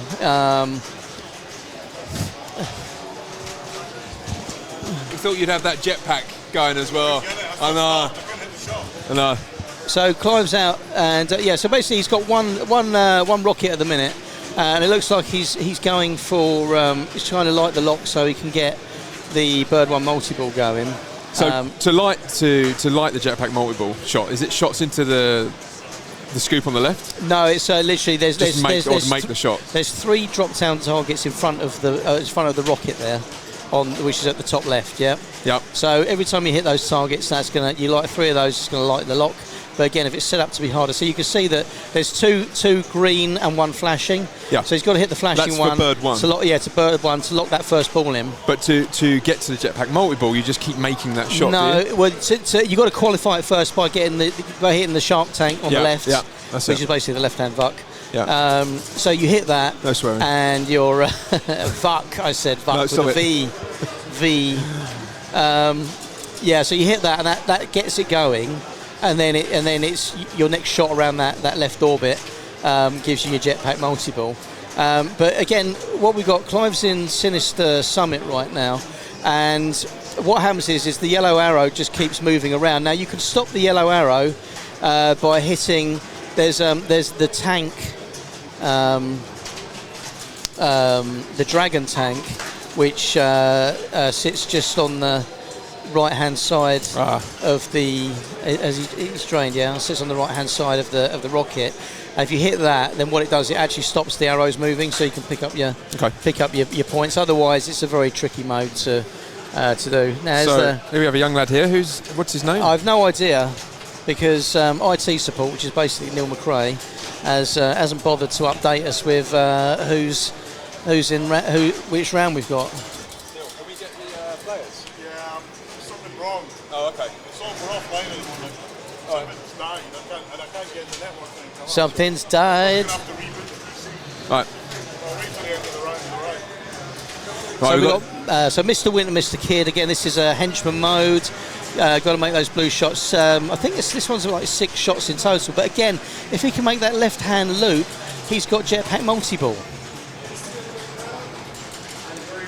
So that's what he should be focusing on right now. Yep, is and he would carry. He's lost it. And he'd carry that obviously that villain mode into the or henchman mode into that multi-ball as well, which is key. I mean, look, it's the easiest. 2 as well. Two yeah, rockets. he's got 2 rockets. I mean, I wouldn't be using them. I'd save the rockets for Spectre weapons if you can get them. So you use it now. It just spots one of those shots, gives you one of those shots. No, I wouldn't. No.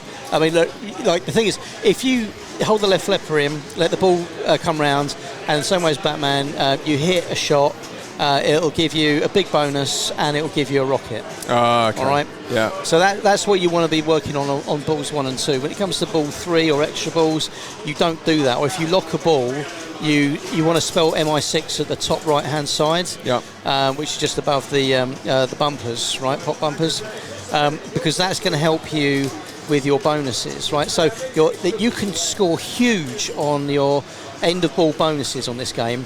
It's insane how many points you can make on this. Yep. So, and there's a lot of people don't know about this game. So they always go for the rockets, and they get like 2.5, 3.5, 4 million plus a rocket. Now that's okay, ball 1 and ball 2. But if you're locking a ball, okay, you want to be going for MI6 up the top, all right? Because you need to start building your bonus up. Because I mean, I've had bonuses of over $1 billion. Just by doing spotting MI6, because you spot MI6, that +1s you, right? So if you got whatever's flashing at the top, you get your skill shot, that's +1. You spell MI6, that's +2, right? And then it starts over again. So if you're locking the ball, again, you're going to hit the flashy shot, +3, +4, +5. So you're going to end up with 5 times bonus. And your bonus is added up between films, henchmen, Spectre weapons, minor villains, and Bond women.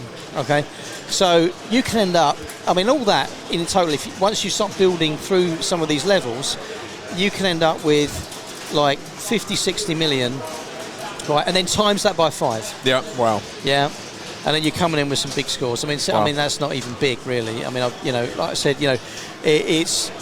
that's one of those strategies. Like, so on some games, if you look at Avengers, you get 5 times, and it's only give you 40 million. 5 times, right? And it's not even a lot. Oh, it's drained as well. It's not even a lot. Whereas on here, mate, you can absolutely rinse it if you've got a few modes. So all you really need is, you'll find that if you go for like a henchman mode or a villain mode. Speaking of villains, here's the biggest one of them all. So he's got the Q branch lit as well. What's that going to do? It's the McCratonator. He's out already. He's not. It's ball saved. But if he hits the Q branch shot here, Q branch, I think that is. There we go. Hit it. So that's going to be power pack, right? So power pack, if you can get it, this is the best multi-ball in the game. So it's kind of like, so he's gone straight for the VUC there, for the sharp pull. So he's got to hit that 6 times. Now he's got. Oh, he's straight down the left out lane. All right, he's got no no rockets. No rockets to help him. But that's the thing, is either you can build your jackpot by hitting the arrows, and then you go in and claim it in the sharp pull, right? Gotcha. That's how you do it. In those villain modes. Yeah, and then what you want to try and do is you want to try and add in a bonus. In a similar way to Batman 66, you'll play all the shots in a major villain mode, then you hit the penguin scoop when you're ready. That's right. To collect it. And some of the modes you can carry on going before you collect it. Well, what it does is similar. But what it does is you get into the sharp pool and it relights them all again. Right. So actually, it's more like penguin. Penguin mode, which does that. Yeah. Yeah. So when you hit the penguin, crane, the ball, it resets all shots. And you can keep doing that and collect it when you want. Yeah. Okay. So obviously you can either build yourself up like a massive target, if you can actually get that multi-ball. Yep. Like you can easily get $1 billion out of that, and it is far and away the hardest multi-ball to get, but it is the most rewarding multi-ball at the same time. Bond, James Bond. Yeah. I've got it a couple of times. I was playing in Frankfurt a few months ago. awesome mode when it Yep. kicks in. I had no idea how I got it. How is that? How are you qualifying? How did you get that? You need to have done one henchman mode, Yep. one villain mode, Uh-huh. and multi-ball, bird one multi-ball, and jetpack multi-ball. Okay, so that's fairly That's easy Yeah. to get to. That's all you need. So Yep. you get those. So the moment. So usually what I do is I try and wait. So usually I'll follow one multi-ball straight on with another. Yeah. But once it's ready, I like to try and have some of the Bond girls ready. Yep. So I can try and get a like a 2 or 3 times Yep. going. I mean, it's, you know, you should be able to get something like 100, somewhere between 90 and 150 million if you complete it. And if you complete it, you get an extra ball and a rocket. Wow. But it's one of the coolest openings to a multi-ball Yeah, when it just comes in, drops those notes. Mr. Bond. Yeah, and the graphics on the screen, it's superb. Now Bond, look, James Bond. convince me that a premium's better than worth getting than a pro. Convince me it's £3,000 better. It is. Why? It just is, But mate. you can do without that. No, you can't. Well, what does that do? You can't No. hit it, can you? No, but It's what not it like does- Slimer no, you can well, hit, is it? no, in Ghostbusters. So what it does is I'm not missing it. No, look, what it does is it will drop a ball on top of the dragon tank for addable, Right. but also it's bloody cool. Yeah, but you know, are you are you missing it that much that you want to pay the extra? For it? Also, yeah, but you don't get the loop around the rocket as well for multi-ball either. Loop around. You no, don't that's get true. that That's lift different, either. isn't it? Yeah. It's a soft lock, isn't it? There's no physical lock. Yeah. There's no. Okay, and this is different, obviously. There's always 3 things different. Yeah. 1, 2, and on the left, I'm pointing to it that people watch. So actually, underneath the shark the shark tank, tank is just it's blanked off. yeah. Whereas if you're on the premium, you've got a scene, an underwater fight scene from Largo. Again, it's in cool, and it kind of moves a little bit, Yeah. but you don't even really notice it that much. It flashes on, and that's it. I mean, look, oh, there it is. There it's gone. Yeah. Is it Yeah, even yeah. moving? Oh, no, it doesn't move. It's fixed. doesn't But as you matter. move the machine, it kind of wobbles around, you know. Well, here he is. Here's the Grinch. Oh, no, is he done? The Grinch is done. No. Oh, he's not playing it because He's not playing. Play it. We want to see the multi-ball. Hey, Neil. No. Hey, not let me touching your mouse today in case I mess up the stream that we got nothing moving on right now. That's Shrek. So I'm leaving you guys now, so I'm going to be in the capable hands of Goose for the rest of the afternoon, possibly till evening. I don't know. Good job. Well, we're not online anyway, but I guess it's recording, isn't it? So It is. So I you know, look forward for to the those people recording. that want the recording. I'm going to play a couple of games on my way out, and then I'm going to go. So it's been Malcolm, a pleasure. It's been an absolute pleasure and a delight to my friends. Where we go, What are we doing? Hey, there's no All one right, watching. mate. All right. Well, listen, you take care of yourself, and it's been a pleasure commentating with you today. And I have to find someone else to drag in and talk rubbish with today. You can find somebody that's not playing, I'm sure. Well, we've That wants moved to off. step in. In all the talk there, we've talked about how to play James Bond, and we haven't actually commentated on it.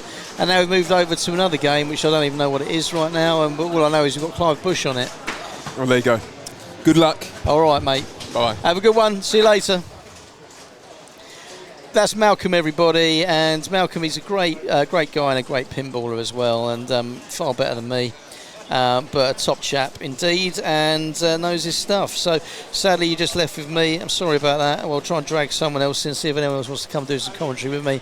We'll see where we're at. But anyway, that's Clive's off, and it's the young lad. We don't know what his name is, but you know, no doubt he's going to put up a big score.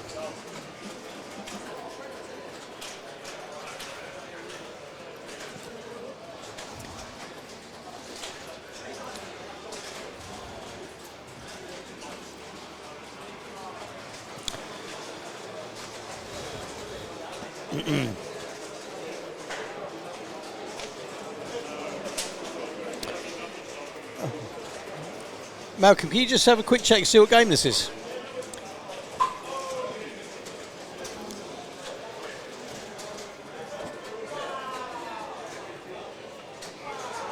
I'm thinking Quicksilver.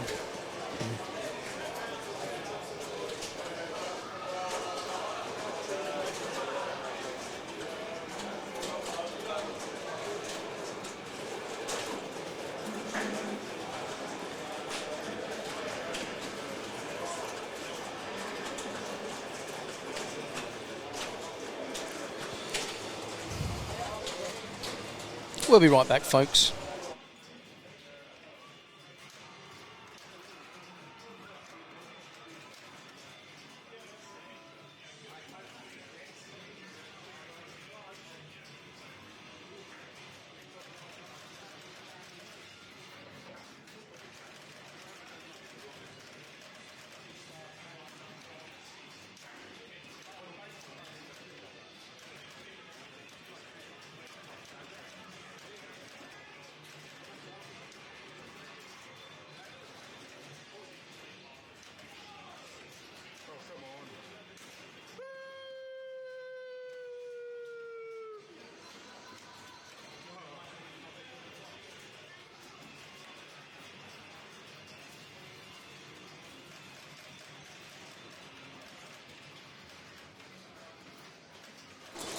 And we're back, and it's Clive.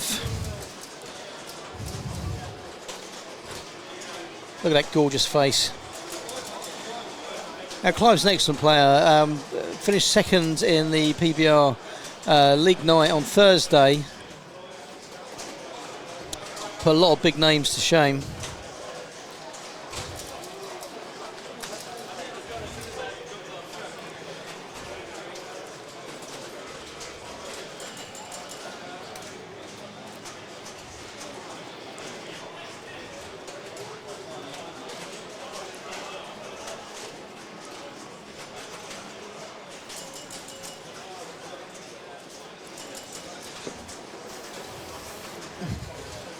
That was a pretty sweet shot by Clive right now.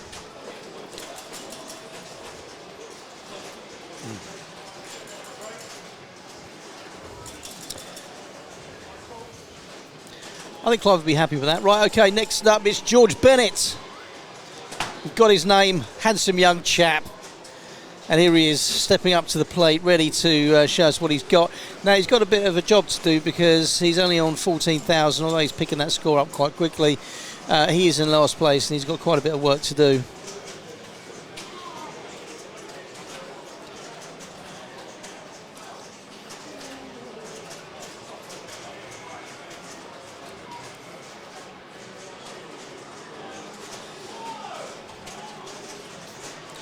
And he's out. That's unlucky.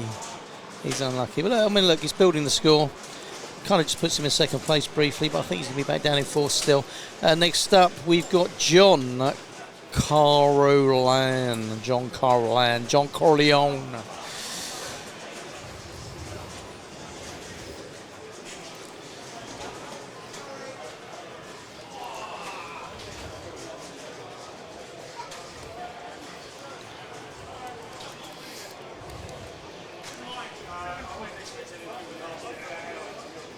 And he's gone.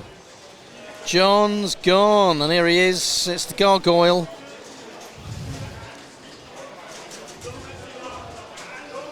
Neil McRae. The McCrizzle. And he's gone already. He's gone already. I'm so happy he's gone. That's cheered me right up. Anyway, it's 134 for him. Back with Clive again. Come on, Clive. 279. It's his game to lose at this point because I think this is ball 3.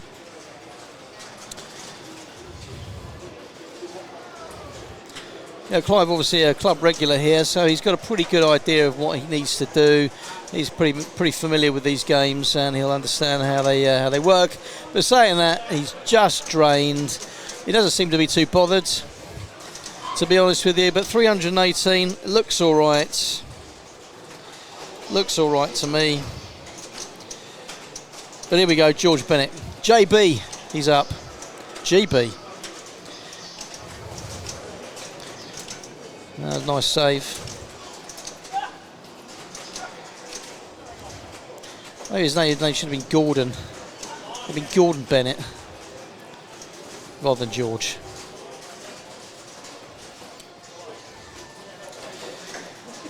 Ball still in play. As we're looking for George's, see where he's at on the top 100. I'm just having a little skim through right now. Can't really see his name. And of course, now I'm on my own. Otherwise, Malcolm could have filled in. But anyway, he's done. He's done as 208. So look, he's second place right now as he gives way to John Corleone. Come on, John. What we got?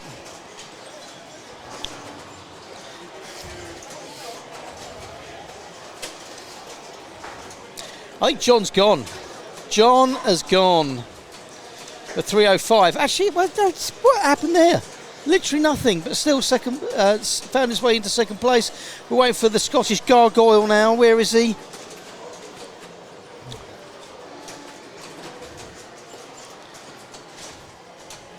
The guy out. What's the guy's name out of the Goonies? Here he comes.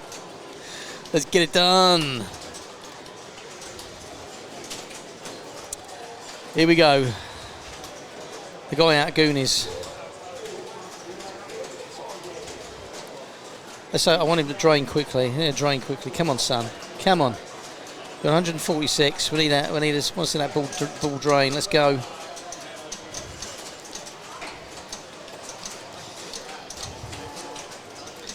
Trapped up.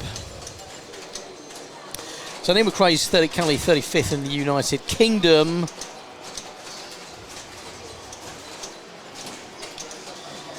And it looks like he's playing like a 35th seed. There's a nice little ball stop in the saucer. Bringing the score up. That's put him into third place now. 217,000. Looks like he's making a bit of an effort.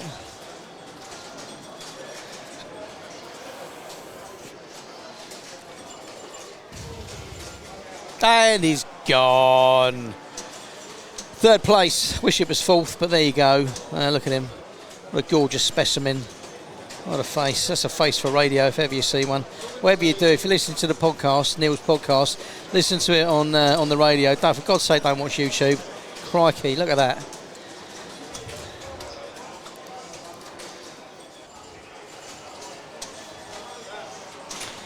I did come prepared with a load of stats today, but apparently there's so many people on the internet, I can't get onto the internet to get my stats.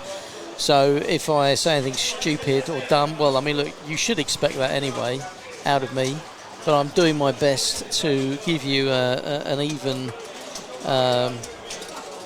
go on what's happening. Well, look, first player's up already, and we're disconnected. So look, we know the first player up is Clive. And we've already seen Clive go, so this is the second player up now, which is young George. Oh, G for Gordon. Gordon Bennett. He's tilted. He's tilted. It's no surprise. And there we go, it's John. Coming on, John. Coming on strong. Let's get this ball out. Let's roll with it.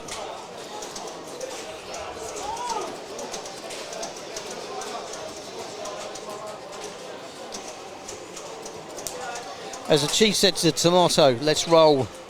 Well, we're still waiting on ball one here. I think we're waiting for that tilt to clear. But the ball is in there. The ball's there. So I guess we're just waiting for John to crack on.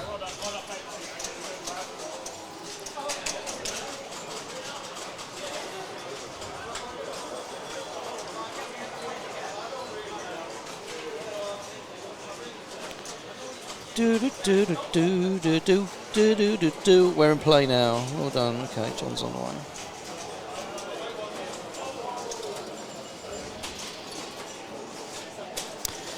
And he's gone. 215,400. That just about puts him into first place. Small bonus there. 216. And here we go. The Scottish Gargoyle. The guy out Goonies. The face for radio. It's Neil McRae. Let's see what he's got.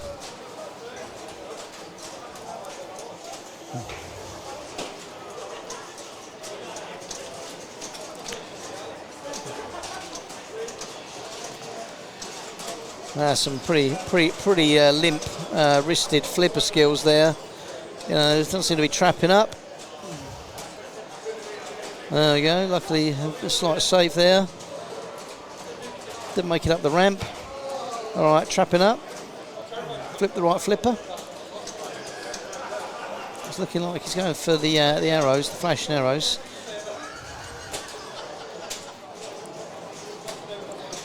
Again, I can tell you absolutely nothing about this game because the internet in here is I've got 1 bar. And bearing in mind that I'm on commentary, you'd think that I could have some Wi-Fi so I could do my damn job. Anyway, he's out, but he's in first place. Ball 1, 585 plus a bonus, 6,000, and we're back with Clive. Clive's got a bit of work to do here. 169,000. Again, like I said, Clive's a good player. He should really be able to get himself moving over here. 204. It's building.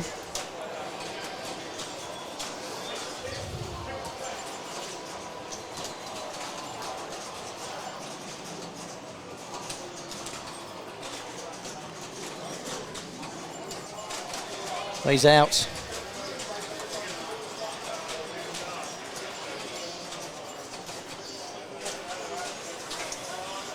Here comes young George. Georgie boy.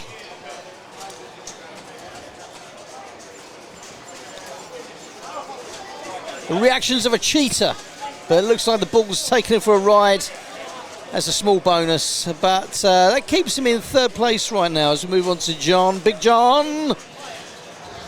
On the flippers of doom, Earthshaker. Some sort of 2x bonus going here.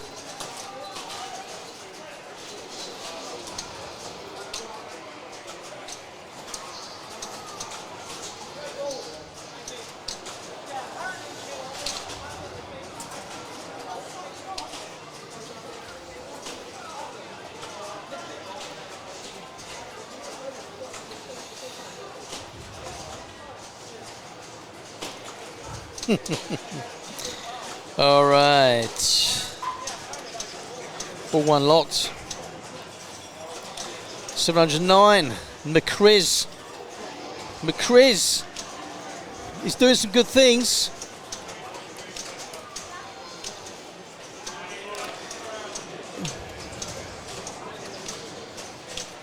Hitting the ramps, got to match up. Extra ball, zones completed. 884. Looks like he's going to run away with this one. He's going to top $1 million. Target score on this is, yeah, we're really looking for around 600,000 on this one. 600,000 where we want to be. So the fact that McCrizzle is tipping 1 million right now means he's doing a fantastic job. Much to my lament, because I'd like him to crash and burn.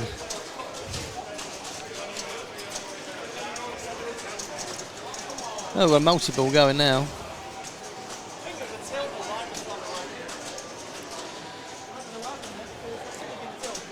Bonus 3x. Anyway, there you go. Triple drain. That's just cheered me right up. Oh, no, it's not a triple drain. Oh, it's only a double drain. Oh, that's bad news. Let's keep it going. Flip that flipper.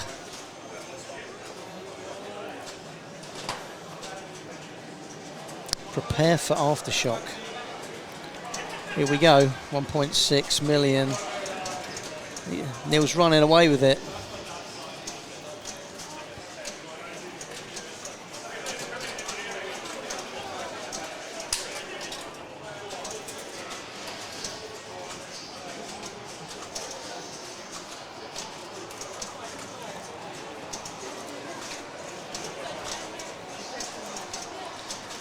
Let's pick up those bonus points from the extra balls. Coming in over 2 million now. This is a pretty good game. There we go. They just kind of bounced all the way out. That's unfortunate. I mean, that's all happened to us, and we sat there and watched that ball do that in slow motion. How many times have we seen that happen in slow motion?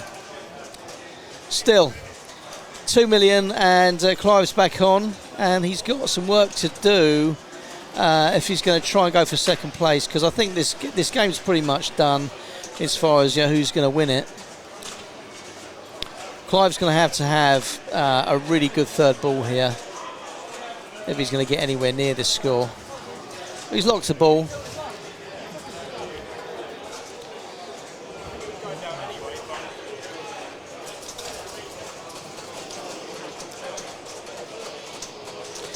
And he's out. Well, I mean, look, it's not a bad finish, actually. I mean, for ball 3, 819. He's going to have a small bonus on top of that as well. So 823 in total. You know, that's not bad. That could be good enough for second place. We've got the young Georgie boy here, George Bennett.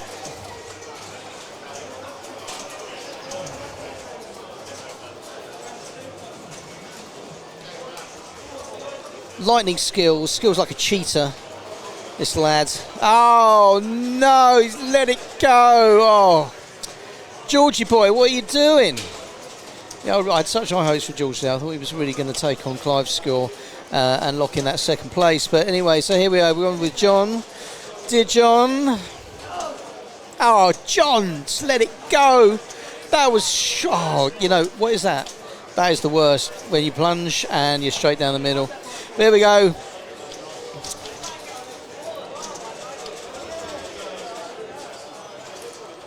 Wow. He's just let it go. Well, he can. He doesn't need to play it. The ball bounced off the centre post back into play, but he didn't need to play it. Of course he doesn't. The game's done. That is just finesse. That's just finessing the situation when you don't play your final ball.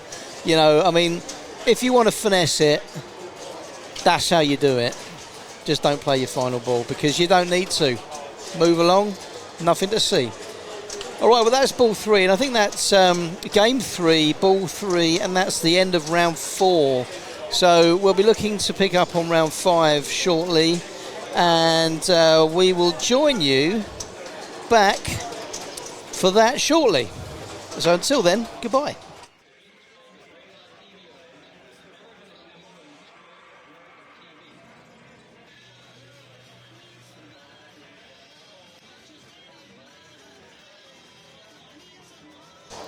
Boom, and we're back. If you're on Twitch, welcome back. You would just got a notification to say we've gone online. We've been having a few technical difficulties down here at Pinball Republic, and that's mostly down to the fact that the 5G link that we've got here in the centre isn't that good. I am told by, obviously, the mighty Neil McRae that we are waiting on fibre. That's not going to arrive today, but it's going to be arriving at some point soon, so hopefully for the next championships we'll have a more uninterrupted situation for you. And it looks like we may well have started, but we've got, I don't know who we've got because on my screen it says game 1 of 1 Avengers round 4, but clearly this is the Beatles, so you know we're round 1 here, and I'm just looking to see which mode they've got going, whoever this might be. But it looks like they might have the loops mode going, and of course if you know how to play the Beatles, or it's a game that you're used to playing, that you know that actually if you're looking to build points on this game, you've got to go with whatever the mode is that you've chosen. So you know, if you've gone with the Super Loops, then you've got to go with Super Loops. And you know, if you've chosen spinners, you've got to go with the spinners. If you go pop bumpers, you've got to go pop bumpers. So you know that's going to give you the bigger scores here. So ticket to ride. Beatles targets completed. Right, spinner increased. It's a lovely game, this one. Of course, it's based on Sea Witch, an old Stern game. Not one that I've ever personally played myself, but it is in fact.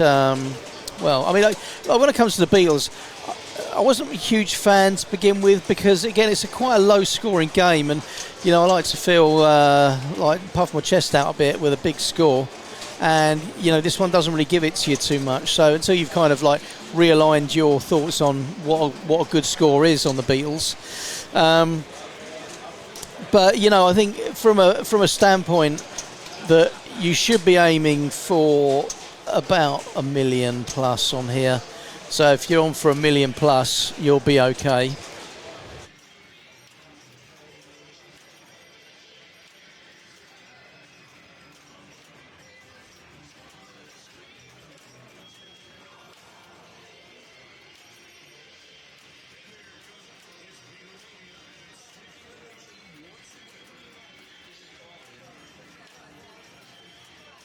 So anyway, I'm back, and now I'm not back, and I don't know what happened there, but we were on Twitch, and maybe now we're not on Twitch. We're still on. So anyways, from a score point of view, you want to bet on the Beatles.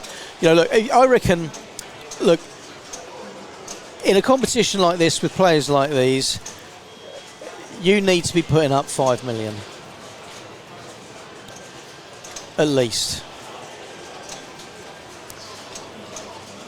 Now, that's, you know, the regulars down here. You know, you've got Brad Atwood, who got the best score on this on Thursday night, and that was just over 7 million. You know, you've got people like Matt Vince pulling in, you know, 3s and 4 millions, 5 millions on the regular. So, you know, if you want to be competing on this, you know, you're going to have to be in that sort of, you've got to be doing 2 mil or more. I mean, a million on this isn't a bad score, to be honest with you, if you know how to play it. If you don't know how to play it, you're not going to score very well at all, in fact.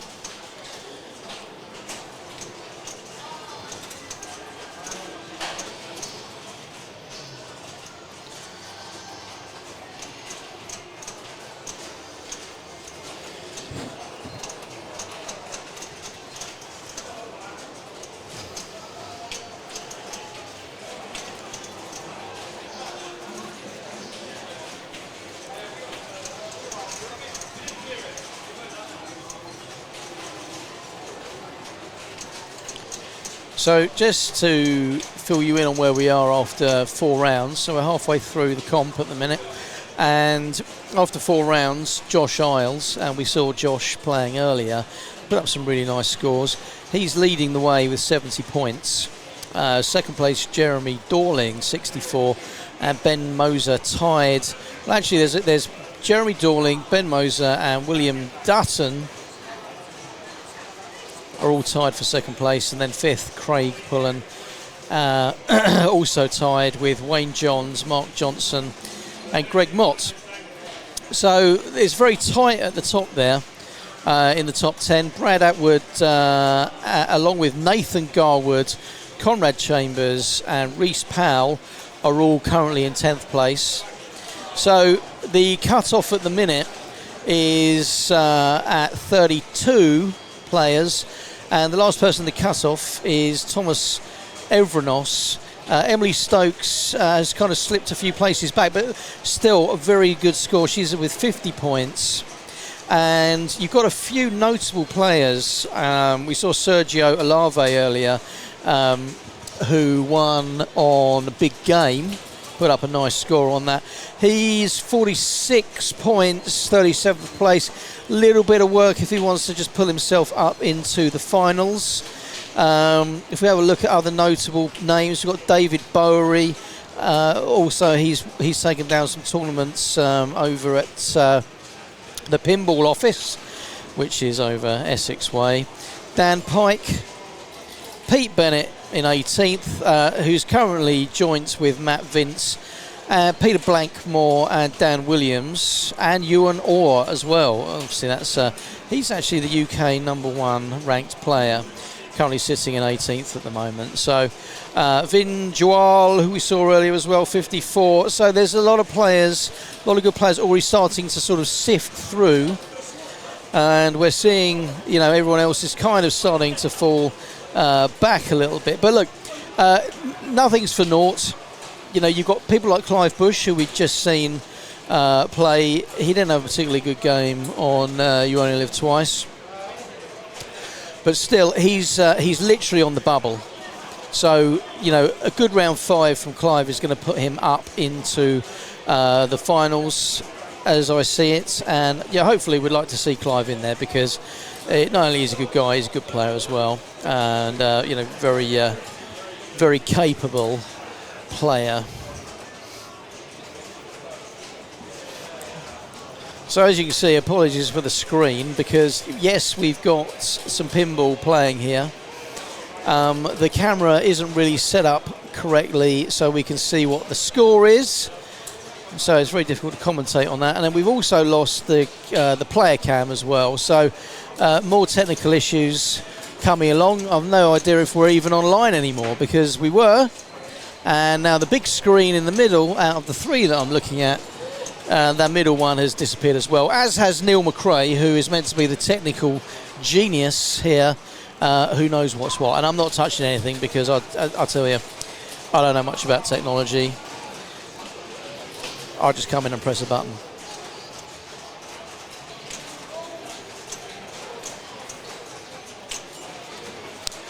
Loop Mania. Level 1 Loop Mania. That's nicely done, I've got to say, off the left flipper on the right orbit. A lot of people will try and get the ball to that right upper flipper and just get that left orbit going, and then you can get 6, 7, 8, 9. The ball doesn't have to move too fast, but you can really max some points out if you're going that way.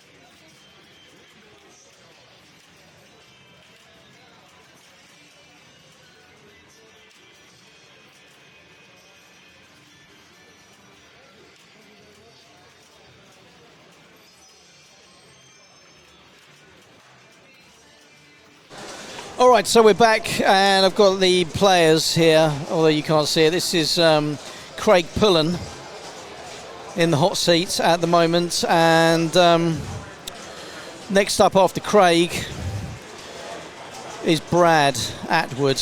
Obviously, always sits in the top 3 of the Thursday night league here at PBR. And then Conrad Chambers, also another very well-accomplished player.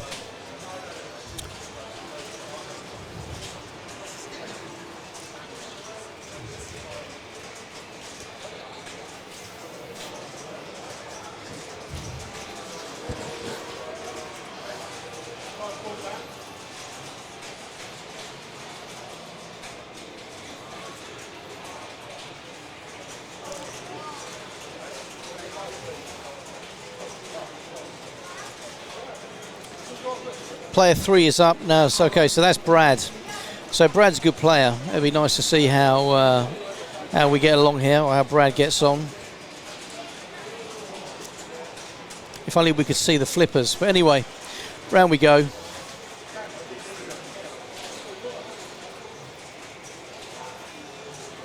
That's a drain.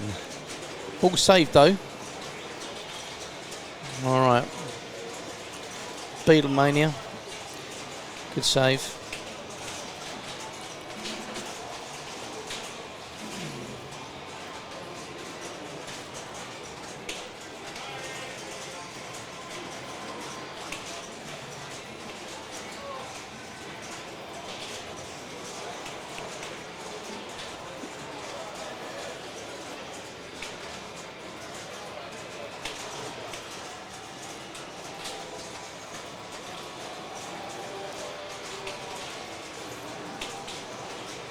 So Brad got the top score on this the other night, 7 million. We'll just see where we go. It looks like he's, I'm not sure what he's selected, but it looks like Loop Mania, but then I was also considering that perhaps he was in the drop targets. Anyway, that's a drain and a tilt.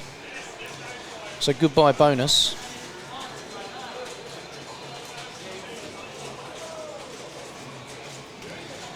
Okay, Comrade Chambers. It's your man up next. What's he selecting? Now really what you want to be doing is you need to be firing the ball that exactly like that, and bosh off the flippers. That's your skill shot. You should have a ball save there.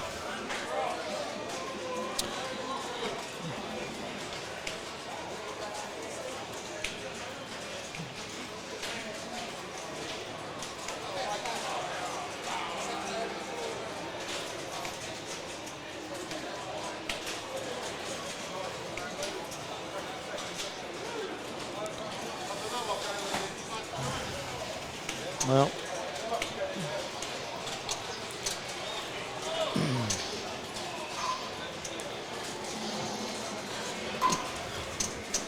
quick in and out there by Comrade. And we're going to move back up to the top. There's player one again, which is our man Will Dutton. Not son of John Dutton from Yellowstone. That's Will.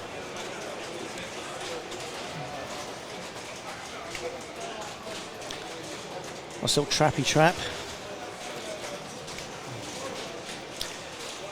So this looks like we might have missed the first ball here, and this is the third ball, because what I'm seeing flashing looks like the might be the third ball. I don't know. Ball in play 3, yeah. Okay.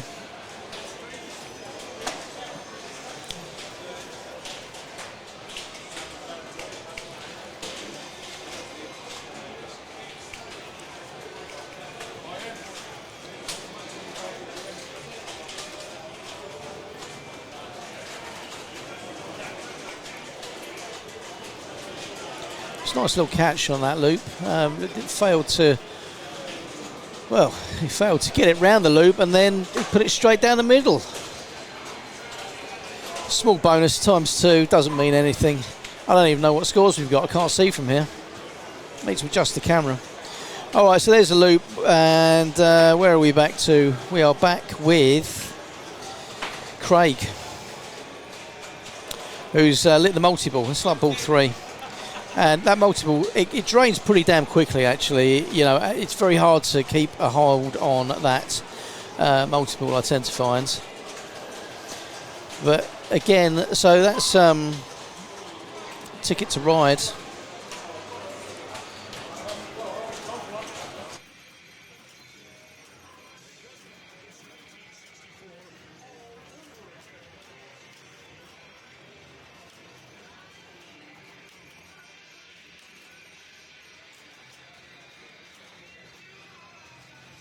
And we got a tilt there, which is unfortunate. But anyway, we're in with Brad now. So, look, again, I can't really see what the scores are right now. But, I mean, look, Brad's the guy. You know, he really should be taking this one down. And I'm pretty sure he'd feel confident about it. Because, you know, if you're used to getting big scores on this, he's not someone that gets rattled easily. He's a pretty calm player, no matter what the circumstances.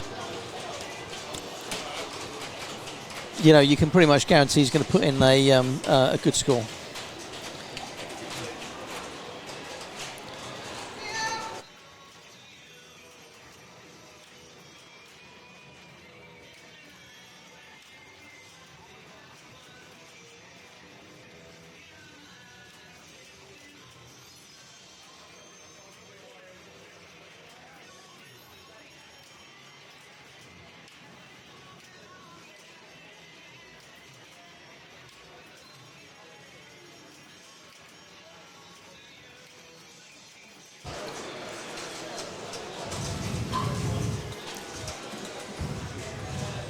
And we're back.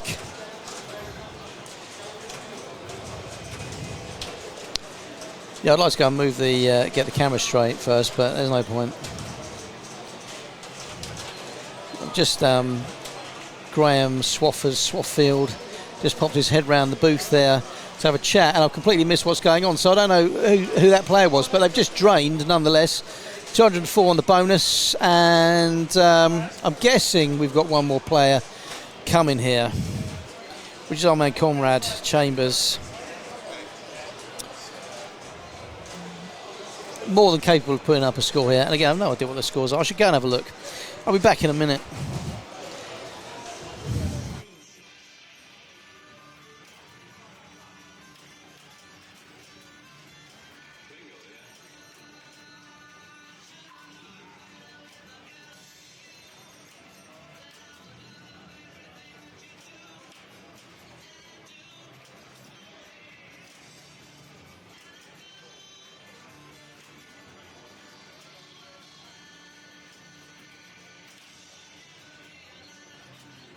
Well, I've got some news for you.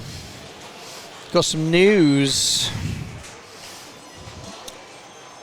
And that is Craig Pullen pulled out a massive score on the Beatles on his last ball with 8 million. Brad has about 1.5 million at the minute and is massively behind. So he's got a lot of work to do right now.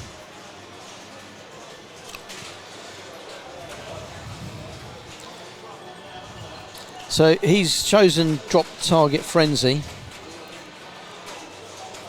and the idea is, of course, is to hit the drop targets, and that's pretty much all you're going to do. You don't want to be focusing on anything else. So whatever mode you've chosen, you just got to work. There's no point. I mean, you can do your super loops.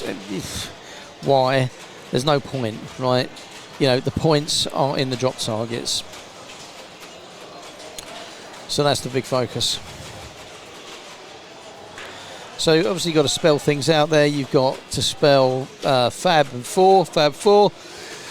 At the top you can score 1964. So he's actually lit Fab 4 now, which will mean that there should be the drop targets on the left-hand side where it says Fab, which look like they might be open. He's got 2 open, 1 more to get. Now if he can get that in there, he's going to get himself a big bonus. And he needs it.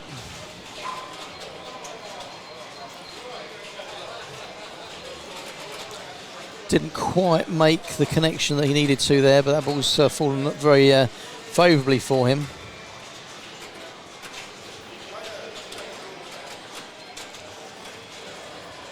And, well, we've still got the ball in play. And he's trying to make that he needs that. Really needs that bonus.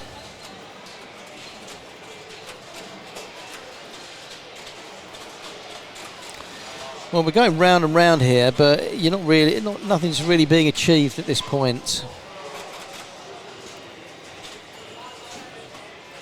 But the bonus is there to be collected.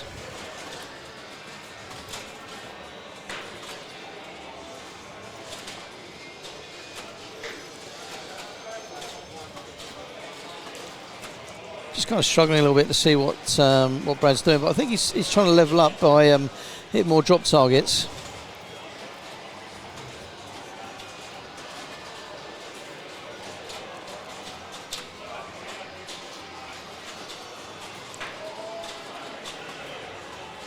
So we've moved into a different mode now, super pop bumpers, and again, literally, your focus is on super pop bumpers. So you want that ball to be up there in the top half of the playfield.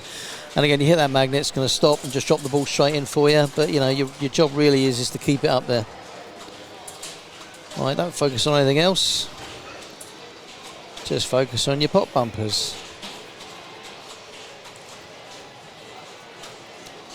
And Brad's doing a good job of that. Every time you get the ball on the flippers, you want to be thinking about getting it up top. That was close. Oh, that was close. Anyway, he's just hit the jackpot. 760,000 points.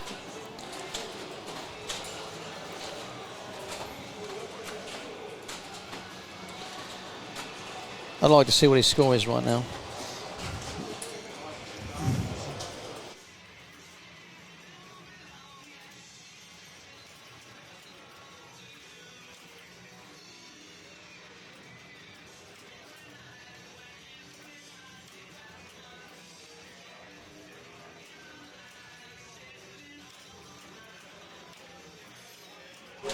All right, Brad's up to about 5.5 million. I just had to get off commentary, walk round to the machine and have a look. So, solid second place. As I said earlier, you know, you need to be in that 5 million range if you're going to be competing on this game. And as we've seen already, player number 2, which was Craig Pullen, he has got himself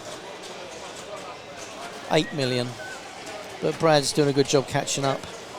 You know, it takes time to build a score on this game.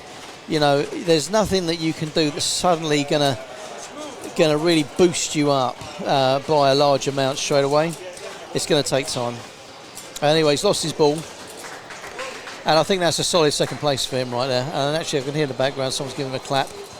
So that's second place, probably locked in for him. Conrad Chambers coming next. Oh, thankfully, someone's adjusted the screen. Now we can see where we're at. So actually, there you go, 6,420,000. Not quite as good as his score on Thursday night, and it wouldn't have been enough to beat our man Craig up there, who's clearly up in first place. But yeah, here comes Conrad. Third ball, multi-ball. Try and hang on to it as long as possible, because it's an absolute pig of a multi-ball, this one. There you go, look, he's dropped it already. You know, as far as multi-balls go, it's like what God giveth, he taketh away. Oh, great, I've got a multi-ball.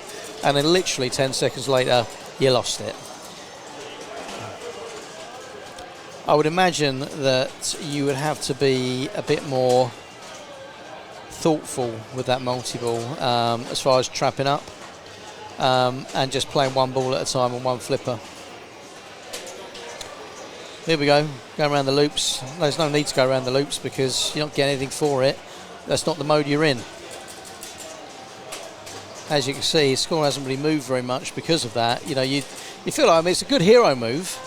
Everyone loves doing it, but you know, you're not going to advance your score if you're not in the right mode.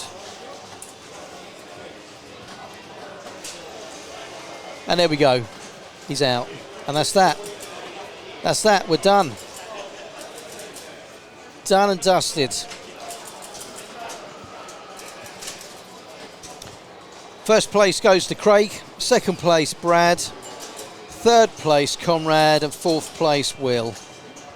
That's a shame because Will he had a much better result earlier in the day. Oh no, actually, no, third place Will, fourth place Conrad. Yeah, obviously we had Matt Vince on earlier, and he said really what you need to be doing is thinking about 1 and 2. First and second place is where you need to be. 3 and 4, you know, aren't really going to help you on your quest. Now the next game, we're going back to the old EMs again. We've got Magic Castle.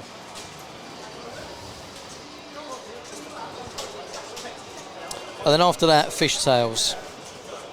So Magic Castle, then Fishtails. So that's it. That's where we are on the Beatles.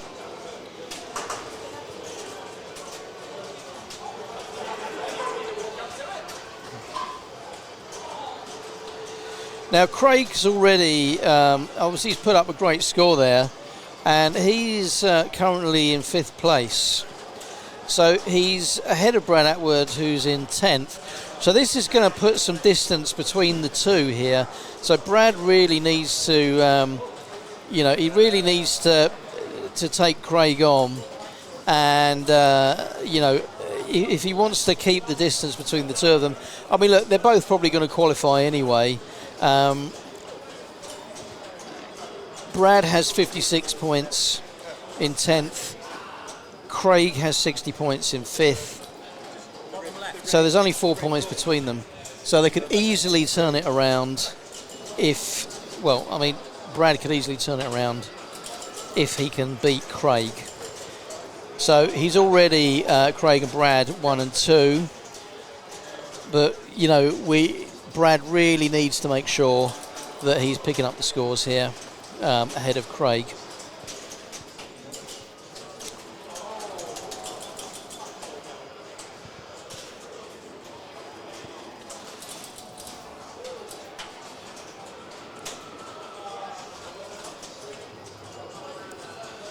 So we'll have a little look and see where Will and Conrad stand at the moment, and see how that's going to affect their game coming up.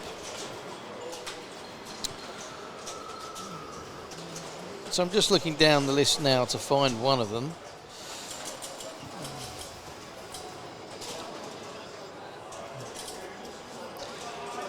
Still looking. I'm probably psyching myself out here by looking through it because I've gone through the whole list and I can't see either of them, which is not right. So, yep.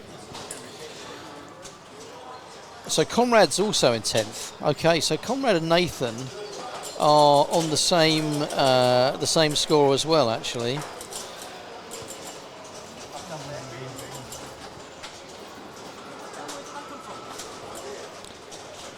And I really can't see Will on this list. Oh, here we go.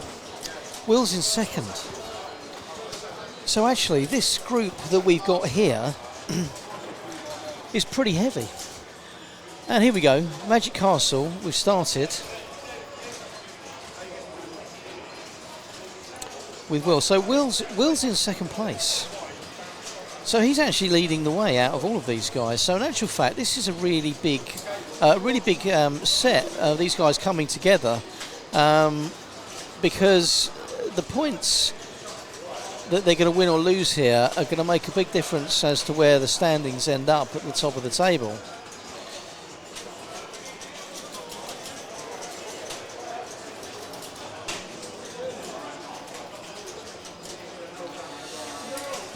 Well, that's Will. Well, Craig's up next.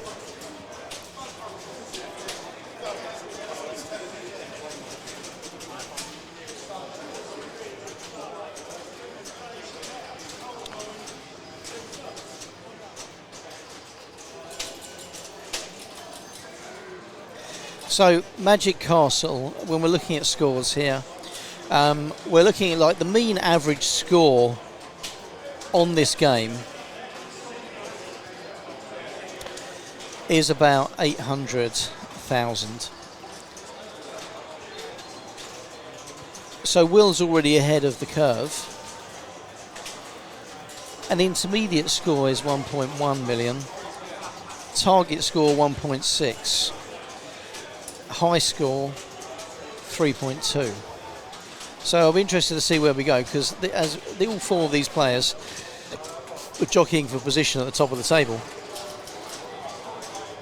And we need to see who's going to be top dog out of this four. So here we go. Craig's up. What's he got?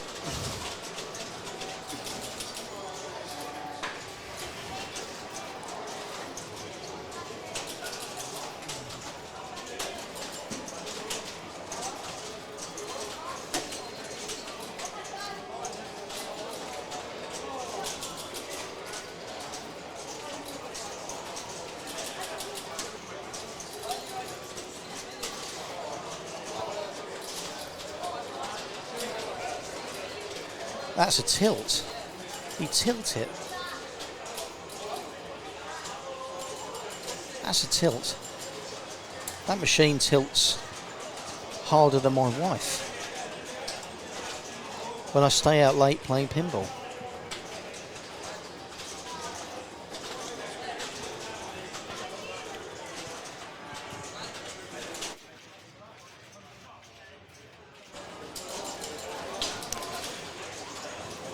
Here's Brad. And he's straight down the middle. Oh, you couldn't make that up. You couldn't make that. And in this game here, there's so much riding on this. It's so important to make sure that that there's a winner and a loser here. You know, whoever's top dog here is going to make a big difference against who comes fourth. Obviously, first and second are the big ticket items, and really, you know, Brad needs to be coming in. Oh, he's out. He's out. Conrad's out already. This game's looking like it's in the hands of Will. Bada bing, bada bing, bada bing. Will done.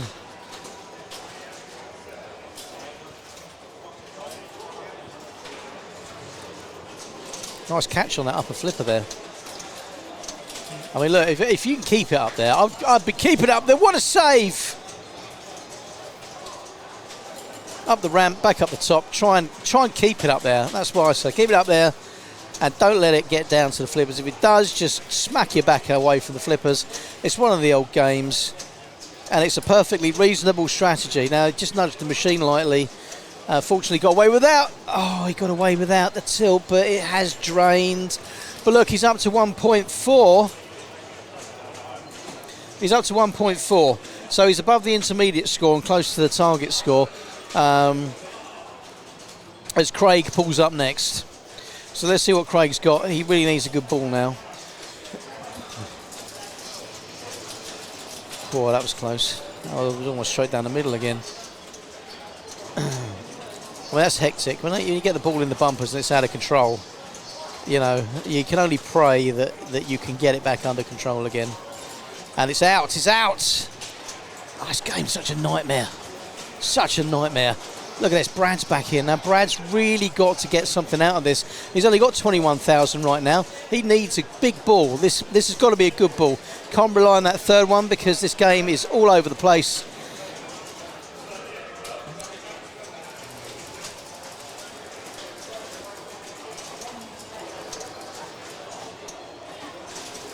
Nice. Brings it around, drops it back onto the playfield. Pop bumpers bringing some points there as the score starts to come up. Like I said, the mean average for this game is 880,000. So you've got to be above that, but no, the ball's gone. Where is it? Where's he sitting? No, he's above mean average, so that's all right. But look, Conrad Chambers also down on 62,000. And again, here's someone else that needs another good ball here. And he'll be thinking about the finals, and all of these guys are going to be wanting to get their scores up. No one's going to want to be finishing third or fourth here, and no, definitely no one's going to be wanting to finish fourth, but someone's going to.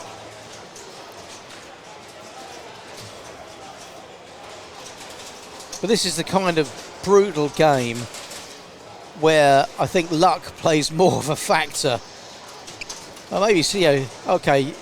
Maybe I'm wrong. Maybe skill plays more of a factor, but certainly, you know, you're gonna need an element of luck. This out again. I don't know what that right out lane flipper does. What's it gonna do? Does it hold things up? I don't really get that one. You know, you're only stopping the inevitable of those things. But he's out. 572. He's below that mean average as Mr. Dutton arrives back at the ranch with his 1.4. So look, he needs 1.8, really. 1.8, and preferably more than that if he's going to secure this victory.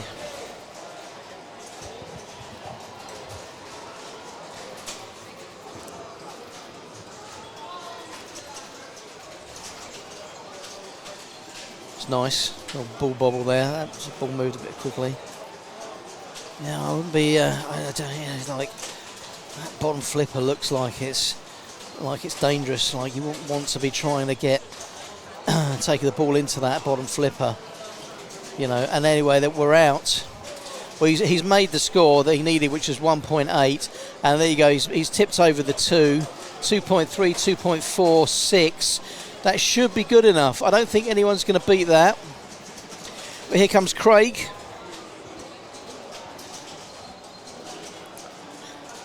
He's got a lot to do. He's back on 198, and it's the third ball.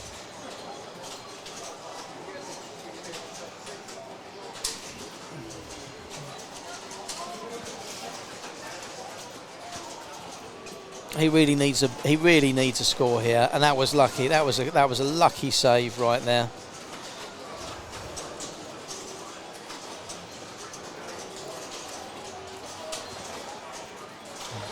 Yeah, still in play.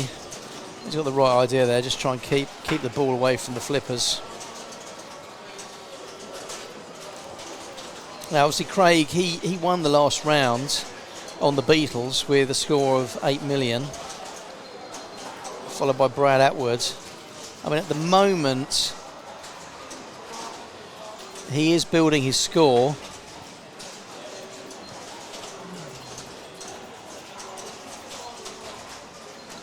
And he's into second. Oh, that's it. He's done. 9:03. Look, with bonus, I'm sure that might just push him above 9, which it does. But here comes Brad. He hasn't got much to do to take second. He's got a lot of work to finish first. But Will's going to be happy because he finished third in Beatles, which is going to really push him up if he can win this one. It's going to tighten things up. Brad, if he can finish second here, he's going to have the 5 points, which means we're going to have a tie at the top with Brad and Will. Craig is going to be close behind on 9, and Conrad's going to be with 2 points. He finished last on the last one as well. So it looks like it could be he's out. He's out, but look, 1.4, not bad, just below the target of where we want to be, but not bad. So that's second place for him. And Conrad Chambers coming in now, got a job to do. And he's out. He's out, that's bad news. That's bad news, that's bad times for Conrad because he only took a point from the last game. He's only getting a point from this one. This Magic Castle, unless I'm mistaken, this looks like it must be a 5-ball game. Because we've played, no, it's not a 5-ball game. I'm just looking at Will here, Mr. Dutton, but he's busy punching the scores in to the internet right now. So he's got to be happy because he's joint top at the moment with Brad. And they're off to the last game. Conrad's just walked past, he's shaking his head. And I don't blame him either. No one's moving the rig, so we might need to go and move the rig ourselves at the moment, unless the McCrizzle moves it, and I'm not sure if he is. Someone's moving it. Yep, the rig's been moved. It's thank you, Craig. Craig is moving the rig. So, thanks, Craig. So we're moving on to the next game when we get there. So we've had the Beatles, Magic Castle. Now we go Fishtails when we get there. Anyway, so from a scoring point of view,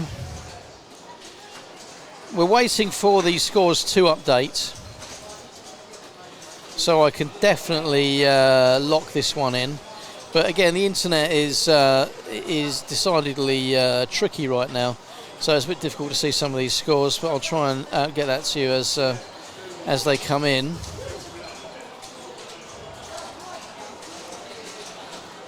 So the scores haven't as yet updated on my system here, so I can't give you the official update. But basically, we've got Will and we've got Brad, who are in first place, followed by Craig in third place, 1 point behind, and Conrad Chambers at the back with 2.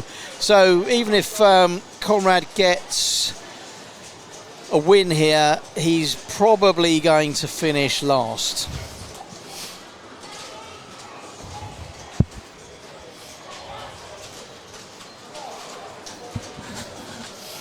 And we're on to Fishtails. And again, Will is already up and playing.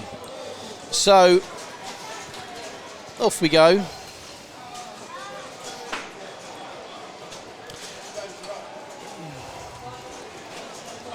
So Fishtails is I think it's a popular one. People do like this game. I don't get to play it as often as I might otherwise like.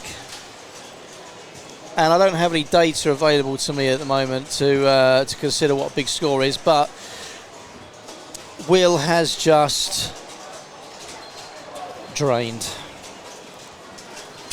So Craig's in.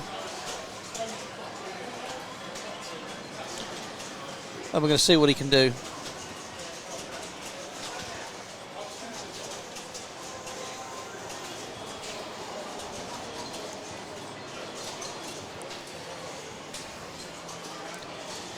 as I recall, you just got to follow those green arrows, left and right, left and right.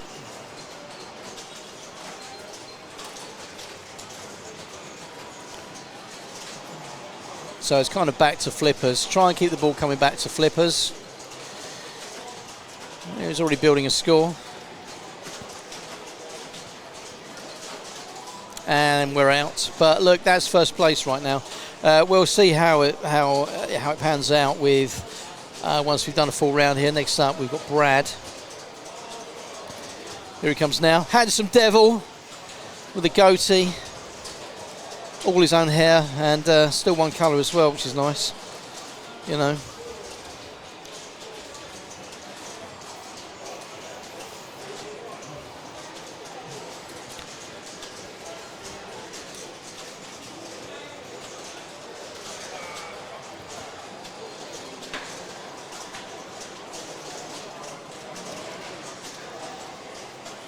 The Fish Sales is actually new to the club. It was here when PBR was in some backwater warehouse in sort of deepest Croydon off the Purley Way.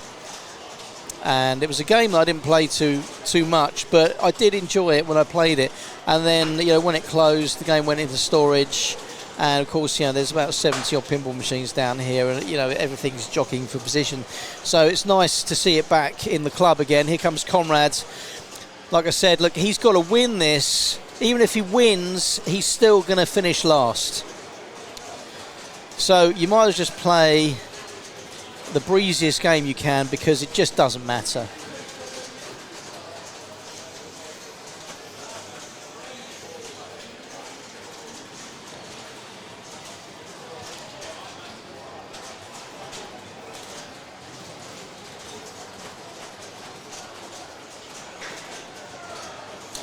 See, I ball 2 locks, which means he's ready for his multi-ball. But look at him, he's running away at 7 million. But he's got auto cast. That looks like a ball save. Fantastic. Like, he did a 360 there. I thought his ball was over, but it clearly wasn't. I mean, the amount of times that's caught me out when you don't realise you got a ball save. You walk away swearing and God knows whatever else, and then all of a sudden you realise you got a ball and you got to jump back in before it drains. So look, he's still in. Fish finder, extra ball lit, 4 million. Nice score, building now, 16 mils.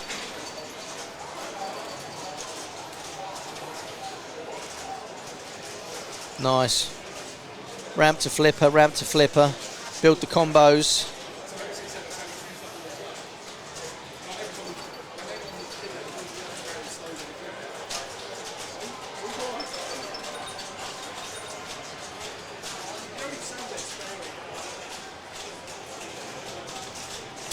And he's out. Back with Will.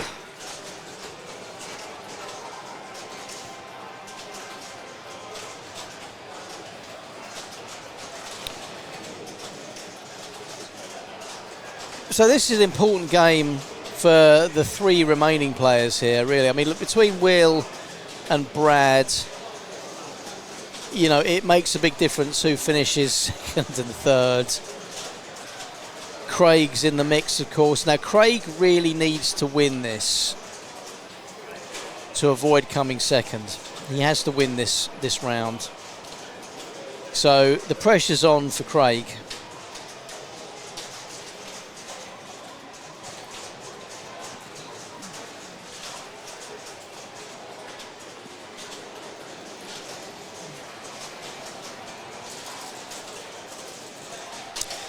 And we're out. Oh dear, look at him.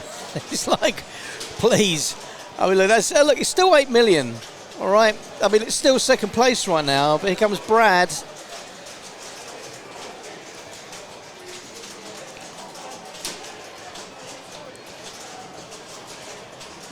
The number 1 goatee in the business. Handsome chap, as I already mentioned, and also a fantastic pinball player. But he's out as well. My God, it's only 5 million. What's the bonus? Oh, it's tiny. The bonus is tiny. Oh, so here comes Conrad. I mean, look, the dude's got nothing to do here. Nothing to do but play.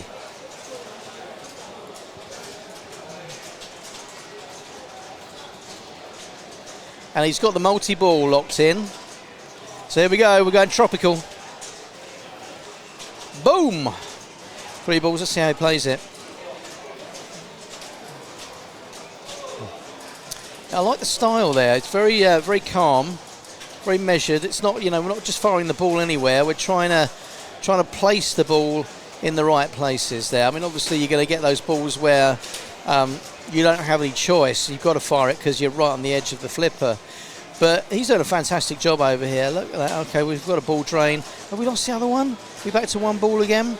Jackpot's 56 million right now. And he's just hit the jackpot. He's just hit a 31 million jackpot. Freshwater champion and a replay. All right. Yeah, this game's getting knocked about quite a bit. And we're out. But look, that's double danger. There was a jackpot lit for 40 million. He's still in.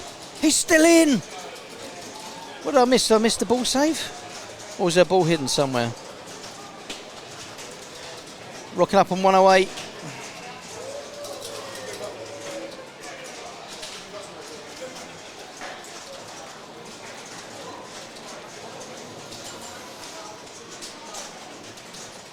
$76 million, 108, and here comes Will. Nod of the shake of the head. He's got it all to do. I mean, look, he needs second place. All 3 of these guys need second place.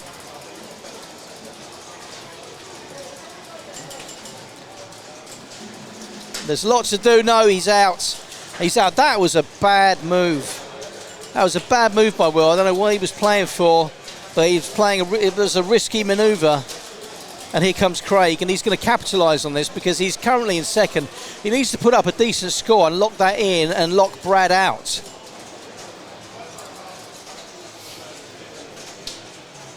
Can he do it? Oh, that's double danger, and he's out. He's out.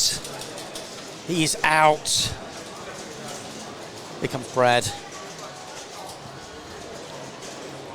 The game's slightly skewed. If you can see, they've had to push it around a bit. Wait for the tilt to sort itself out a bit. I mean, I'm not so sure it makes much of a difference, but look, I could be completely wrong. Well, a lot of these guys like to wait a minute, let the tilt settle before they start their game. That's the long cast bonus, 1 mil. All right, so look, the pressure is on here because although he's got to make 3 million here, well, it's actually down to about 2.5 now. He's got a lot to do. I mean, it can be a bit nerve. Okay, he's got 2.5 mil, which probably puts him now into second place. And he's out. He's out, but he's done enough. Brad's done enough for second place, which I think is going to leave him at the top of the leaderboard on this particular game.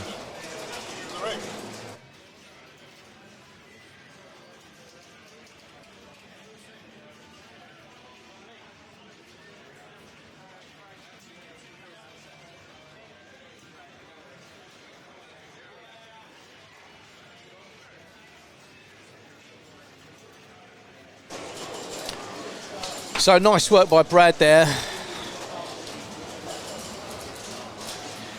There you go, the face for radio's back in, just tidying things up again. And I mean, look, all we've done is just move it the other way. And they're not going again, are they? Okay, just having a quick game on here. But I think that was a good win for Brad there. He's going to come out tip top on that leaderboard now. It's going to improve his position against his against the other players right now. So that is a win for Brad. I'm just waiting for the official scores to come in on this right now. And as soon as I've got that, I can report it to you. Yeah, so that's going to be a win for Brad. So Conrad's going to boost himself up to 9 points. So he's going to finish last in this one. But Brad is the big winner here, finishing in second place. So that's going to push him to the top of the pile, and he's going to take all the points in this one.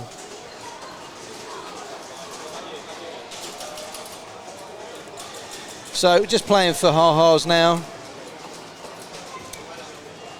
While you wait for the next round, there's a lot of people that are still playing that need to finish. But we're just waiting for those final scores to come in. But that's good news. That's so Brad's going to move up the table, and he's going to move closer to the competition here when we have a look and see where everyone is, because Brad was in 10th, so he's going to move up the leaderboard a bit. And again, I'm just waiting for those totals to come in, but that's going to push him probably up into the top 5. Craig obviously is going to progress a little bit as well Will. Unlikely that Will's going to move. I mean, Will's in 3rd at the minute. Unlikely that he's going to move up any further than that. Craig might move up a couple of points. Depends what Peter Blakemore does, and we haven't seen him play, and we don't know what he's doing. But the big winner there is Brad. So look, that's Fishtails, and that's round 5. We're just waiting on round 6 now. I've got to say, what a great beard Conrad Chambers has got, hasn't he? What a beard.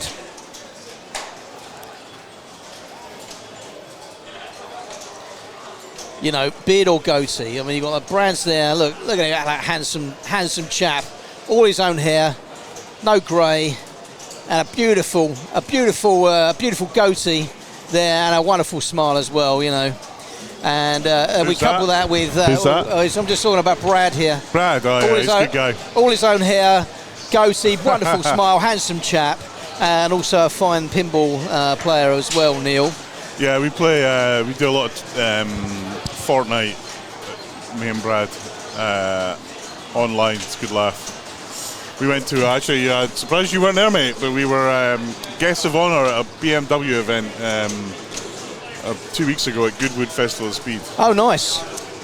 Nice. I tend not to attend anything that requires me to go anywhere, usually, Neil. Okay. I get all kinds of invites, and I usually turn them down. A man of your stature, yeah. You've got a social calendar. the biggest AI cluster in the world couldn't cope with. My diary, my social diary usually consists of me sitting on the sofa watching the football, mostly. And Paul, do you want to come out and do something? The answer is no. The only thing which gets me off my backside at the minute is pinball. And that's mostly because I kind of feel like I'm behind the 8 ball here. You know, I've only been playing a little while. I'm trying to play catch up. There's some great players here, and one of the fine things about commentating today is I've been able to watch some great games, Neil. Yeah, absolutely. There's been a few corkers. Hopefully we caught them. And for those watching on stream, apologies. We got really crap bandwidth here, and we've tried to keep it running as best we could. We got it all recorded, or more or less all of it recorded. At some point over the weekend, we'll get it up on YouTube so you can watch it offline. Well, we're just here watching Conrad. What an insane beard he's got there. Yeah. Insane beard, long hair, and a great player. He is the Santa of the Santa of the pinball community. He's not been playing very well, actually. He's a bit narked. Past few days, he's not been playing that great. Well, you know what? He absolutely bossed everybody on Fishtails, Neil. Okay, I don't mind telling you. But he had an absolute shocker on the other 2 games. That is good, basically. But yeah, he bossed everyone. I mean, I was expecting Brad to walk away with the goods there. But even Brad, he put up a 7 million on Thursday night when he was playing Beatles, and I thought that was going to be the score to beat.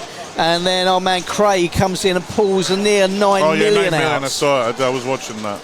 But Brad came back to 6, I think, in the end. Yeah, Brad came back to 6. But actually, it was interesting because all of these players, Neil, are in the top 10 at the moment. Yeah. So there's a lot of movement here. And actually, Brad was the big winner. He finished 2nd, but he'll move closer to Craig and Will. Let's see if we can see the standings. Here we go. So this is showing the bottom half of the middle. It'll scroll up to the top in a minute. Well, what's interesting here, you got what's interesting is I seem to have gone out of the bottom half. Have I? Is that right? Oh, Have I yeah, well, fucking escaped? I've been playing like a shitter today. You don't seem to be in there, but I've been there for most of the morning. In fact, at one point I was plumb last.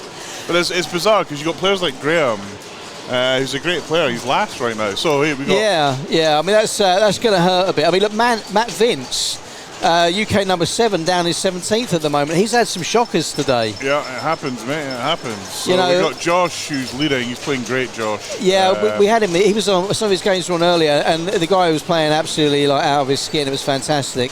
Yeah. But so it's been a pleasure to be able to watch some of these guys. I mean, Neil, you're beyond the cut-off at the minute at 39th. Do you think you're going to be able to get yourself up into the playoffs? Probably not.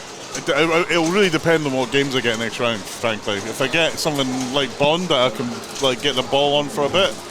But I've had a couple of shitters. Like I lost a game on, like 2 games I'd never lose on is Stargazer and Quicksilver. I lost on both of them. So yeah, we'll give it our best. But you were on Bond earlier and you pulled out the score, the 200 million score on Bond, which was quite nice. I had to change my strategy because I was going for jetpack, but I just couldn't hit the shot, so I went for the bird multi-ball instead. Yeah, well, that jetpack left-hand orbit can be quite that spinner tricky. is brutal, man. It just the ball bounces off the spinner. Right, are we good to go for the next round? No, I think we might be. So let's have a look at when we're looking at the scores here. The finals cut off. We've got some people. We've still got 3 rounds to play here, actually. So, you know, a lot of these players that are in finals cut off, you know, you're hoping they're all going to want to have a good run now, including Neil here, who's got a bit to do. Wave. All right. Have a quick wave. I'm Malcolm McLeod now, rather than the Goose. Oh, we need the Goose. We need to change that. So at least Neil's under where Neil is right now. Let's fix rather it. than that. So yeah, welcome everyone. Apparently, Mike Parkins has been tuning in from Hawaii. Hawaii. He's in Hawaii at the minute. He's got a bevy of ladies apparently at his villa. Yeah. And he's lording it up. I've heard that. He had a private jet full of them. He's got a private jet, and he actually had to unload some of the champagne because he had one girl too many. He's like the Dave Bilzerian of pinball. Is our man Mike Parkins. Right, we're literally waiting on one game, which is Diamond Lady. Diamond Lady. Of course, we have to wait. Oh, actually, no, it's just come in. I think that's it. We're good to go. Close the round. All right, so start next round. Here we go. Round 5 is over, and round 6 is coming. Round people. 6 is coming. Right, where are we going to go? What game do you want to watch play? I really don't mind.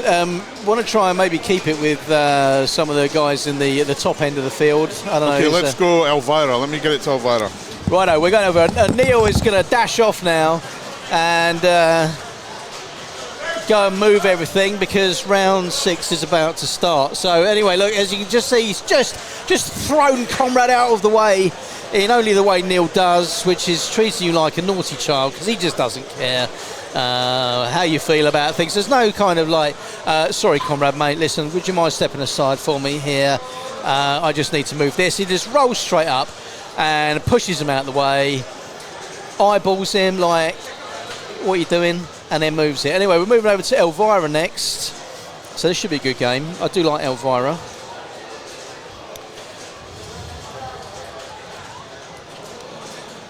Bada bing, bada boom, it's Elvira. I mean, who doesn't like Elvira? Now, I just wonder what it is about Elvira that we all like as men.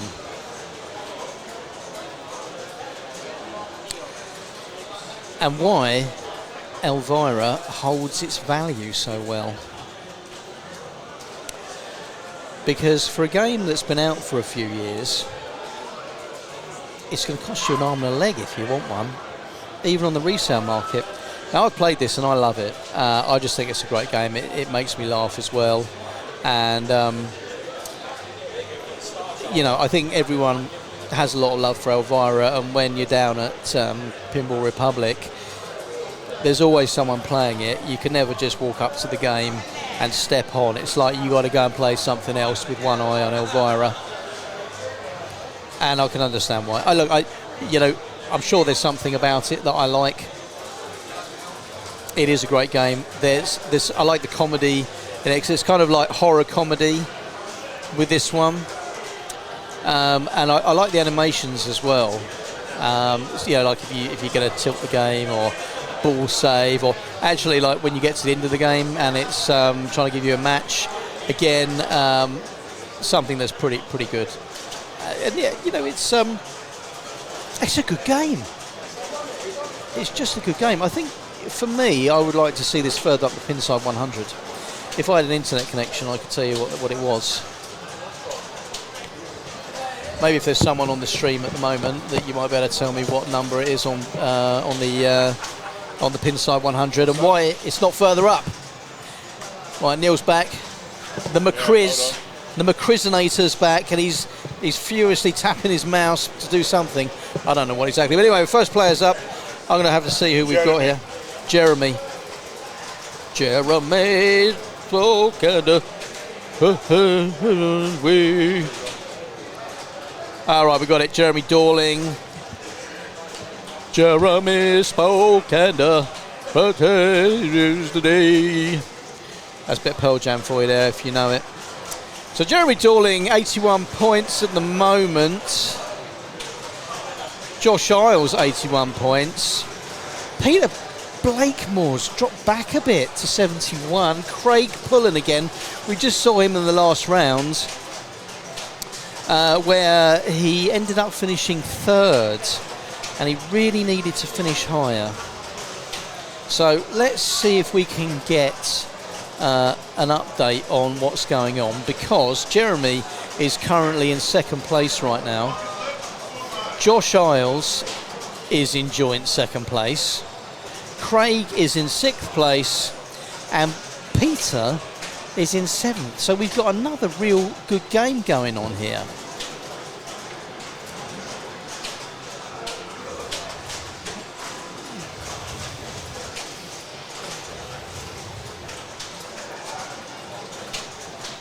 So Jeremy is from Eindhoven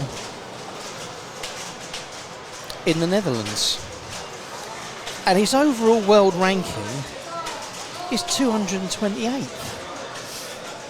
So this guy is serious. This guy is the money.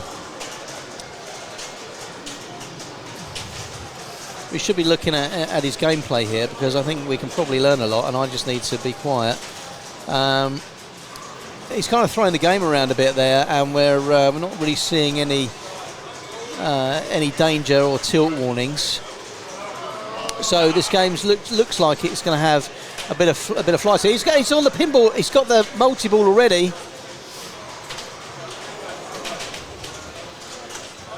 Dude knows what he's doing. Well, he's lost two balls already, but they're going to refire because he's got ball save. The ball save's still going.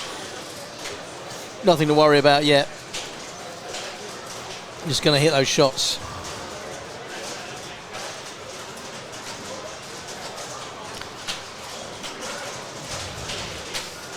So Jeremy's best result today is Expo Flip Out on the Classics, 14th place.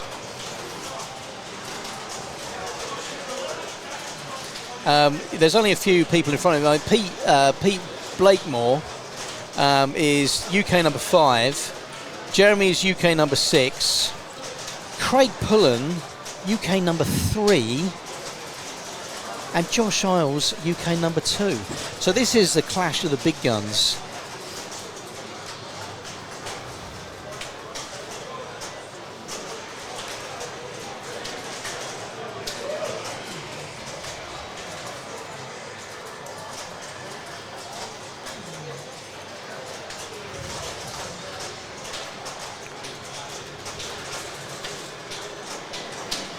So Wild Women multiple toll didn't really work out to be much. It only ended up being like 2 million. He's been on the game long enough that would suggest, I don't know if I just cursed the commentators there, whether I just kind of cursed that, because he's been on the game a while, and these guys are good. So here comes Josh Isles. So I'm not expecting any quick drains here. I'm expecting some decent gameplay out of him.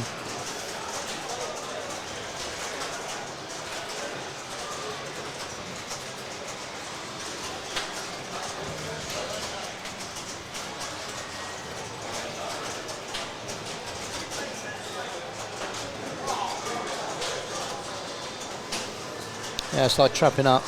And yeah, we're okay. Let's shoot the loops. Okay, so the werewolf was you've got to shoot the main shots to attack for combos. He's already set off the warning once. He's got one more to go. Shoot main shots to attack. Werewolf of Washington.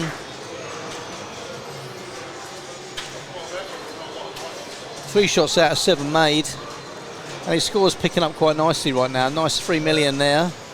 He's locked these right up. Look at this. Where's he going? Is he going for the crypt? Oh, it's out. It's out. It's the hot hand fallacy. You know, you think you're going to keep making them, and then boom, out you go. Right, here we go. Here comes Craig. So Craig and Peter here really need to be knocking on the door on this game again if they want to do some, if they want to be heading up, you know, really putting the pressure on Josh and Jeremy. I did, mate. To swap the places. All right, how are we getting on? Craig playing away. Yeah, so, we're doing all right. Yeah, I was just saying that Craig's got to pull something out of the bag here if he's going to catch Josh and Jeremy. Yeah, he's looking for the thing is there's a set of buys for the top 8 players, so everyone wants to be in the buys. And a buy basically means you get to skip rounds. Oh, sweet. So top 8 is important, as well as obviously the top 32.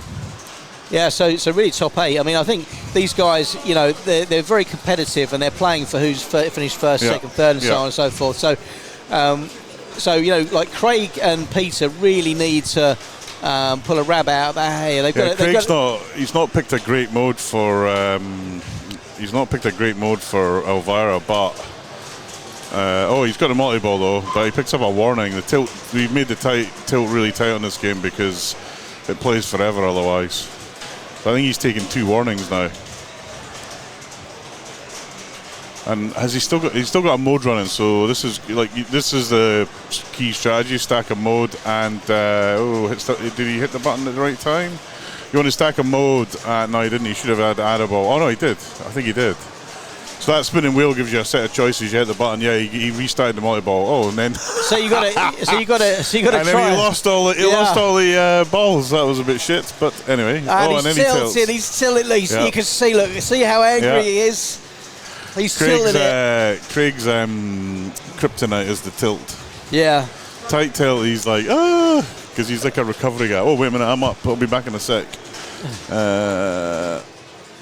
All right, Neil's off to go and play his round, so it's back to just me again. But that was nice to get a bit of insight from him there. Certainly on the modes. But player 4's up, and it's Pete Blackmore. Look, you know, he needs to win this just to draw level with Jeremy and Josh. But then he's not, actually, because, of course, even with the scoring and the way the scoring is going to go, these guys are still going to go. But Pete needs to get 10 out of this.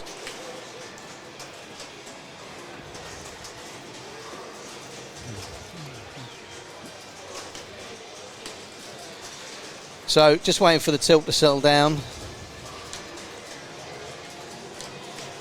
And here comes Peter Blakemore. That's a really nice shirt he's got on there. I think Mike Parkins, who's currently in Hawaii with his bevy of women, would love that shirt because it would fit right in with that Hawaiian sort of Magnum style situation.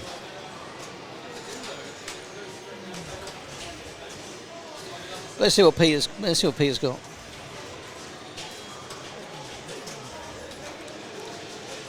Oh, he's out. He's out. So I tell you, I'm amazed the camera's coping with that shirt that Pete's got on. Holy moly, man. The camera's like, woo, it's probably going to cut out any minute. It looks like he's off to Hawaii to see Mike and his bevy of women afterwards. It Magnum. looks like he's escaped from a mental institute, mate. Peter P.I. He's got a Ferrari outside. And we're off. What's going on? We've lost everything. We've lost it. What's going on? All right. Gonna sort the batteries in a minute. Goddamn technology. The face for radio is gonna go and sort it out, I think. he's got batteries in hand. He's going to go and do something. So that lest we forget. So I think we can't really do anything at the minute. So we can just look at the screen and these wonderful animations that we get on Elvira.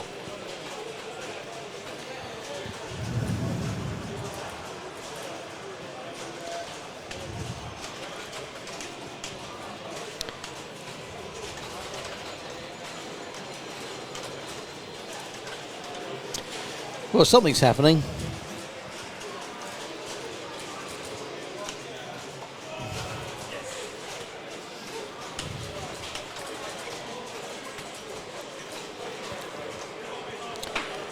Today's pinball coverage and podcast is brought to you by Majestic Pinball, Domino Arcade, the home of Neil McRae, Pinball Republic London, the IFPA, the UK Open, and of course, your host today, the Goose, on this Goosecast from Medway Pinball.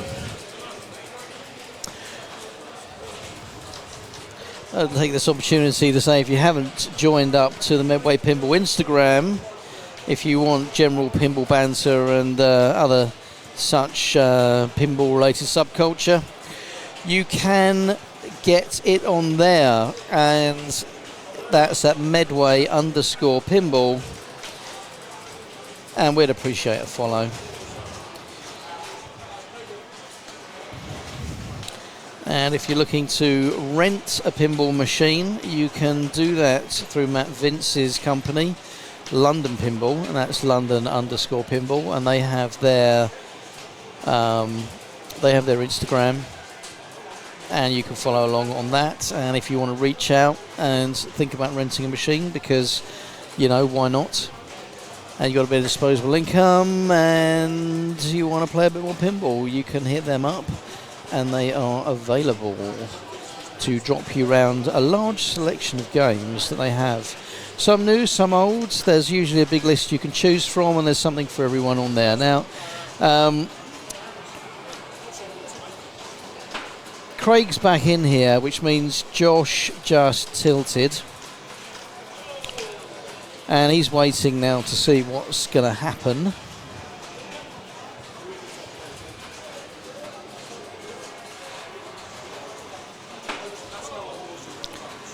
Well, he's going to wait for the tilt. Like I say, I'm not convinced that waiting means anything at all, because if you know what a tilt bob looks like, and it's pretty tight, it ain't going to be moving much.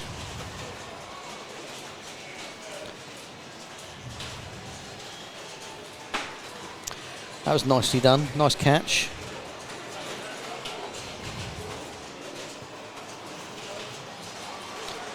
We're back on the Werewolf of Washington. 7 shots he needs to make. A little bump there, and it's just throwing that ball up. And no, there we go. The hat's off. The head's rubbed. Yeah, that is the look of disbelief, Neil. Craig Pullen. And here comes the man for all seasons with his shirt. Warning, shirt alert. Shirt alert, the man for all seasons. I'm sure in a previous house I stripped wallpaper that looked like that. Yeah. Actually, shout out to Pete, he runs Special and Lit, a very well-known superstar in the world of pinball. A decent player. He's won the European Classics champion. He's a very good player. So, and he's fighting these guys for the buys, basically. So where is he? Peter is currently, he's out of the buy. So a win for Pete would be good news. But he's pretty far off a win. This is ball 2, right? It's ball 2. No, that's ball 3. Yeah, they're not. I tell you what, the girl with the big boobies, they're not into this man at all. They're like running away from her. Neil, that is politically incorrect. It is politically incorrect, and I don't give two hoots. But it's the reason why we love Elvira. It's the reason why everyone loves her. I actually met her, the actress, a few years ago. Oh, yeah. Actually, true story, right? I wanted to buy this game because me and Tony Malloy He's a well-known figure in this pinball malarkey. We were playing it in Chicago, and we were loving this game. I was like, you know, I can't get this game, not with that on it. And then my wife played it. We went to a seminar with I forget her name, with Elvira in it. Oh yeah. But she wasn't dressed as Elvira, obviously, and she loved it. She was a really good talk. And my wife's like, when are we getting this Elvira game? I'm like, okay, I'll order one. Anyway. Yeah. Well, I've got to say, it's a great game anyway, right? It's a fun game. Well, it is. This one's set up a bit ugly because you kind of have to. Did he? What happened there? Oh yeah, he tilted, I think. Well, you've got to set up tighter than my... the tilt's tighter than my wife when I spend too long out playing pinball. But here comes Josh. What we were talking about Peter there, obviously, in his crazy shirt. Yeah. I mean, look, he has to win this if he wants to find himself inside that top 8. So he needs the 10 points. I mean, Craig is up in 6th at the minute, so he's kind of sitting pretty. But he could benefit from the points. There's a lot of people bubbling under though, mate. Yeah, there's a lot of people on the bubble. Tight. Anyone from, I think, Nathan upwards, Thomas Evernus. I mean, we need to have a steward's inquiry because he's 10th. That just doesn't seem possible. Well, I mean, if it's top 8, so... Okay, I'm up. So, Neil, all right, you go. I'm good to go. Well, we'll talk Back about top 8 in a minute. Here comes Josh. Hello. I don't know why. Suddenly I've got this tweeting. Maybe I don't know what's going on. Oh, they've moved the rig. All right, that's what the noise was. All right, it's fine. We're all right now.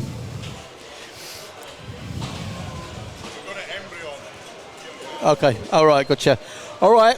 Well, how on earth did Josh manage to keep that from tilting? He's happy with that one. That's 1,000,000 points in the bag. I mean, it's still second place right now, and he started a multi-ball. Okay. All right. Yeah. All right. Booyakasha. So we're just Neil's just updating me that we're not going to be able to see the third and final game on this because it's on Embryon, which I think, if everyone knows, is a wide body. But now let's focus on Josh, who's starting to pile on the points here. Trapped up 2. Now I like this because we haven't seen many people today really like trapping the balls up on a multi-ball. We've just been firing them away. Brief though it lasted, I was impressed.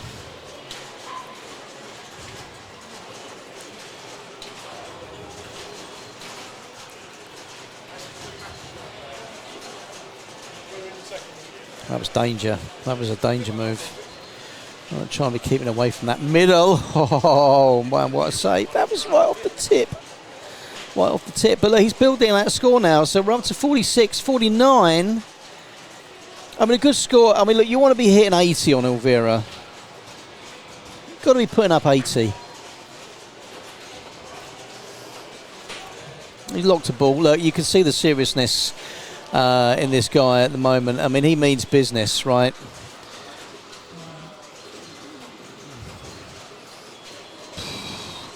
Nicely picked that one up. Here we go. Come on. Nicely done. Beautiful accuracy. Just bounced off the post there. But he's got to get that centre shot. And it's in. And that's 13. And I said he needed 80, and he's just picked it up. Straight through the centre again. Shoot the house for 26 million. Award increase to 53 million. Shoot the house. For God's sake, Josh. Shoot the house. Big curry up coming. Yes, he got it. 45 million. That's really boosted him up. 127. Good night, Vienna.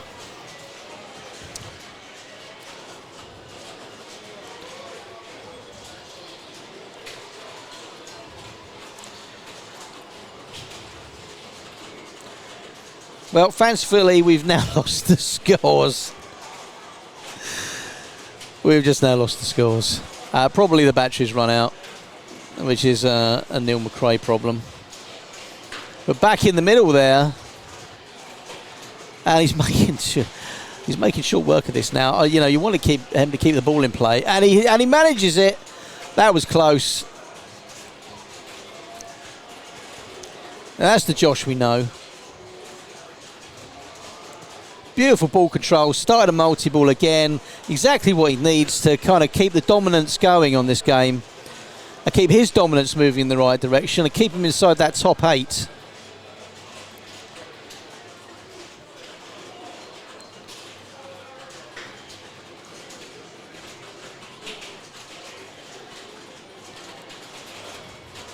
Beautiful. What a trap up. Look at that. That is a thing of beauty. And that now is not a thing of beauty. It's a trap up. Great. Well, he's got all 3 balls. He's got to keep them. Oh, look at this. Now, this is why this guy is up the top of the board here. Look. Cool as ice.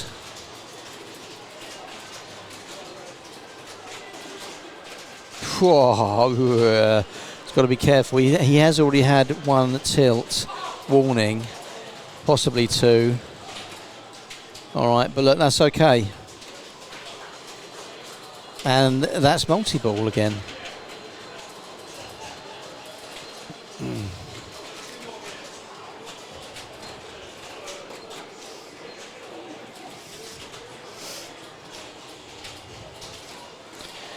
Now, when you look, it's still there. I mean, look, the ball saves light's gone out now. Going to have to try and tighten this up a bit. A few little nudges coming in. Side nudges, little love taps. But yeah, I like this. Just, you know, it's so hard to keep those balls running on the flippers like that, you know. But I credit to him for doing that, because no one's really bothering to do that right now. They're just firing when the ball hits the paddle. But that's out. But that's going to be a great score, whatever it is. And we're now moving on to Craig, who had an absolute stinker on his last ball. And again, he needs something like Josh just had there, because Josh right now, he's going to the moon, and he's going to be taking a few points away from this particular match play matchup.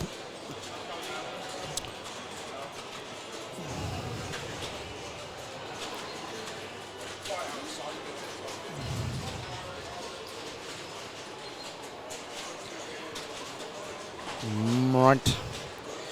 Little hold up, scratch the nose, what we doing?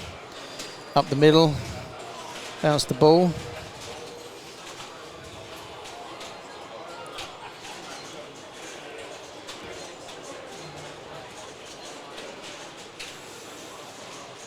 Beautiful.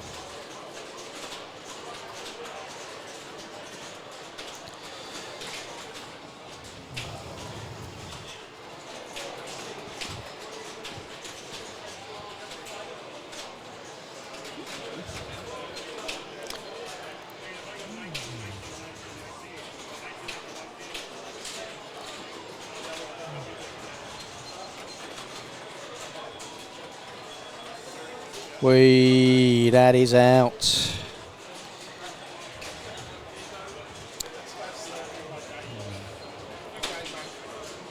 There we go. The man, the myth, the legend, the man with the Hawaiian shirt, the Magnum's double.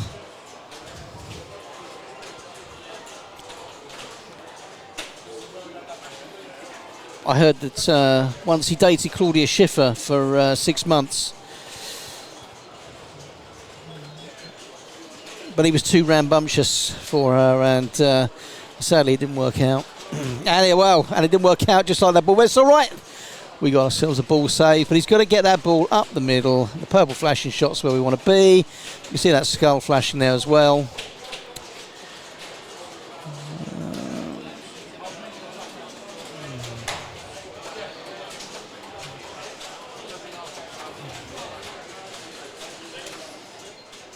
What's happening? We don't know. We don't know what's happening. It's come back to us. Oi.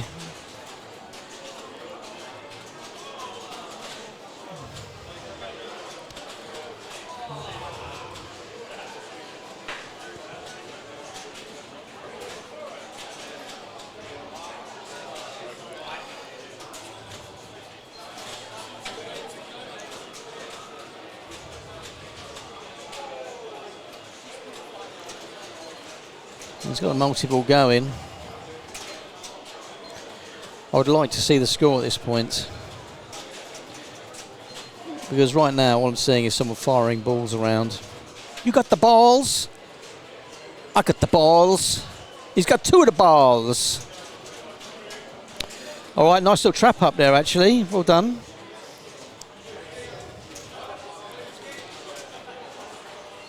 Again, I like that. Again, you know, like total credit to anyone in a multi-ball that traps up, because I can't do it.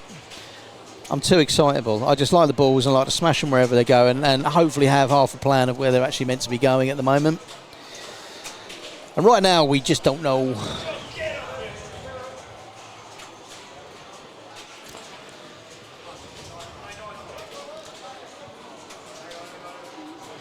We're still in the game. Something's going on. What's going on? Need to go and have a look at the scoreboard and have a little see where we are with the scores. It might help things out. I'll be back in 1 minute. And we're back, and that's game over on Elvira. But I was able to go and check the scores out real quick for anyone that wants to know what they are. So basically, Jeremy ended up with 33 million. Josh killed everyone with 186 mil. As I said, you know, the target score for this was 80 million. So we had 3 players that, like Jeremy, Craig and Peter, all come well short of that, with one clear winner, which is Josh Isles with 186 million. So look, well done to Josh, and that's going to sort of help cement his situation. And what we'll do is we'll go back and we'll have a look and see how that affects the scores right now.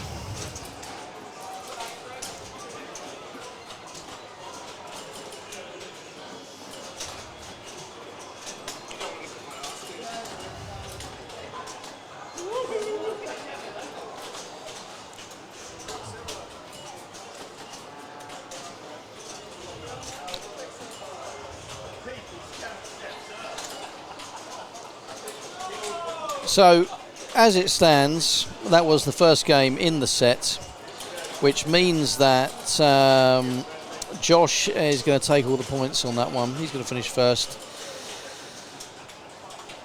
And then really the others, it's not really going to make much of a difference at this point. So the next game's Embryon. We're not going to know what's going to happen on that, but we'll be moving along to Judge Dredd shortly after that. Boom! And we're back at Pinball Republic, and it's round 6. And we're up on the Judge Dredd, literally just getting ready on that one now.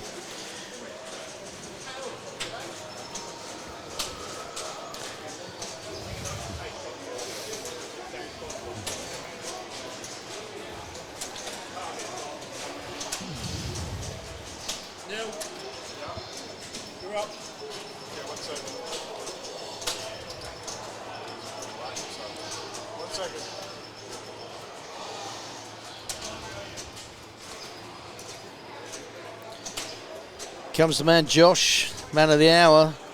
There we go. Currently on this game, he's rocking 7 points to Jeremy's 5. Peter Blakemore 3, and Craig.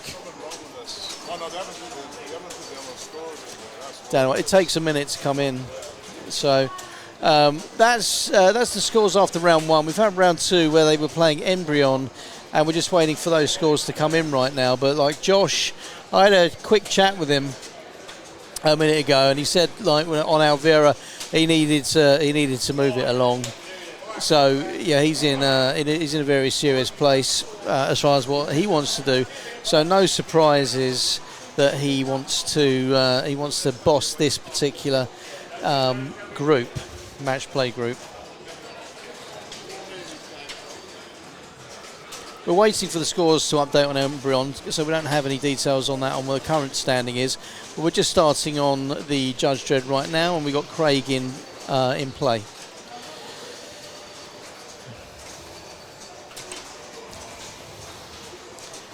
Trapping up, love it. Love that on the multi-ball. And already we've got a ball up in the saucer. I do actually really like this particular game. This one belongs to a chap called Stan, and he's done some really wonderful adjustments to the game in order to brighten it up a bit, because if you've seen the game in its current guise, it's quite dark. So Stan's done a fantastic job of bringing this one back to life. 2 balls off 1 flipper, love it. So we just lost one down the middle there, and Craig seems to be fighting to keep control. Oh, that was a close one. So wipe the sweat off your brow, mate. Take a minute, get yourself composed and crack back on again.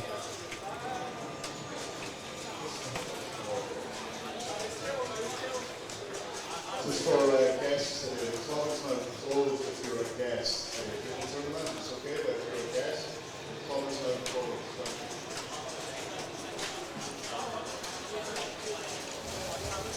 So we've got the update now for round 6, game 3 of 3, Judge Dredd now. So Embryon scores are through, and when combined, Jeremy is leading on 12 points, Josh Isles on 8, Craig on 6, and Peter Blackmore on 6. So there's a lot to digest here. And what I'm going to do is I just need to have a look and see who got what.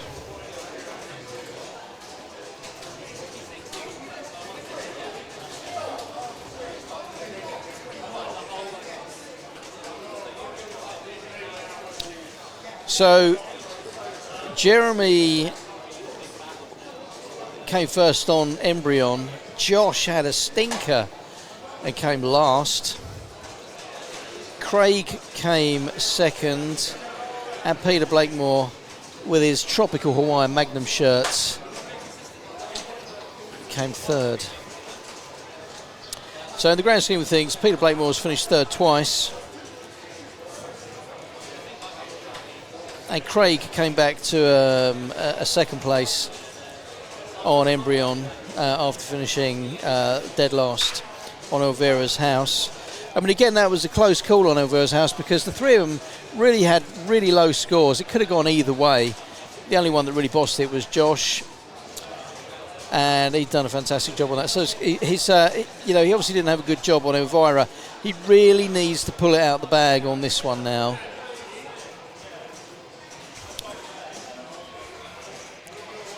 But yeah, Craig's still in action here.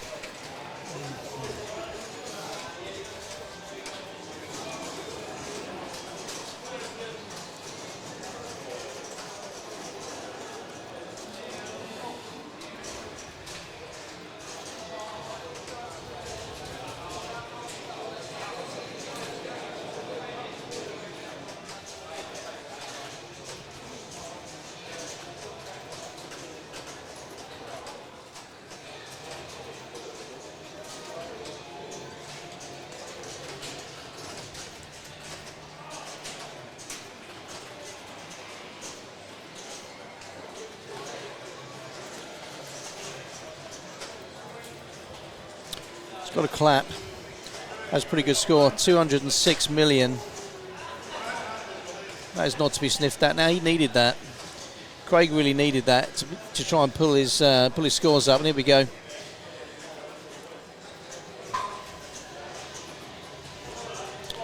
Peter's ready to rock and roll.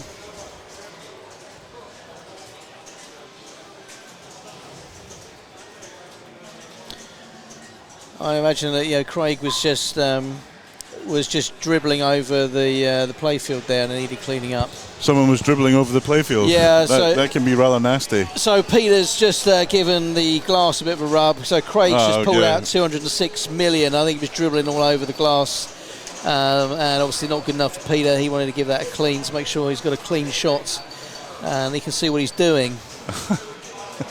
Pete has he's the only person I know that carries a towel around with him. Well, he's it's hard. I'm surprised he can see what he's doing with a shirt that bright anyway, Neil. Indeed. That is the challenge. Maybe it's to put off the other players. But I saw Sarah Vince taking a picture of it. She's got a room that needs decorating and that wallpaper. Yeah. So, Pharaoh and Ball wallpaper. Yeah, that was the wallpaper that got Boris Johnson into trouble. The expensive wallpaper. So there we are anyway. So Jeremy's back. Obviously, Jeremy from the Netherlands. Neil, he's actually a Brit, but he's from the Netherlands. Oh, okay. So I was going to say, he is British, but he's from the Netherlands. Does he live in the Netherlands? He lives in the Netherlands, yeah. So he's come all the way over. Someone has to. There we go. That's slightly better. What I like about the Netherlands is it's flat. There's no hills there. What I like about the Netherlands is is when I'm on the plane flying out. No disrespect to anyone in the Netherlands, but it's just a place that. Actually, Rotterdam's not too bad, but I've never been a fan of Amsterdam. Well, they put mayonnaise on their chips over there, don't they? That I can live with. No, yeah. But that's Belgium. You're talking. Oh, you're thinking Belgium. Belgium's all good. Damn, I've misappropriated an entire chips, nation. They got chips with mayonnaise on it, which is glorious. On every street corner, you can get chips with mayonnaise, and they've got great beer. What more do you need? I mean, I think it's probably the world capital for mobility scooters. Then. Possibly. Yeah, you're just too drunk and full of food to walk anywhere. That could be true. Here comes Josh, the phenom, young phenom. Neil, I had a quick chat with Josh. He said he had to really punch it on Elvira. So he's taking this seriously, but the problem is he finished in last place on Embryon. Yeah. So he's got a lot to do here. Yes. I'm surprised he finished last on Embryon, actually. It's sort of his game, but... Look, it happens to the best of us. I mean, not that I'm a big tournament player, but I've been in that situation where I had Jaws and James Bond on one of my tournaments. I thought, yes, I'm going to win these, and I came last in both. So sometimes maybe you can just psych yourself out just through your own confidence. Sorry, standings. Yeah, actually, that's something I knew I should have put up. Let me just put the standings up. Hold on. Sorry, I got supposed to. My time to set this up yesterday got distracted by having to deal with game issues. Neil, we don't want to hear about your excuses. No one does. We're just here for the pinball. Indeed. And we're watching Josh build a score. Now he's got a bit of a monster score. He's got to chase a lot because, of course, Craig put up over 200 mils, and Josh has got a lot to do. And I don't think that's going to be good enough. So he's got 60, which puts him in second place. Craig's rocking up on 206. I don't think Craig needs to do too much.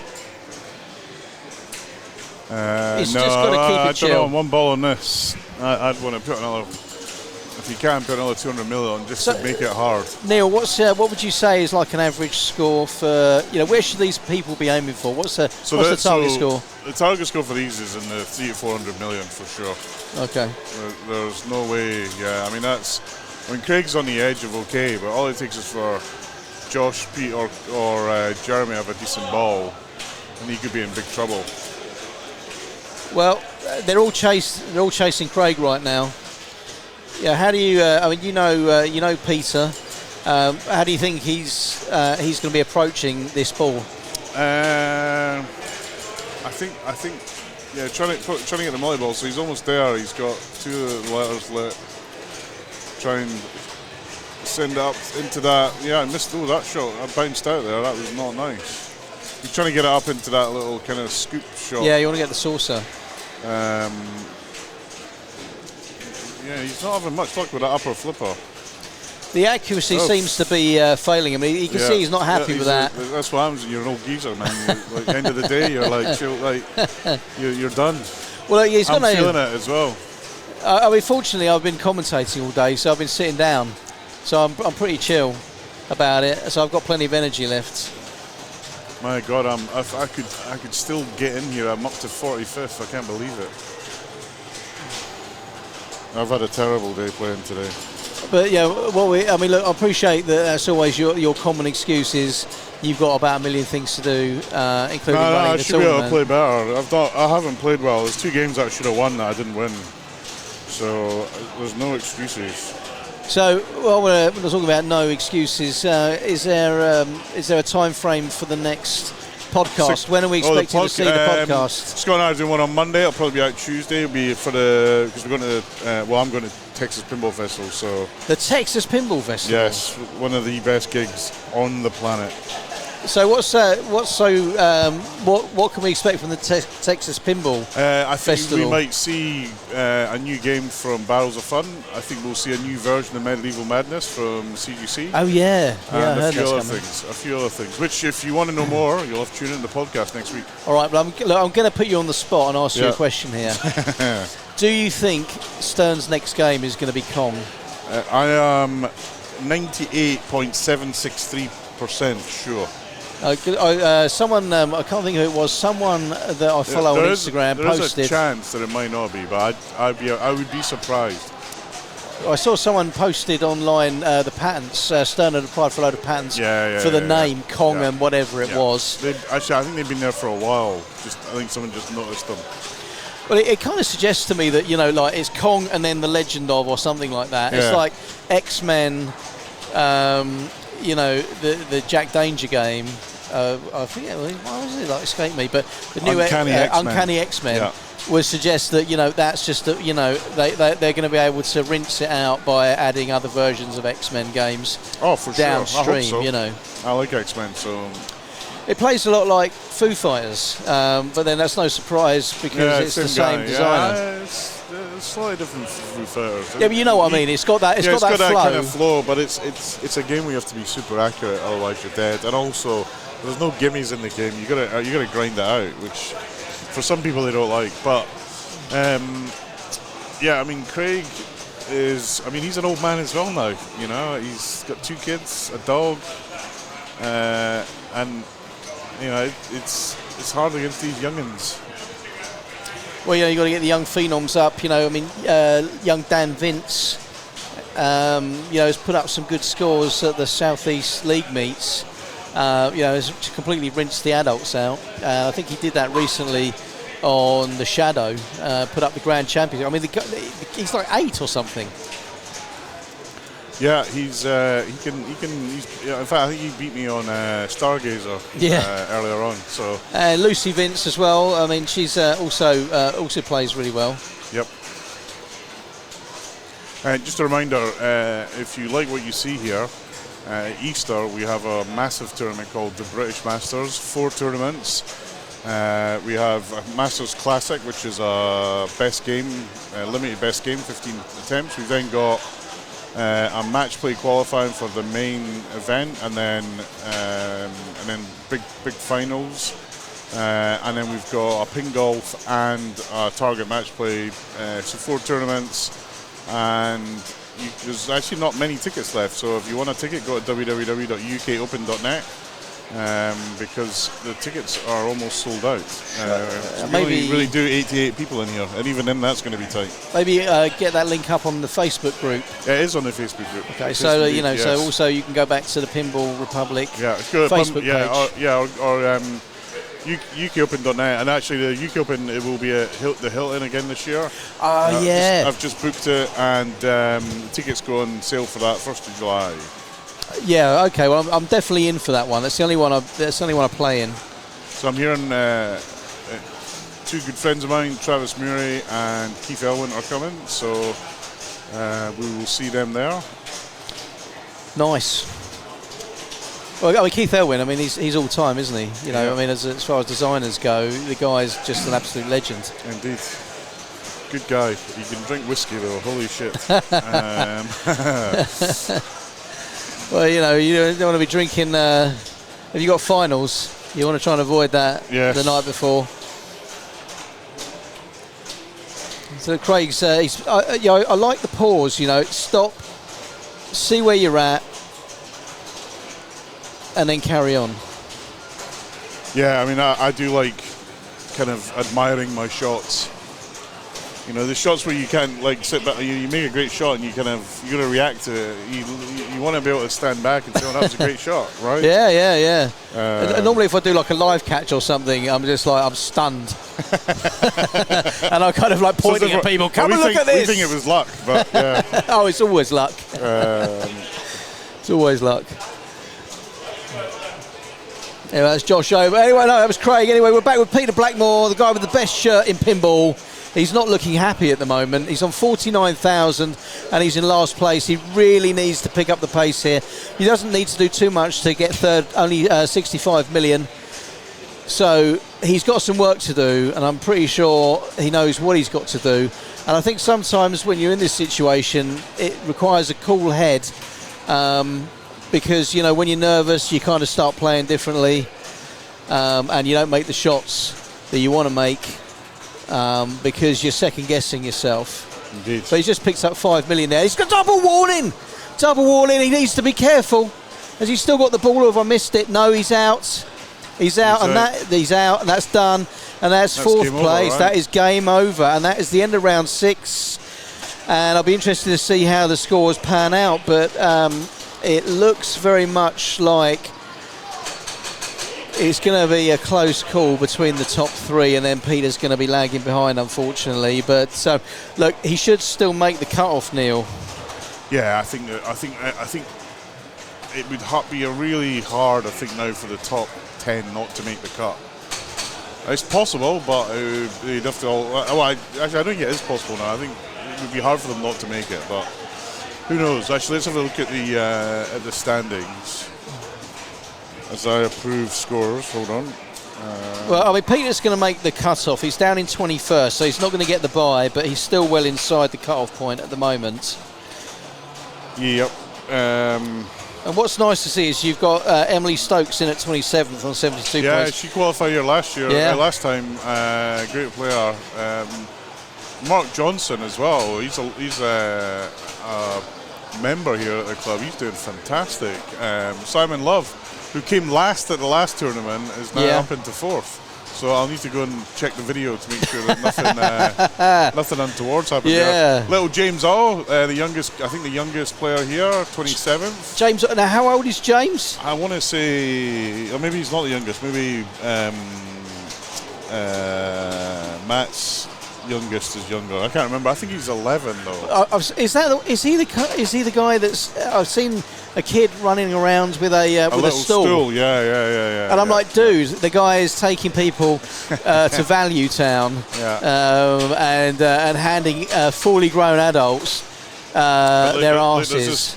I would celebrate where I am right now, 39th, but there's a whole bunch of players about to overtake me, I think. Oh, actually, sorry, ignore that. I'm talking absolute rubbish. That hasn't updated. Why is it not updated? Hold on. I think it takes a minute. Refresh. No, it should have. It's way out of date. It's not a little bit out of date. It's way out of date. Way out of date? Yeah. Well, that one's different. Mine's got Ben Moser at the top. Refresh it. Hold on. So Ben, who's actually, he's got points to add there, so he's going to extend his gap. But yeah, look, we got Simon Love, he's still 4th. Mark Johnson 11th. Club's Pete Bennett as well. I mean, Pete's looking good in 6th right now.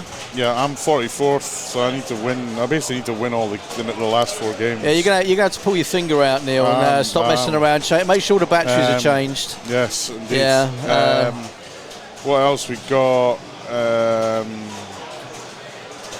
Yeah, I mean, when we did this, the February Fantastico, in the last game, loads of people dropped out and loads of people made it. It was quite.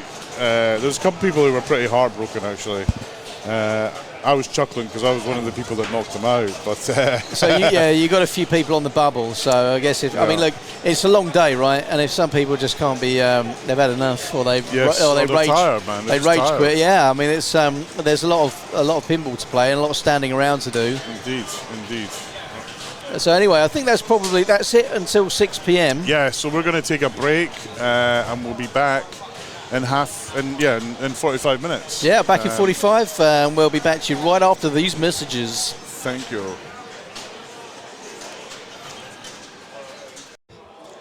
Well, welcome back to the final session. We've got rounds 7, 8 and 9 to deal with today, and that's going to determine who's coming back tomorrow. So there's a lot of jeopardy in these last 3 rounds here.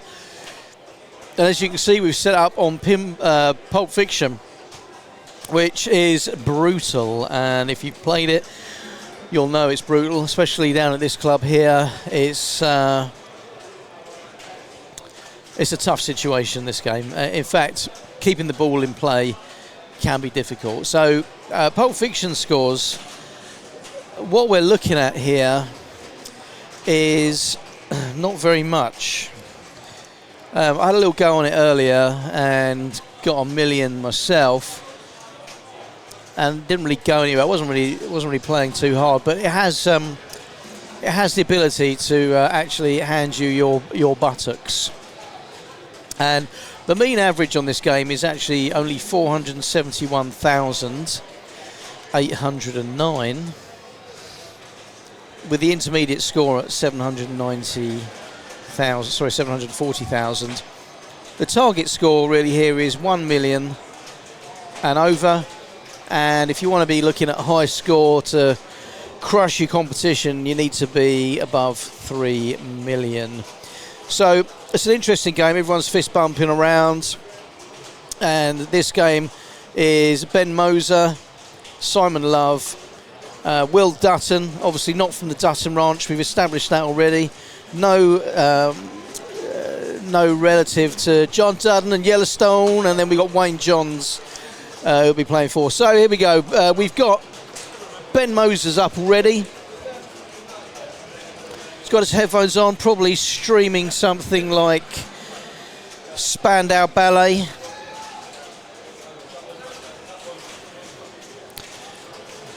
If it was me, I'd have my Pulp Fiction soundtrack on.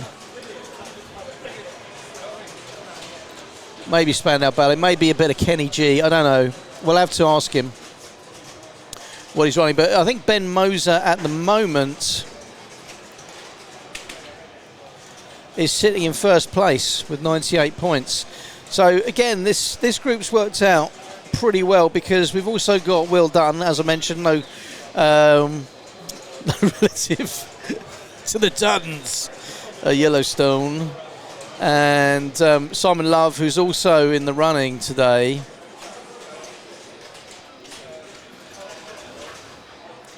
And Simon Love is playing pretty well right now.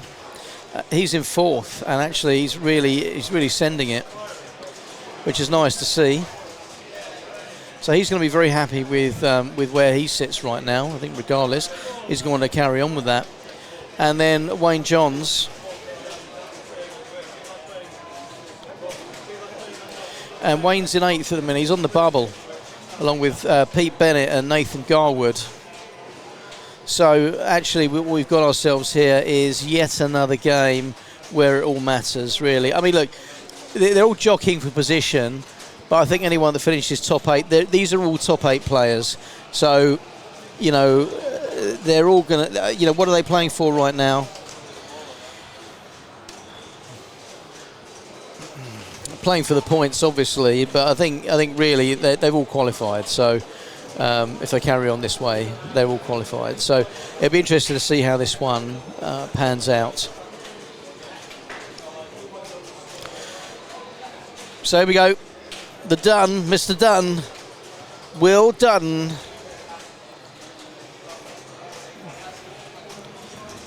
Third place, crazy hair, rugby shirt. And Will's been playing some good pinball lately. Really likes watching him play. I'm not sure how familiar he is with the game.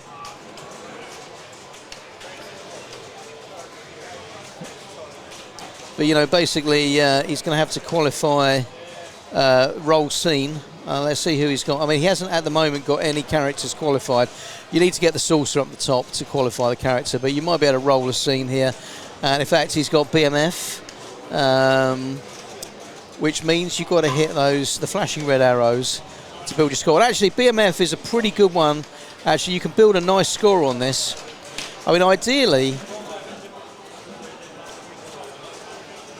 if you wanted to try and build a score, you're going to want to get Big Kahuna. He's got one locked in on Big Kahuna at the minute on the right-hand side. And he's got one Big Kahuna flashing, and that's just on the left side of the Jackrabbit Slims pop bumper on the left. You can see that flashing right now. If he gets that, that will light his... Wow, he's done great there. Look at that. I'm talking about lighting, like getting his X2 playfield going. But I told you, BMF, that's the one to go for. And already he's taking a commanding lead here. If he can keep the ball in play, but I think that's a good start, and that leaves him in a good place for ball 2.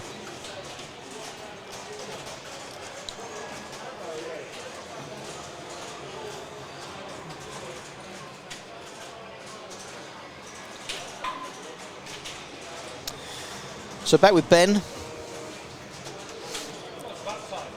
Had a pretty terrible first ball by the looks of things, 14,000. He must have drained almost straight away. So got some work to do here. No characters lit at the minute. He's going for the roll scene, which is flashing. He's going to have to knock down the drop target to get it moving, and then he'll have to hit it again. He's drained again. Not going to be happy about that.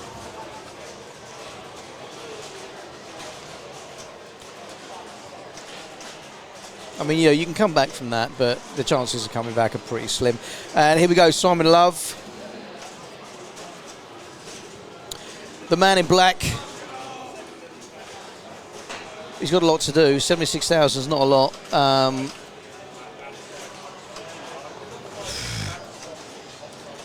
He's going all the way around. I mean, look, that's gonna have some points actually on the spinner options. Bring him up to 100,000.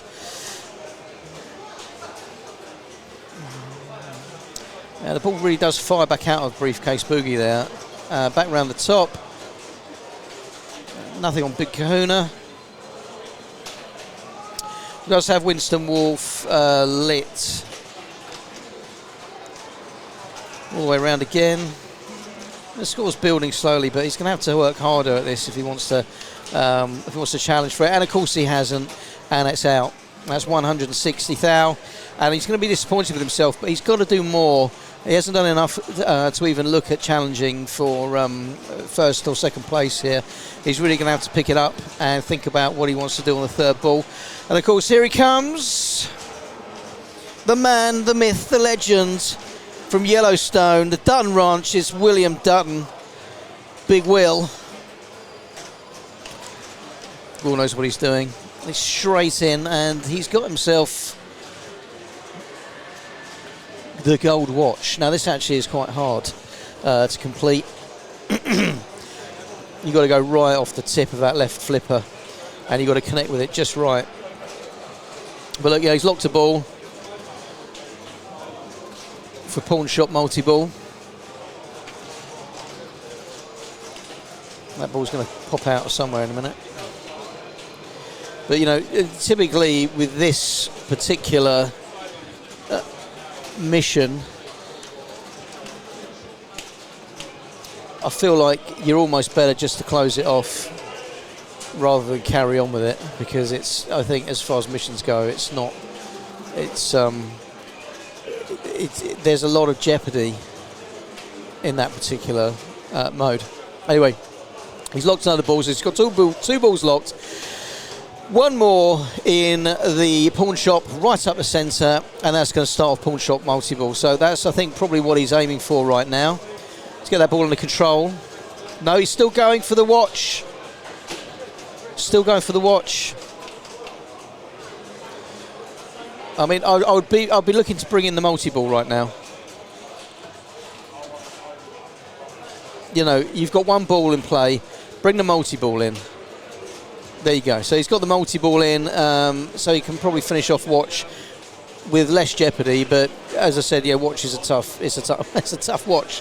I'll just leave that one alone. Here we go.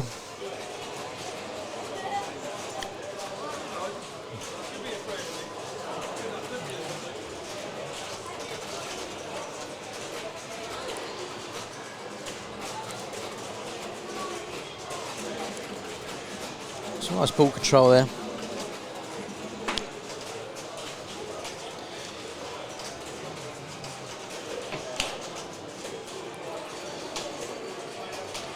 All right, Briefcase Boogie Get down, get down. It's ready. I mean, needs the payoff. Got to shoot for the payoff. Come on. No, he's missed it. He's missed the payoff,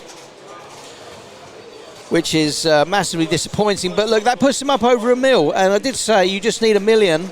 Oh, he's still in play. I apologise, I've missed something here. Oh, it's out. Oh, that's so frustrating when that happens. Yeah, look, he's happy though. I can understand. Look, he's got 1.16 at the minute, which is totally respectable. And looking at it, might end up being the winning score. But he'll have to leave the shopping centre to do it because it's got a no smoking policy. All right, back to the top. Ben Moser composing himself. Got the Kenny G running on his headphones. Bit of dulcet saxophone playing to keep him chill as he moves into ball 3. And he's got a lot to do. Currently ranked number 1. Oh, what a bounce back! Do you see that? He didn't even flinch. He knew how to use that. I mean, I'm not someone that knows how to use that post.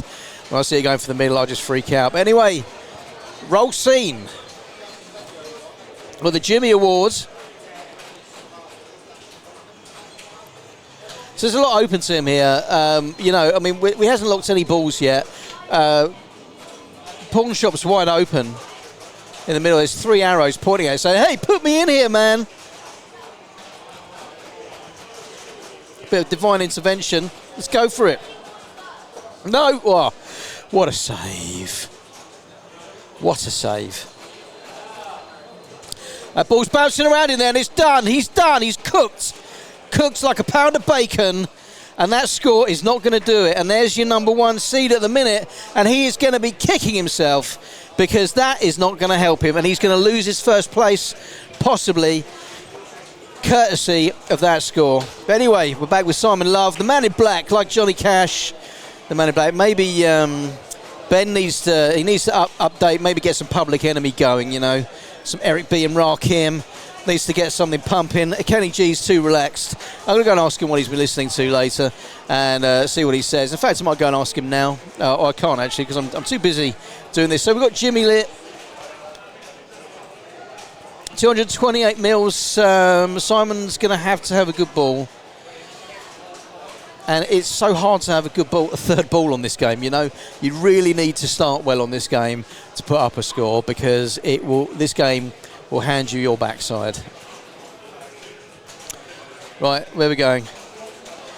Oh, that was close. I thought that was going straight down the middle. Look, he's got briefcase boogie ready. He's missed it. He's missed it. The man in black has missed it. And he's kicking himself right now. I'm looking over, furrowed brow. He's leaning back against,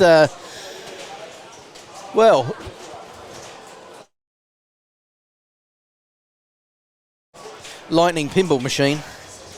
But anyway, obviously, here we go. We've got the Dutton from the Dutton Family Ranch out in Wyoming. Here we go. I mean, your current leader, 1.3 million. As I called it, I said, you know, you needed $1 million if you're going to compete, and really $3 million if you want to completely clean it. Wayne Johns probably not going to touch this score. But what I like about Will's game here is he clearly knows how to play it, and he's exploiting it for the maximum amount of points. Nice flipper play. And basically Sons of Anarchy. He's off to 9, but it looks like they're off to 9 ball. I'm not sure. We're going to see what's next after this. It is 9 ball, but we need to move the rig. So I'll be back shortly once that rig's been moved. And thanks very much for tuning in. And we'll speak to you shortly after these series of messages. Boom shakalak, we're back, and it's 9 ball, and we're off to running again with Ben. I just asked him what he was listening to, and he said it was the sound of silence. So probably he does need to get some Eric B and Rakim in there, or a bit of Public Enemy. They kind of boost him up a bit, but it's pretty loud in here, so I can understand why you'd want to have the sound of silence. It's certainly served him well so far.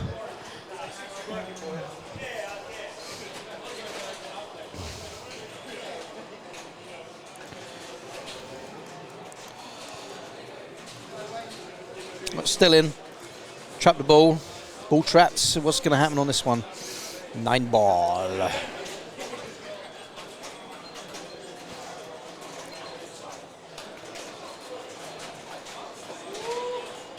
I don't really have any statistics on 9 ball, unfortunately, so I can't even tell you what a mean score is. I'm flying alone here at the moment. You know, my co-commentator Malcolm disappeared hours ago, and Neil McRae, who has a face for radio, is busy deep in the tournament trying to qualify. He's outside the qualification at the minute and trying to do that. Obviously infinitely knowledgeable about just about everything, so you know he can carry someone like myself who just jabbers endlessly about whatever comes to mind. But anyway, the man in black's back. It's Simon Love.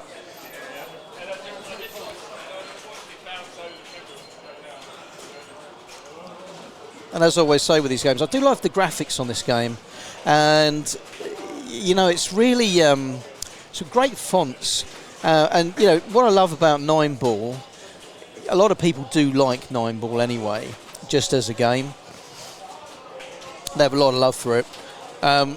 Me, I really enjoy the art, and Will's out. That is, you know, you got to hate it when that happens. How many times has that gone outside and fired up that doobie?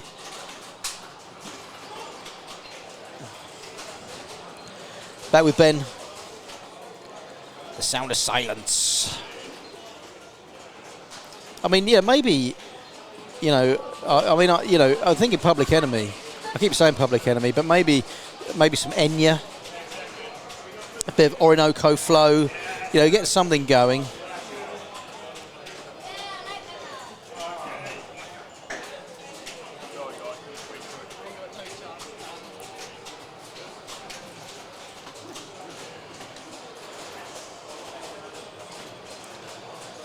All right. That's a drain.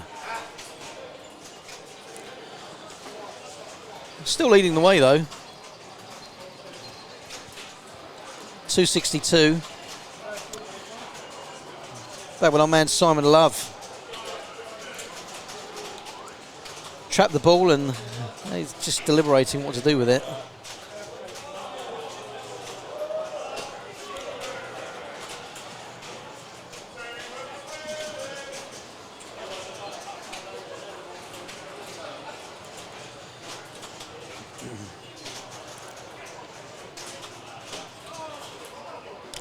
That's certainly helping him out a bit there. 145, bringing that score upwards.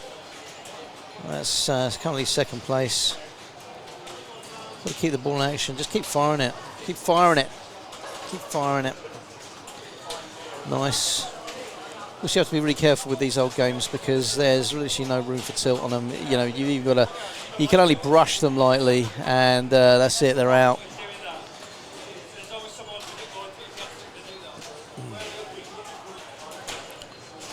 Shoot again. All right. Well, hey, it looked like it was going out, but he just caught it. Well done. That score's building. I think it stopped. Oh yeah. I think it went down. Okay. I'll try it again, Dave. I'm not really allowed to touch the mouse. Yeah, you have to get Neil. If you see Neil, let him know. The man in black. Well, apparently we've got the stream has come down yet again. So if you're listening to this now, you're listening to it on the recording function as we watch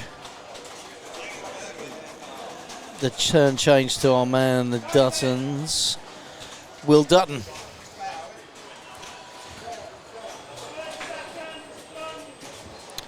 Bada bing, bada boom.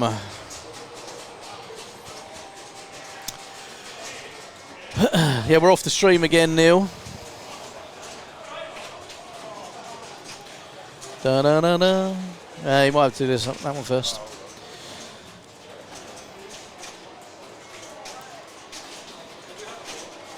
Got to stop the stream. Stop the stream. Start the stream.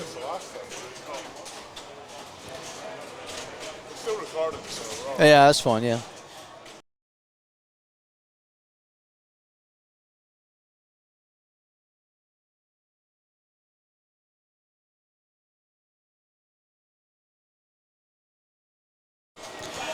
Well, we're back after more technical issues. Thanks very much for bearing with us. We're back online. Thanks a lot. And we're back with our man, the man in black, Simon Love.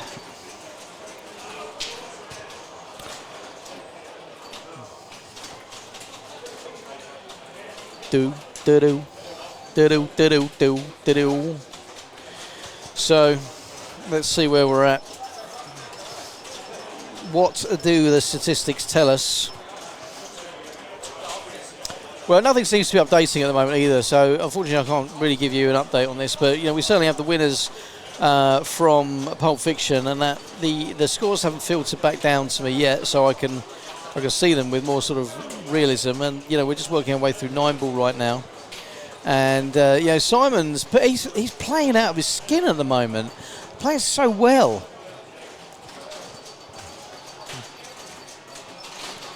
It seems as the curse of the commentator once again.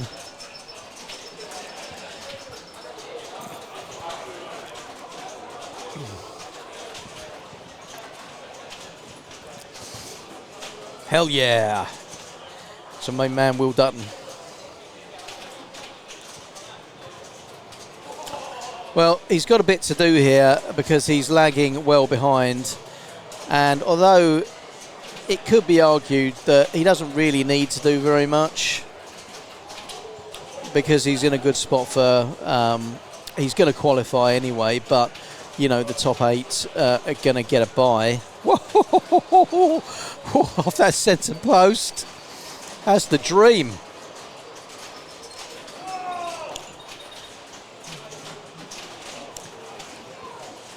There's still a lot of points up for grabs. You don't want to be falling out. And the commentary all at once. So anyway, look, big hello to anyone out there in the States who's tuning in at the moment. Welcome. I appreciate that we're not coming through particularly strong at the moment. I've got 2 yellow bars, three. There we go, 3 green bars. And if you're tuning in, just to know, I have absolutely no idea who is in the chat room. And I can't see any of the chat either. So look, if you're chatting, you can chat amongst yourselves. But as far as I'm concerned, I can't see anything because we've got quite a few technological issues here, which means that we're just lucky that we're even streaming right now. So I've got to go and find the next game, which is going to be Alien Star, and then try and navigate the rig past about 600 people that are all in the way. Back soon after these messages.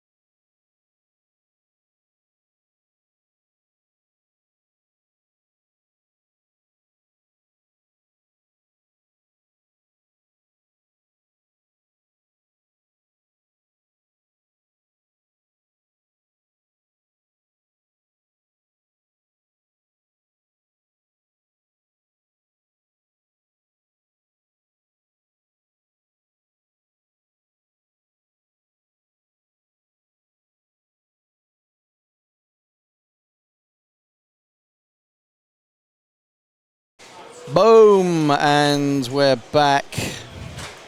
Everyone's very tired now. This is the last round. You look, see the bags under Simon's eyes here.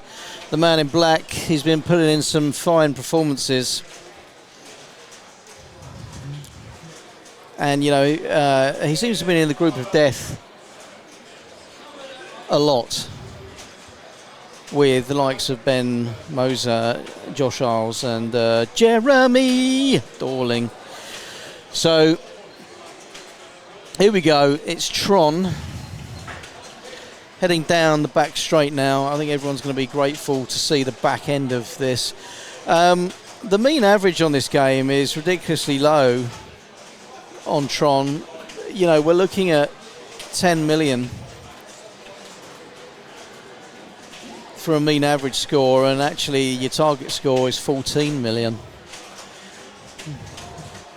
14.8. If you can get yourself up to 30, you've pretty much got it in the bag. So we're looking for 10. Now already we've had Ben with 1.4 million, which he's going to need to improve upon. Like I say, Simon's playing out of his skin. He's not happy, but I think that's all right. With the bonus, 4.3. Okay, so next up, Josh. Now, obviously, young lad, and obviously very talented, very good with the flippers. It's all about the ball and the flipper, I'm told. So obviously he's the kid to watch, and obviously one of the UK's best pinballers. So I'd expect him to do well. A little bit of a nudge on the ball there, bringing it round. Just keep an eye on the scores. And ride the ramps. You want to be opening up. He's out. 1.2. You can see the frustration on his face. He's gone straight down and sat down. And there we go, Jeremy Dorling.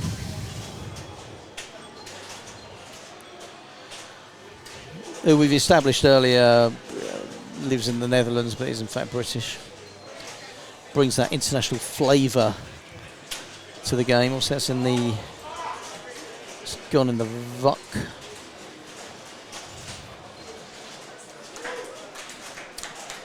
Nice. Control that. Play with your glasses. Find out what you're going to do next. Yeah, there's you got to see it. You got to where Jeremy's taking that ball at the minute. It's bashing those. It looks like a W there, that yellow W. You've got to bash that a few times. It's going to open up what's behind it, which again, like I loosely know the results. Well, the rules on Tron, but you need to, you know, open that up, get up the back. That's going to do something for you. Anywho.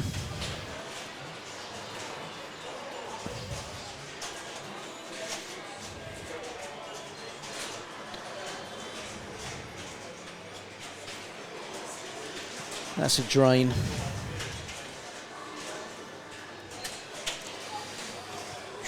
Big yourself up again. It's Ben Moser. And he's listening to nothing. Still leading the pack. Ben first. Simon Love second. Josh Isles third. Jeremy Dorling fourth. So this is the top four. I mean, there's the last game. They've all qualified, and they've qualified well. So, you know, what are you playing for here? You just, you know, you're playing for the kudos of who's going to finish top, I suppose. You know, there's not a lot in it between the four of them here. In actual fact, Simon Love's improved. He was originally third. He's now joint second on 107 points, with Ben just slightly ahead. There goes the man in black, Simon Love. What's he got? Well, currently leading the way, already ahead of Ben Moser. I say we're aiming for a score of around 10 million here.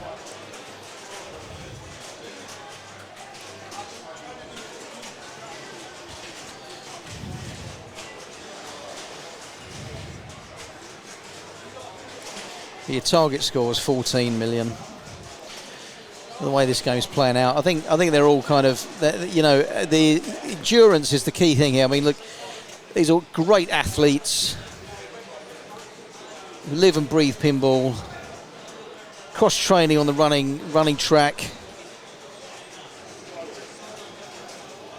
doing CrossFit and all kinds of stuff. Pure athleticism, and this is what they've been training for. You know, you can see Simon's disappointed there, but he is in the lead, and with the way that this Tron plays in particular, someone's got to have a good ball here. So here we are, it's young Josh.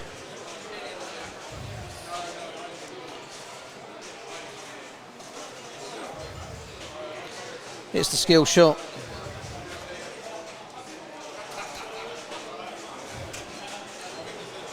Ball save still rolling. It's now off. Trap up, see what you want to do next. What are you going to do?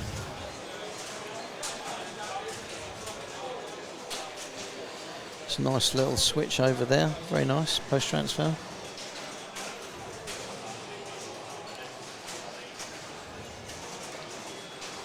Into the hopper. It's looking nice, got the multi-ball going. And as soon as it starts, it's going to keep going. It's got to shoot again, so that's pretty good. He's going to trap up and see what he can do. Even though there's not a lot at stake here, you know, there seems to be this real willingness to want to win this round from Josh.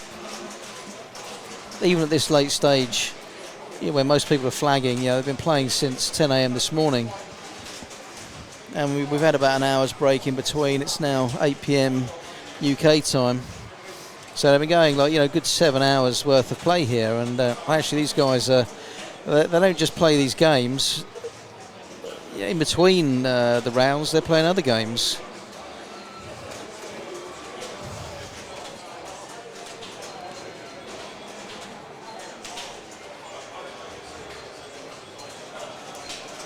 He's happy with that, and that puts him into the lead.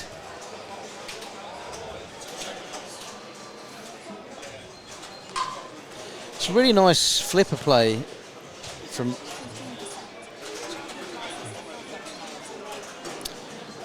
There's some real good flipper play here from Josh, which you know, kind of even at this late stage, he's got 3 balls in play, and it's super casual. And I've got to say, I really like that. He's got 4 balls in play now. I mean, most people will be having an aneurysm about now. And Josh's got 3 balls balanced on the left flipper, which is now 4. What's he going to do? Look at that! What a skill! Even after 8 hours, I'm still getting excited by this stuff. This is fantastic play by Josh. You know, he's bounced past 14 million was the target score. He's now gone beyond that. And this is only ball 2. He's got 4 balls sitting on the flippers right now. This is beautiful to watch. What a beautiful ball to watch. Into the hopper. He's building that score. Shoot left. He's got to shoot the left loop. That's 1 ball down. Guess we're going to get another one into play. Yes. Beautifully done. Oh, look at that. That's just dreamy, mate. That's dreamy right there.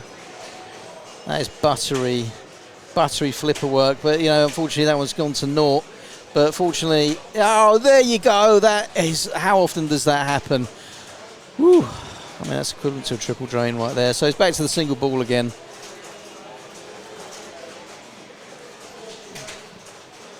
He's looking for the post transfer. Oi! Nice.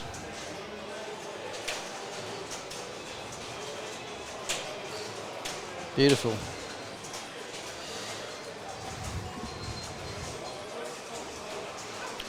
Yeah, moving on to 18 million now. I mean, with bonuses, that's likely to bring him up to 20. He's just got to get the O on Tron now, which he's got. Super Pops, 3x pop score now, so he's just got to bash the pop bumpers. Well, he doesn't have to, but you know he's going to get some scoring on that, and it's very dangerous trying to get up the middle there.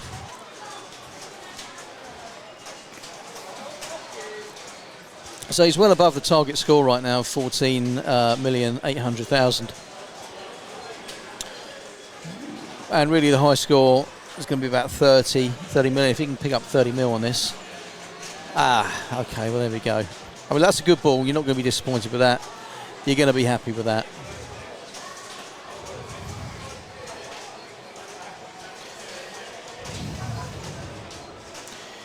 Jeremy. Stalling. He's got to pick it up here, pick up the pace. If he keep the ball in play, he should finish second on after this ball. I can't see him getting up to the 22 million mark.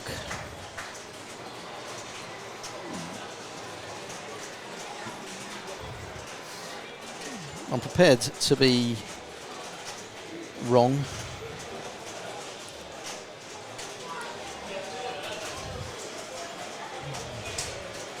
But you know, we've lit the cycle multi-ball, so you've got to get 3 ramps on this. Well, the multi-ball's up. He's got to shoot again, but he's got there's 3-4 ramps he's going to have to hit, and he hasn't really managed to do any of that. And the multi-ball's now over.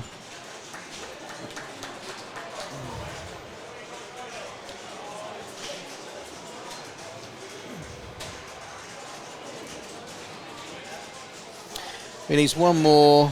He can start disc multi-ball. So that's coming. And then he's just drained.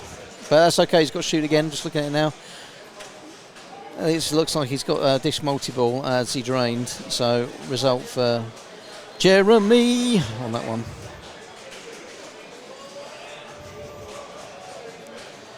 See, look at the different style that we're dealing with here. You know, Jeremy is going primarily with... you know, like the cricket bat approach. Although, that said, he's just trapped up 2. Little adjustment on the glasses there. Decide what he's going to do next. Take a breather. He's got a light cycle ramp.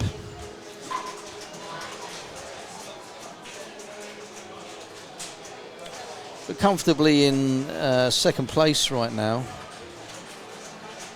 Yeah, it's a nice little tip off the right flipper there.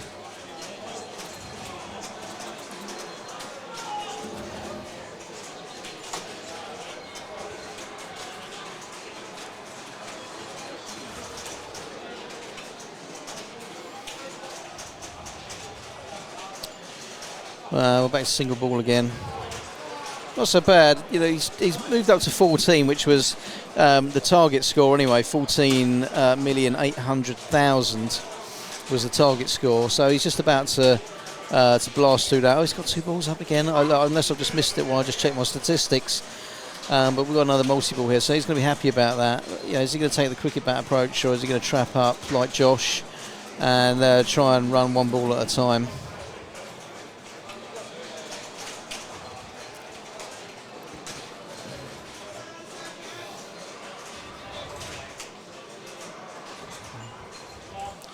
Yeah, so he could have held that. He could have held that left ball there, and he didn't, and he paid the price because he's lost it, and he's back to single ball play again. But look, you know, he's catching Josh now, and I didn't think that was going to happen.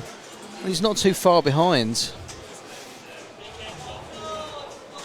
Well, 5 million is still a fair distance on this game, but it's not unachievable. And I think Josh might be looking at this now, thinking that his target was not going to be beaten.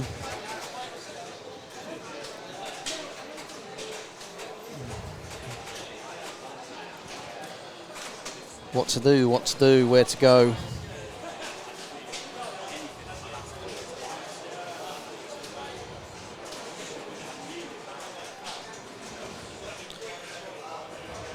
Okay, super pops 3 times. Just got to. I think you got to hit the that W up the top there. I could be wrong, or just to the left of that. But you know, one more hit for disc multi-ball somewhere. But he's actually core multi-ball is now lit.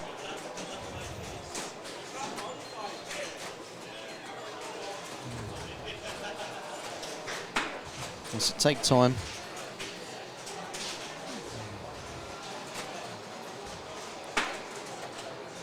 It looks like you're going to have to hit that right ramp.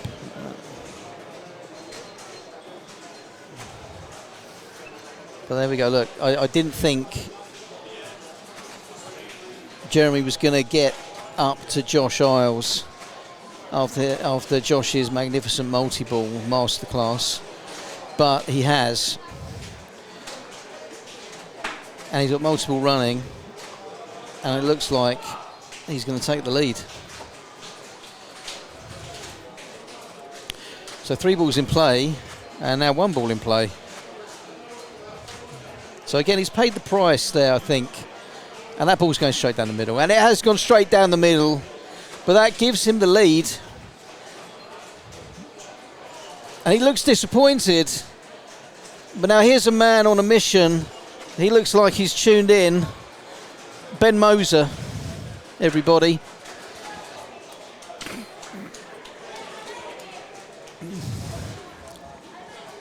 He's got it all to do right now.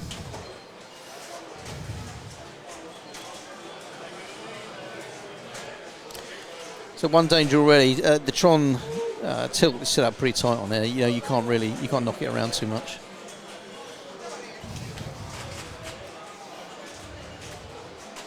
Wow, beautiful catch. Beautiful catch and release. Well, you see where the ball went there? It's straight back to the launch pad. It's like a SpaceX rocket returning home.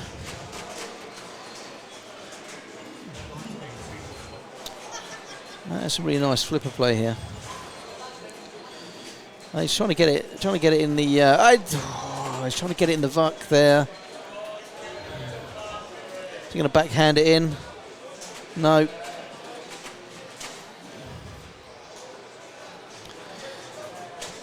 Well, a man on a mission. You know, he's got what he wanted, and he's lit the cycle multi-ball. And here it comes. He got the shoot again on. Now how's he going to play this? Look at that. That's beautiful. That double trap. It's amazing skill. Amazing skill from Ben. But then he's just gone and lost it. Shakes his head. He can't believe what's happening. He can't believe it. But he's still got 1 ball in play here. And options. If he manages to continue, he can light various different multi-balls. But he's got the work to do. He's making it hard for himself. You know, he's just about to take 3rd place here. But he really needs a good ball if he's going to stay in contention for the victory here. Beautiful catch again. Beautiful catch. That was lovely.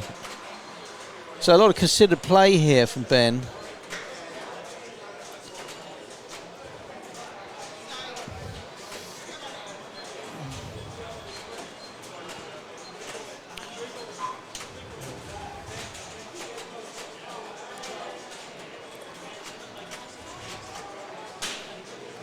That's beautiful. He's just got great ball control. I really like the way that he keeps this ball going. You know, it's he's had a rough start on ball 1 there, but actually this is some really it's kind of like a masterclass in flipper control here. This is really fantastic to watch.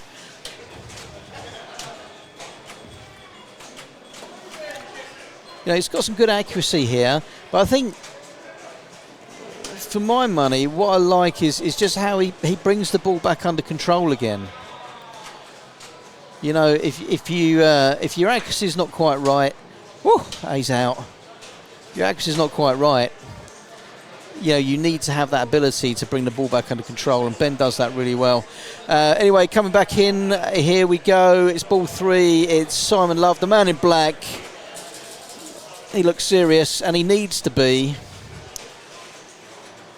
because even though we saw some fine, oh no, that's all right. Let's shoot again. He's just made it. Just made it. We're in ball 3 here. So Ben, unfortunately, looks like he's going to end up in 4th here,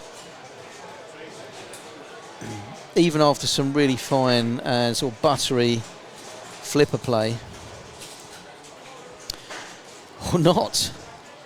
Did I speak too soon? The curse of the commentator? No. Oh, he's just squeaked 3rd. And you see the disdain on Simon's face as he walks away from the pinball machine. He knew that was he needed those points. He needed them. And here comes Josh again.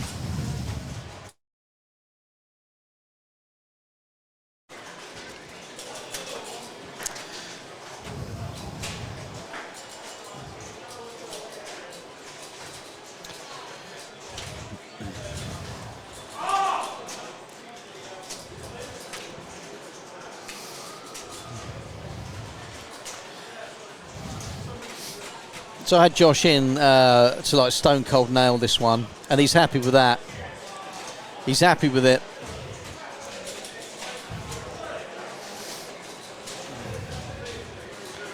And he's got another multi-ball going.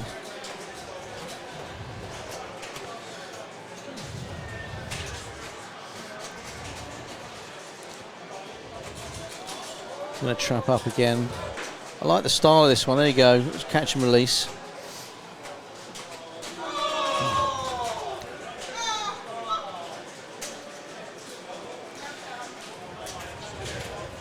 So there we go. Look, we're up to 30 now, 31, 33, and I did actually call this as anything above 30 million was gonna seal the deal, but I don't think it's going to on this occasion. It just goes to show the caliber of quality from Josh, because he's blasted through the glass ceiling on this one, which was 30 mil, and look, he's well happy with where he is at the minute. So he'll be putting Jeremy under pressure for first place here, no doubt.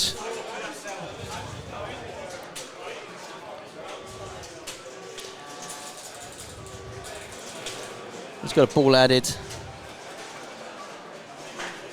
One more to add another ball. Shoot left ramp.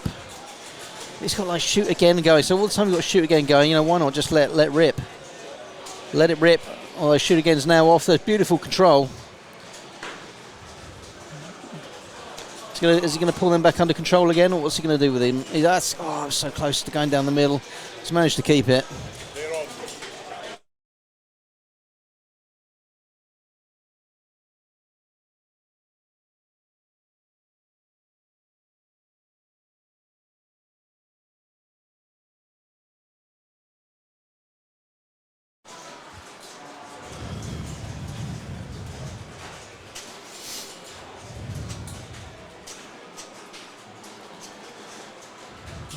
It's a drain. You can't be too unhappy with that.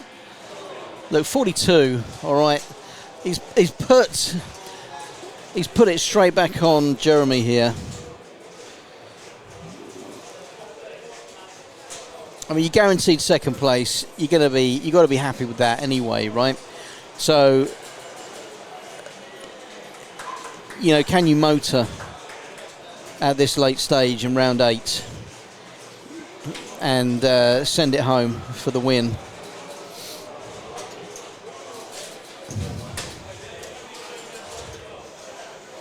Ball's bouncing around a bit. Good catch.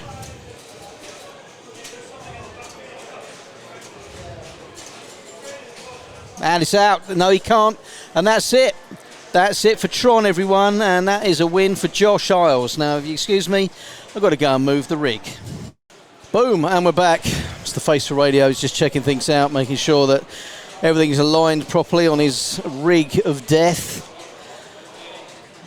There's more money on that rig than the national debt of America. As we line up with Ben,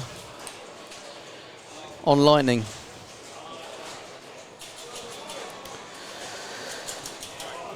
So, we're talking about rigs. It's one of those difficult things with pinball, isn't it? You buy a pinball machine, you want to film it all, and then if you have a look at the state of the rig that we've got here and the technology that Mr. McRae has brought to the table, I mean, it's not a cheap hobby, is it? I mean, I come from a mountain biking background, and you think that's expensive until you discover pinball, and then you realise you really do have a problem because the technology and the level of equipment you need for streaming, etc., is just absolutely insane. So as insane as Ben Moser and his first place at the moment, it's not particularly insane. I was trying to find something witty to say, but at this time of day it's very difficult. You can see Josh there. I was just looking over Ben's shoulder to see what's going on. As the man in black, Simon Love, the man, the myth, the legend himself steps forward.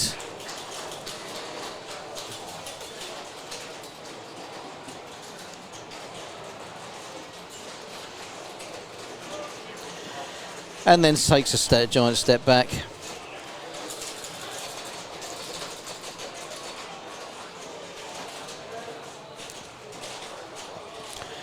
I'm looking forward to seeing how Josh does here. He shows some great skills on Tron.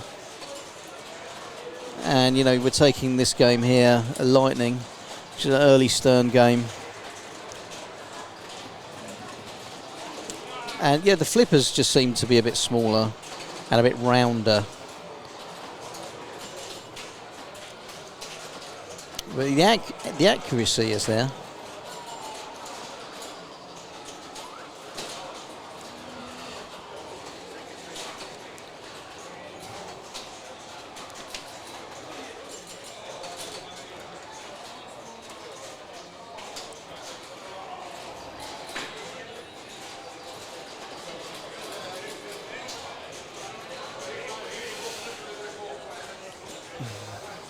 I think the idea with this one is to try and keep it on the upper play field. Just keep it away from those bottom two flippers. Keep it up top. It's a nice catch. Back up top. Yeah, that's all right. That's pretty good. That's good. Inevitably drains back down. I'm going to catch it again. Beautiful catch, actually. Managed to stop that on the post there as well. That was pretty good. Flipper and post. Back up top. Sort of resonates my thoughts on the older games here, which is just keep it away from the bottom flippers if you want to do well. Back up top, left ramp. Coming together. He's got a bit of an audience growing behind him right now, Josh. He hasn't realised it, but there's a lot of people looking to see what he's doing. Not least of all his compatriots in this battle. Step forward, Jeremy Dorling.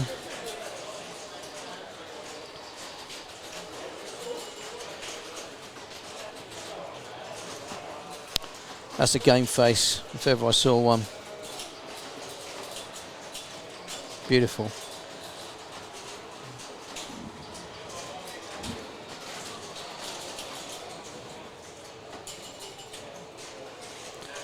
Again, I've got to say, I'm really impressed with Jeremy Dorling's play. It's got really, him and Josh, two completely different styles. But amazing. And in fact, Josh has joined me here in the commentary booth. Hey Josh, how you doing? Yeah, not too bad, not too bad. Thanks for coming over and joining me. I was just talking about you actually. I was just saying how you and Jeremy seem to be having a bit of a battle at the minute, and you've both got two completely different styles. And I was really impressed with how you trapped up the balls on that Tron multi-ball. You had like 4 balls on.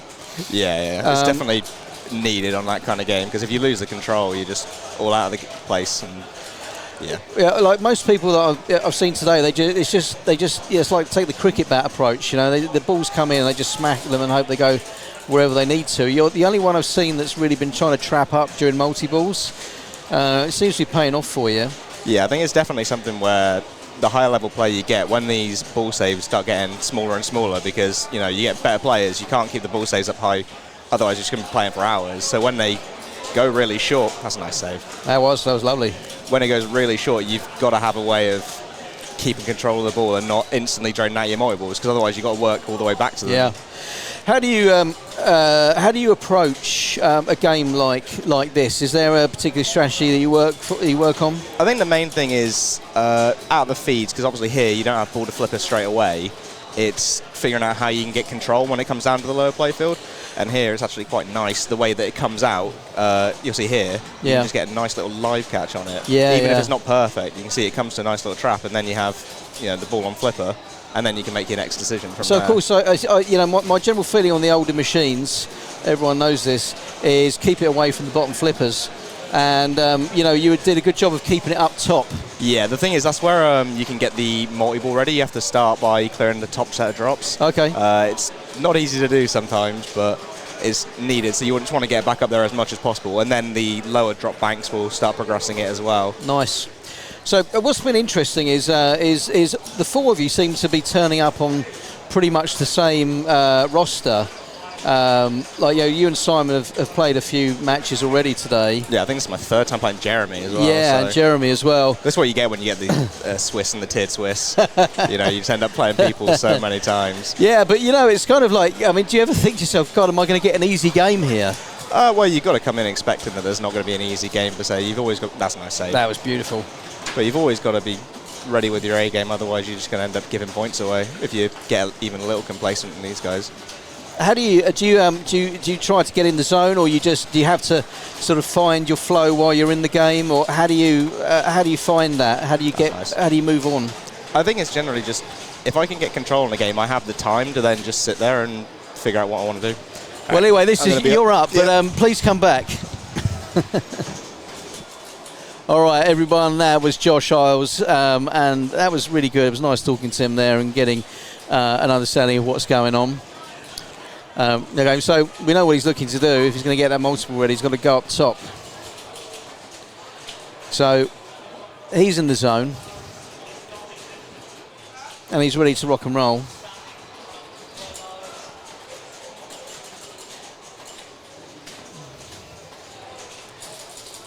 So 75 at the minute. He's second place. Woo. Yeah, boy, can this guy play? So there we go, back up top.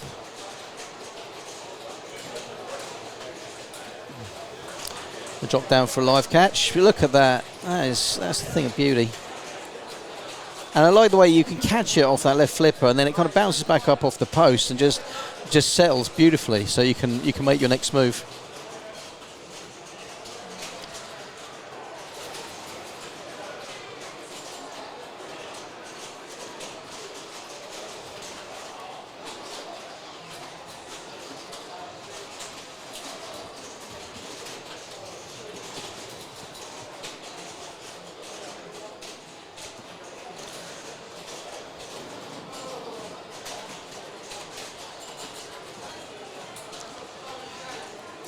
That's a shame, and he's out. That's out. But not bad, he's picked up the score. Right, welcome everyone. Josh is back. He's going to watch Jeremy and see what Jeremy's up to here. Yeah, he definitely needs to get some bonus on the board. You can see the big display in the middle. Yeah. That's the bonus count. And so every drop target will increase that. Okay. So that's why if you can get a lot of drops early, build up that bonus value, then when you start getting your multipliers down the bottom as well. So how do you collect that? How do you collect the bonus? So the bonus multipliers you collect through the U-turn. So wherever it drops the ball down, gotcha. There'll be a little X. You can see there's two arrows. Yeah. Just here in the middle of the playfield, by the score display as well. So if you can go through the lit one, go round the U-turn, when it's lit, then that'll increase the bonus multiplier. I see, yeah. So it's the U-turn goes around the back and he's out. Look at that. He looks at the camera. Looks at the camera with utter disgust. Here we got Ben. I pontificated earlier, Josh, that he was listening to some Kenny G, or perhaps, but it turns out he's listening to nothing, he said. Yeah, no, it's definitely one of those things where sometimes you just want to get rid of the noise around. So getting on some nice noise cancelling headphones just allows you to focus a bit better. Because obviously with a lot of people going around, sometimes it's difficult to phase out the noise around. But yeah, I understand it. Yeah, everyone's going to have their own method.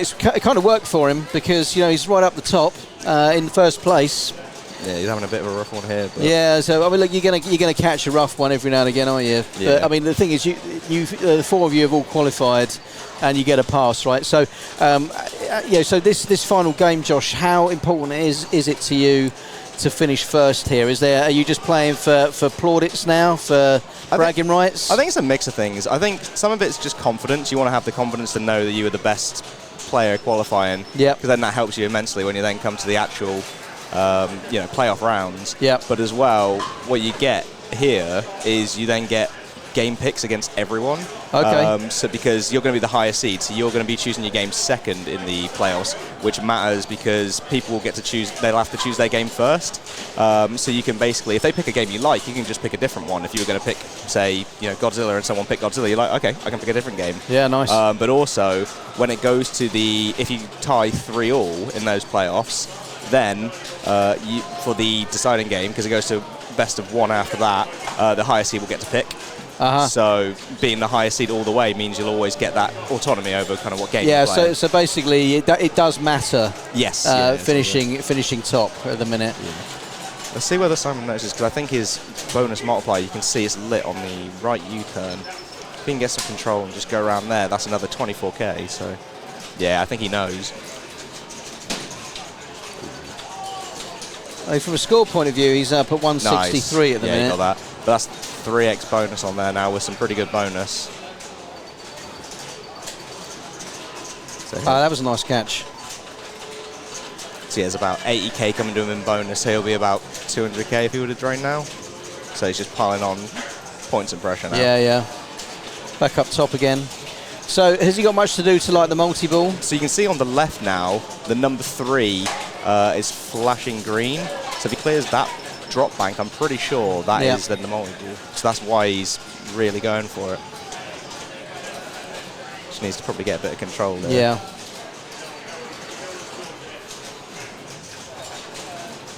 Big for him. And he's out. Josh, you're up. Yep, I got to do something. I'll catch you in a bit. Again, great to have Josh joining me there. Because, the beauty of having someone like Josh coming in is actually he knows what he's talking about. Because, he's, being as good as he is and as astute as he is, he has a good and a firm grasp on all these games, which of course it does help massively. He's got a 20 grand bonus sitting there at the moment before he kicks off, but he's on 243,000 here. No, he's on 163,000. My bad. The target is 243 at the minute, which is Simon Love's score, and Jeremy not doing so well at the moment with 37,000. So. If the seeding's important, as Josh points out, it's going to be super urgent or super important that he has a good ball here.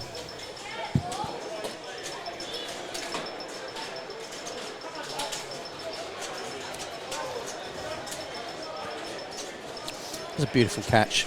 Yeah, keep that ball in control, have a look, see what we need to do, and then do it. Execute.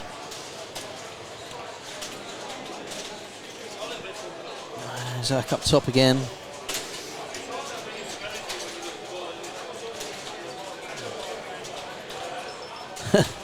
A really nice rally across the bumpers there. There you go, we'll go back downstairs again. It'll be a catch of some description. Look at that, it's such a thing of beauty. Ball still in. Nice little transfer. No, oh no, he's out. It was so much style. There was so much style there, Josh. Yeah, I thought you had it down at the bottom. All of a sudden, it just came and bit you on the backside. Yeah, but I knew I had it in the bonus because I managed to get up to 4x. Yeah. That's why you saw me trap up there. I was counting kind of where I was, how much I needed, just trying to stay calm and realise what extras I needed. Yeah, well, if you're looking at anyone that needs to try and stay calm right now, that's Jeremy.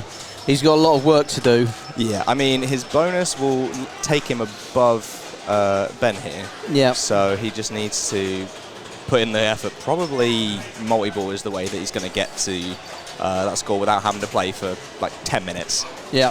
So I think that's probably going to be his aim here. So he's taking a considered approach here. What I notice, certainly with the top players, is there isn't, you're not. He's gone. He's gone. Still though, third place for him. It's third place. So. All right, I'll go grab the I'll catch you in a bit.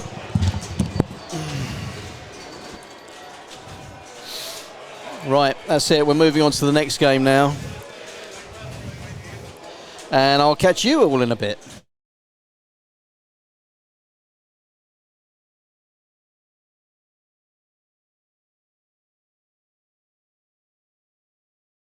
Boom! And we're back. Final round of the day. We're on blackout. Because I'll tell you what, after this, I'm getting blackout drunk. I've got the wife calling me, messaging me, where am I?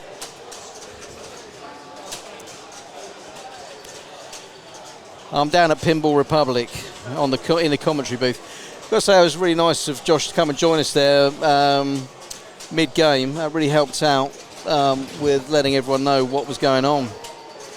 And I certainly appreciated that. So thanks, Josh. Much appreciated, sir. So anyway, blackout. It's an oldie but goodie. Williams, an early Williams. But how early?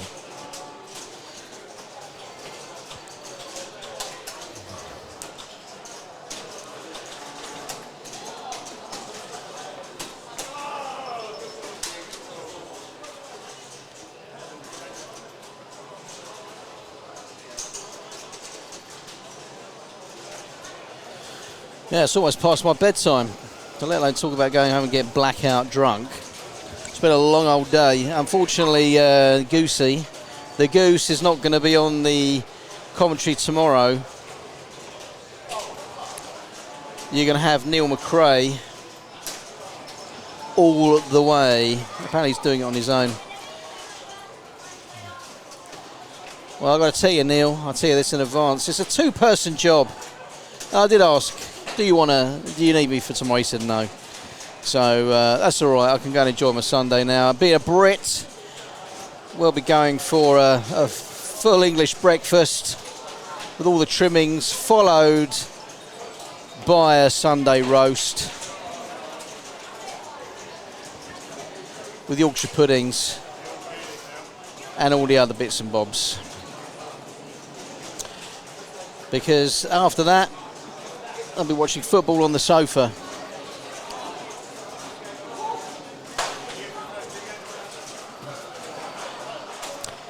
Well, there you go, Simon.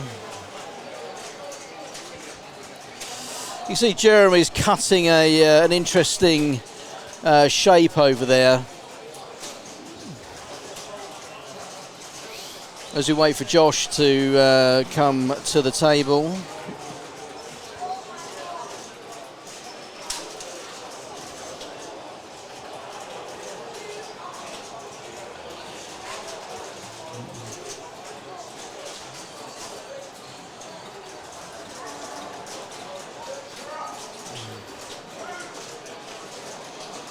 Unfortunately, nothing's updating here, so I'm not able to give you a full update on things. So everything's running a bit slowly. Then we look at the winner of the last round. You've got Josh Isles, who won Disney Tron, and again he won on Lightning, which gives him 14 points. You've got Jeremy Dorling on 10. And Simon and Ben have kind of fallen away a bit. So if they want to try and even the scores out, they're going to have to make good here on Blackout. But we're going to keep an eye on Josh here, who's clearly feeling confident at the minute, and I like his confidence.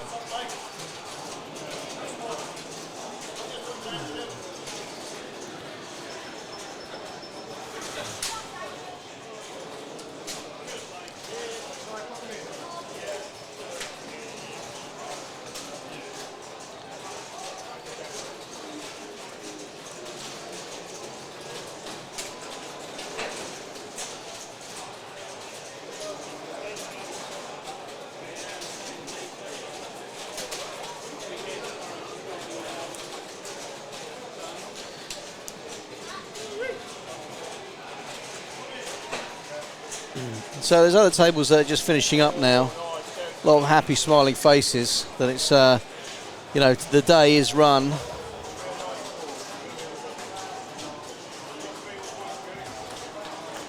So this being the last game right now. So yeah, so as I mentioned there, Josh is on 14, Jeremy on 8. So even if Jeremy wins this, that's going to, well, I mean, that'll put him on 15. So even if Josh finishes last, that'll be joint top, and I don't think either of the other two are going to make any difference here.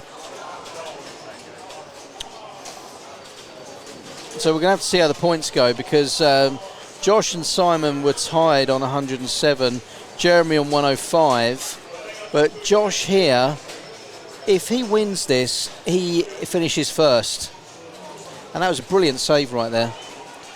So this is a big game for him,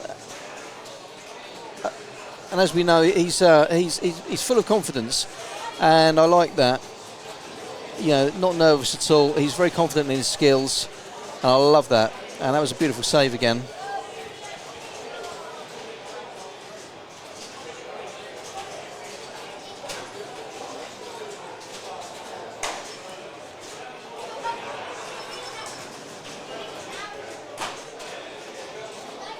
He's happy with that.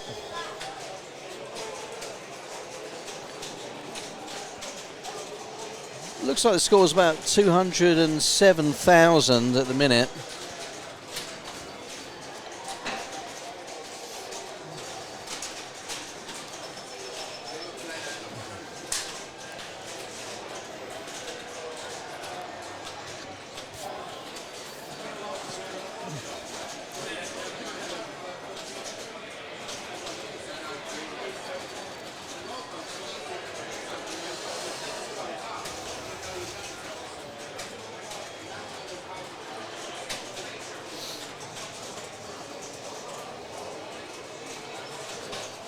Back up top.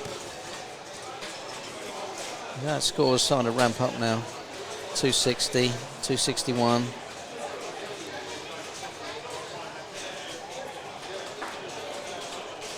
He's looking pretty confident.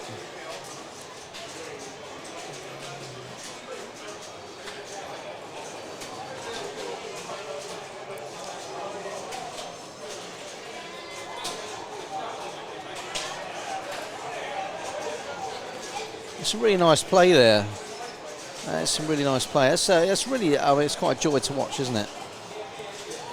I say, talking to myself. That's where it'd be useful to have another commentator on. But anyway, if you're on the, if you come onto the feed, there's a couple of things that you need to know as Josh drains. If you like pinball-related content with the usual subculture and general shenanigans almost on the daily, you can come along and join the Medway Pinball Instagram group, and that is at Medway_pinball. Come along and join up, banter. All the time, we're banter. The banter. We'll join the banter bus. Anyway, here comes Ben.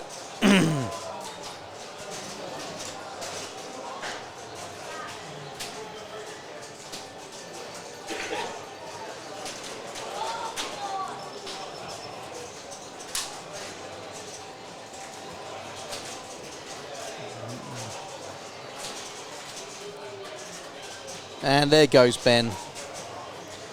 So Ben is going to lose the #1 rank here at the UKCS.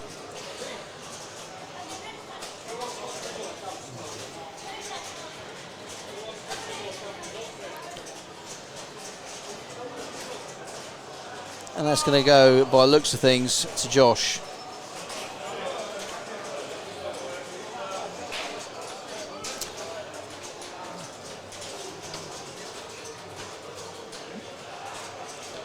Conrad, do you want to join me? You want to come on? Come and sit down. Oh, you're playing, are you? Hang on. Go on, you're on. Just joined by comrades. Right. Not comrades, sorry. We're just having a little watch here. We got Josh back on again, who's kicking some butts. It's Ulf, isn't it? It's Ulf. I've got Ulf. I'm here with Ulf. Where is this going? Oh, it's play 3, is it? So he's Josh is on 30. I think the score, he's here, so it looks like he scores 465. Yeah. I'm on Indies. I have to play. Okay, I'll see you later. Cheers. Yeah, cheers. I thought we'd get Ulf in there. Like anyone that comes around and looks at my screen, I'm going to hand them the headphones because, frankly, you know, I can't do this on my own. You know what I'm saying? I've got to carry myself here, some other people in to banter off of. But Josh is killing it here. He's up 540 and he's leagues ahead of everybody in this group. I think actually he plays the older games really well. There's a testament to his flipper control and why he is where he is. As far as the UK seed and worldwide seed actually. He's just outside the top 200. But I think if you're a UK player, it's very difficult to break into those sort of top tiers because you're in the UK and we're a lot more fringe on the sport than in America, American cousins, where, you know, the pinball's big time. Over here, it's really niche. There's not a lot of places you can go and play. And when you do go and play, you know, we're running on thin air and bread crusts.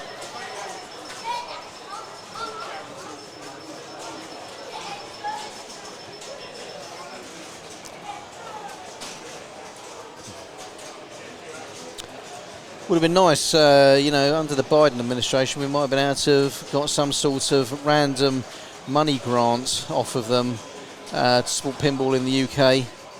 Sadly, the Doge team has put an end to spurious NGOs and wasted money that could have been coming down here to Pinball Republic to help boost the scene. But yeah, look, Josh is now, I think he's now actually, he's kind of gone beyond, he's just showboating now. His score up in the 600s.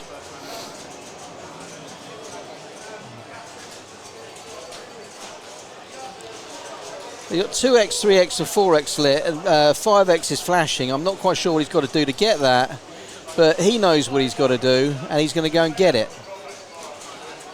I'm just keeping an eye on that at the moment. But it looks like whatever needs doing, it's left flipper and back up to the top. Trap up. There we go. Okay. Still looking at 5x. There we go. Back up to the top again. Changing them. Yeah. Okay. There's a lot going on here.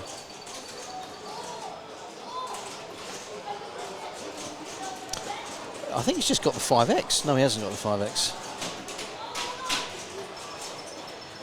Back up to the top.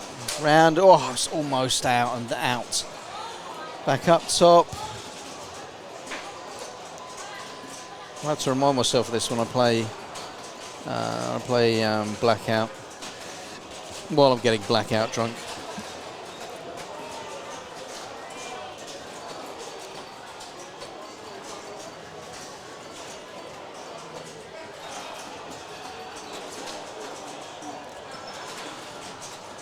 Nice. And round it goes. That's going to... Oh! I do not like it when you orbit left to right. That seems like a very dangerous game to play. Right to left, however, we've got you all day.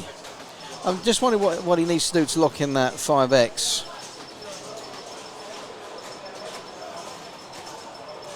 There's one more arrow to pick up on that left bank.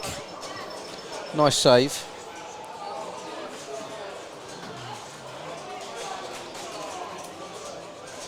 Back up top, round again.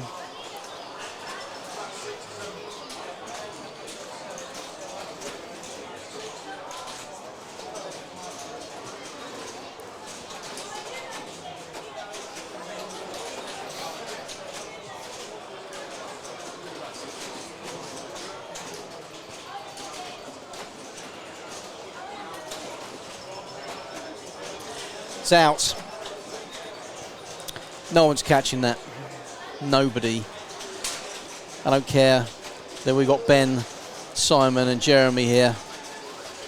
Hello, Jeremy. We've got it all to do here. But I don't care. No one's beating that. Nobody. I can't even read the score properly from here. But it's big. I think he's rolled it. I think he's rolled the game. Just liberties, pure liberties.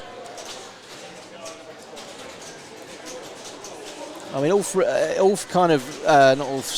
Jeremy really needs to put something down here.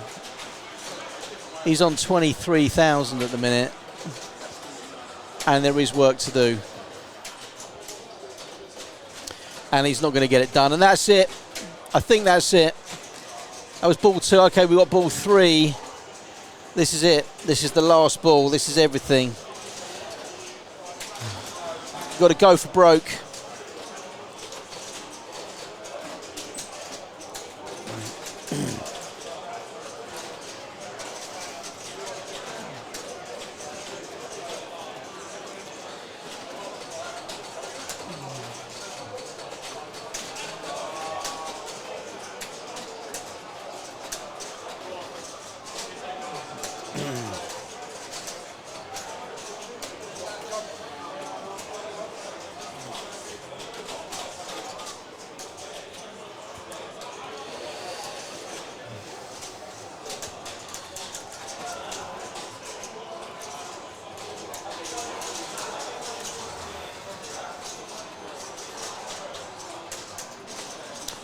So with the allocation of points with Ben here, if he pulls something out of the hat, a rabbit out of the hat, and gets 7 points,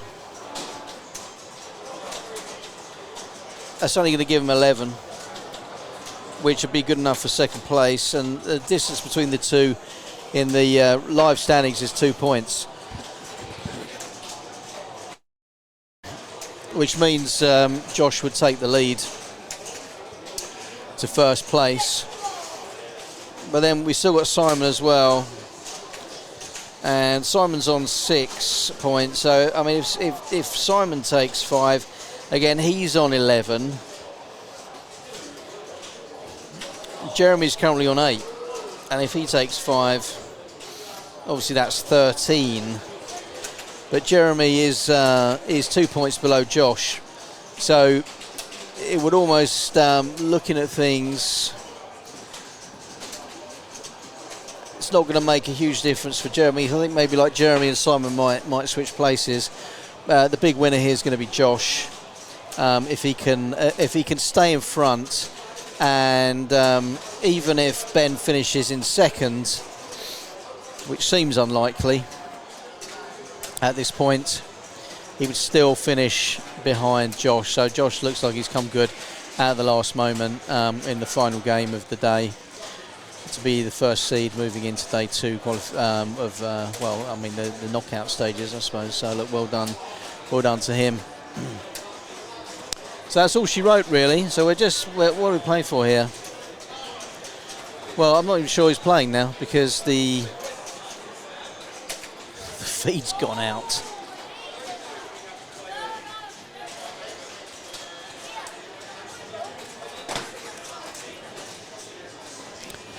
I have to look around the corner and see who's on point. Who's on point? We don't know. We just don't know.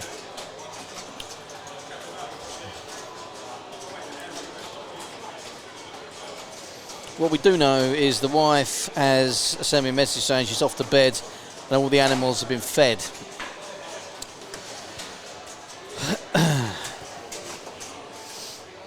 Good news, because that means I can get blackout drunk. Yeah, I've just taken a peek around the side. Ben's still on point here. 198 thou. So he's moved into second place. Wayne Jones, Brad Atwood, Pete Bennett and Will Jarvis to the front desk, please.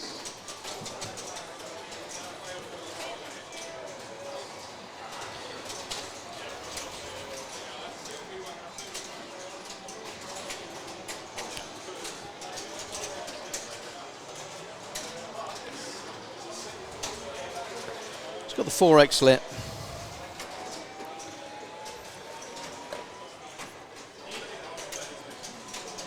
Like the 1, 2, 3.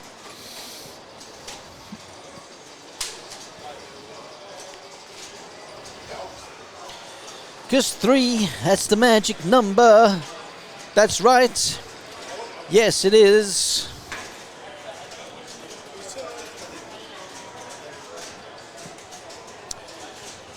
Somewhere in this hip-hop soul community.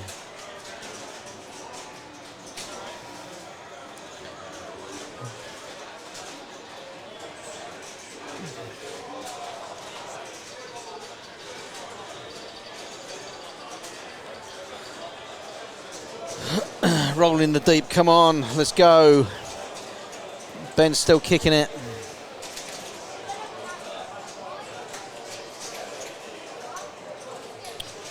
Unless, of course, I suddenly looked away and someone else has come on to start playing, because that score has not moved and that ball has definitely moved.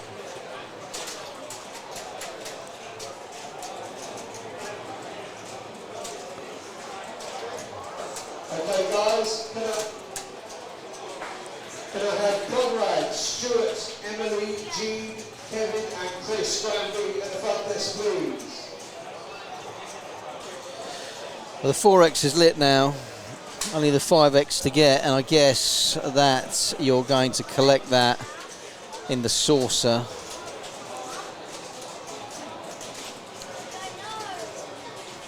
Maybe. Just looking at what's flashing. We've got target score on the left. We're up top again, gonna like the 3. Gotta go up top now and close that one out.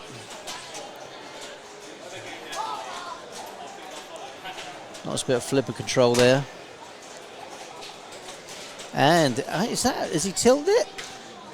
Did he tilt that because the ball's gone? Did he tilt it?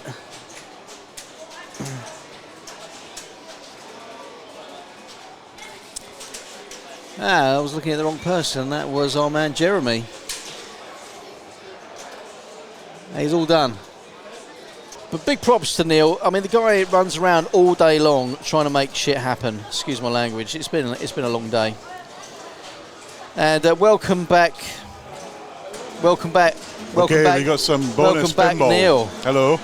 So this is a tie for the last qualifying spaces. What? If you're not in the first round, you don't necessarily have to be at 9:30. If you miss the start of your round, don't be upset when the ball gets punched.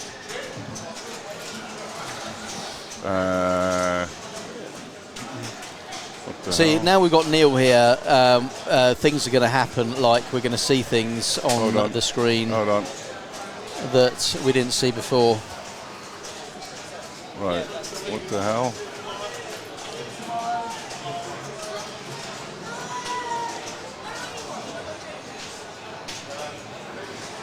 Don't need that. We don't need that. Okay. Is this actually going out? It is. Okay. Cool. So we're going live, like the Saturday morning children's show. It should be live.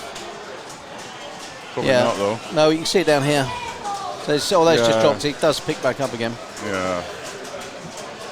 Have we got anything which shows the chat, the Twitch chat? Yeah, Neil? it's here, but no one's watching. 'cause it No keeps one's watching. It's because it keeps dropping out. When that happens, people tend to go elsewhere. We have 11 viewers. Say hi on chat, viewers. Let's find out who's in the room. Come on, because we're... Right, okay, this is Chris Granby. And they're playing for the last spots in the final. There's 6 players. There'll be 2 3-player games. And there's 4 spots. So basically, we'll play all the games. Whoever's got the top 4 scores will get a place.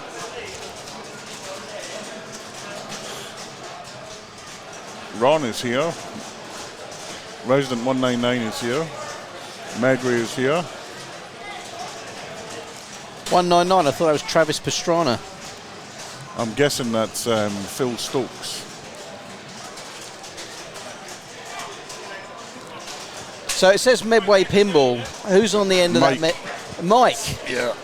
He's in Hawaii. He's been watching all day. I know, he's in his jet plane with his, With his ladies of the night. His bevy And his champagne. of women and champagne.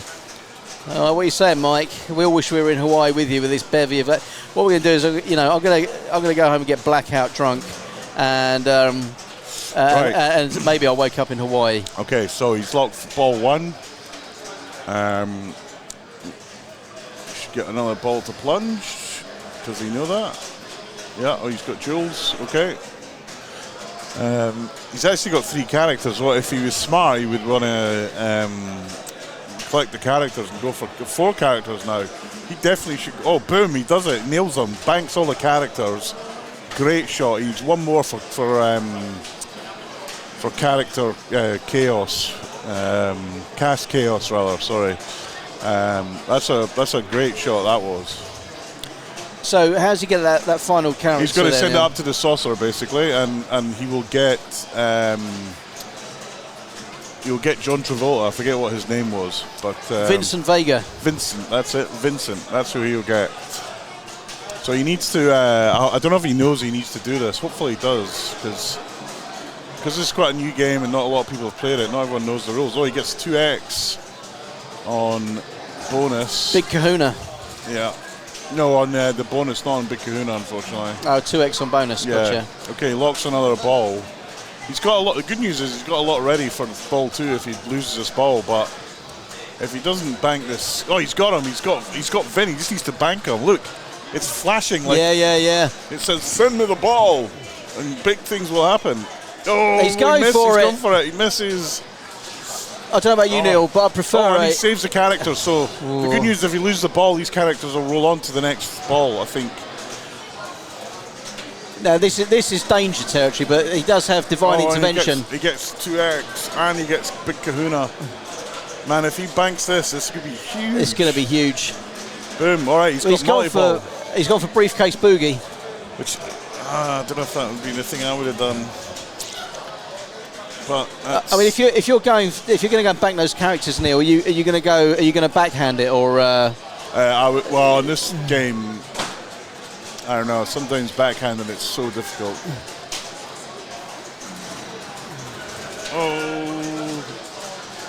Oh, he needs one more for multi-ball. He's sending up there, but that's just sending it to danger, basically. I mean, he's got 2 great options. Sends it up there again. Yeah, I mean, he's got multi-ball ready. He's got multi-ball ready on. In fact, I think he's got 2 multi-balls ready, and cast chaos. Yeah, ready. I mean, he just got the needs to whole hit lot. the freaking shot. Doesn't it was quite almost get up there. Doesn't quite get it up there. Right, I mean, look, he keeps hitting up that. Look, man, that's just mad. Stop doing that. I mean, it looks like he's locked in Big Kahuna again. He's lit it. Yeah, he's lit Big Kahuna. But I said, that's it. We're in. He's got multi-ball now. Now, if he gets multi-ball, can he still bank Vincent? No, he's banked. No, he can't. He can't. That's it. I'm pretty sure he can't. It stops all the other play, and the multi-ball takes over. And this is a great ball. I'm just nervous that there's like a big smorgasbord of points that you could bank. That if you can't bank it. So he needs to be hitting the ball up that lane, which he does. That moves him on to the next part of this mode. Beautiful.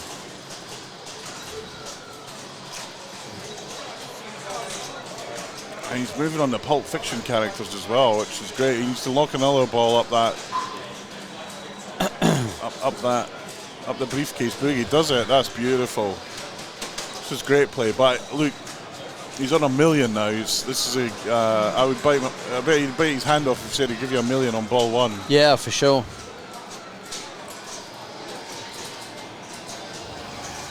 Oof. I just hope he gets Cast Chaos going, because I've got a horrible feeling it doesn't carry over. I don't think it carries over. That's my feeling. He's got to lock it in. I think he'll still get the players. All right, he's back in single ball. No, he's not. I thought he was back single ball play, but he's not. He's above the target score, which is just over $1 million. Yeah, I mean this is a great first ball. I'm going to make a prediction. This is it. No one's going to beat the score. That's my prediction. Yeah, I'm calling it now. He's still got 2x running. What a ball. Gets a well-earned clap. Well, that was worthy of it. Look, everyone knows that. What a great score that was. This bonus is going to be chunky as well. I think he's got 3x on it. 2x. Oh no, just 2x. Okay, 100k, bang, 2.3 million. Yeah. I'm calling it now. No one's going to beat that score. I don't think anyone's taken that down either, Neil. I would agree with you completely. But we got the young whippersnapper, part of the family of pinballers. You could probably show up about 10:30.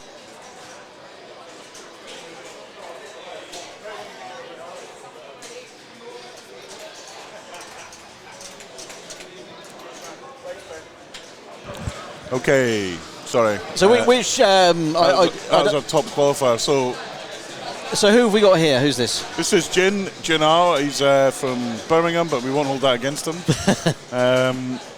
He locks a ball in the pawn shop. Oh, he's got 2 balls locked in the pawn shop, so he's obviously going for pawn shop. Yeah. Which is a brave strategy. It's not a bit, unless you keep the molly ball going for a long time. It's hard to get points on it. Youngish. Okay. Younger That's than me. danger. He's in danger now. That ball's loose. Needs to get it under control. Oh, boom. All right, roll scene. No. Yeah. Did he roll scene or did he? No, he banked one of the characters. So really, to build points on this game, Neil, where should he be going? He should be going for the modes up that same shot. Yeah. The modes are where all the points are in this game. Oof. And he's gone. It's out. He's gone. Be cool. So there's also a 4-player game of Deadpool going on for the first round buys. Oh, look who we got. Comrade Chambers, Father Christmas. Yeah, and look at that t-shirt he's wearing. It's so fucking cool. UK Home tickets on sale 1st of July. British Masters tickets on sale now and selling out promptly. Right, here we go. Conrad, I played this game with Conrad. He struggles with it. It's not a game he naturally orientates towards. I mean, it's brutal anyway. Yeah, it's a tough game, yeah. It's one of those games where, like, 1 week I put 82 million on it, the next week I put 82k on it. Yeah. Right, and there you go. That is why this game is... Yeah. He got away with that. How did he do that? Okay, collects another character. Jules. Nah. Take it easy. I didn't qualify, for those that want to ask. I had a terrible first 2 rounds and a terrible last round. Just didn't play well enough. Right, here we go. 2 characters lit. Yeah. He wants to cash them in if he can, and then hit the save button to save them. He's also got Big Kahuna flashing its flasher off right now. I mean, you need that big kahuna. Well, he You know. doesn't want to get it now because he's in nothing. He'll just get a lot of switch hits at 2x. Okay, Right. that's more like it. Gets to banks 2 characters.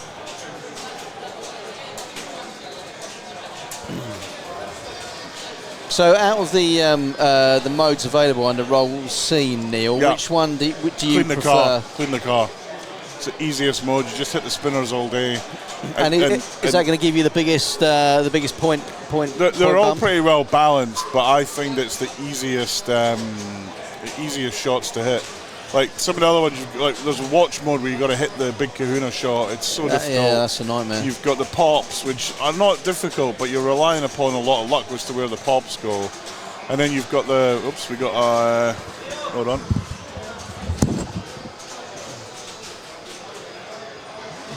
Put your hands up in the air like you just don't care. Not really sure what's going on here. I guess we're going to find out.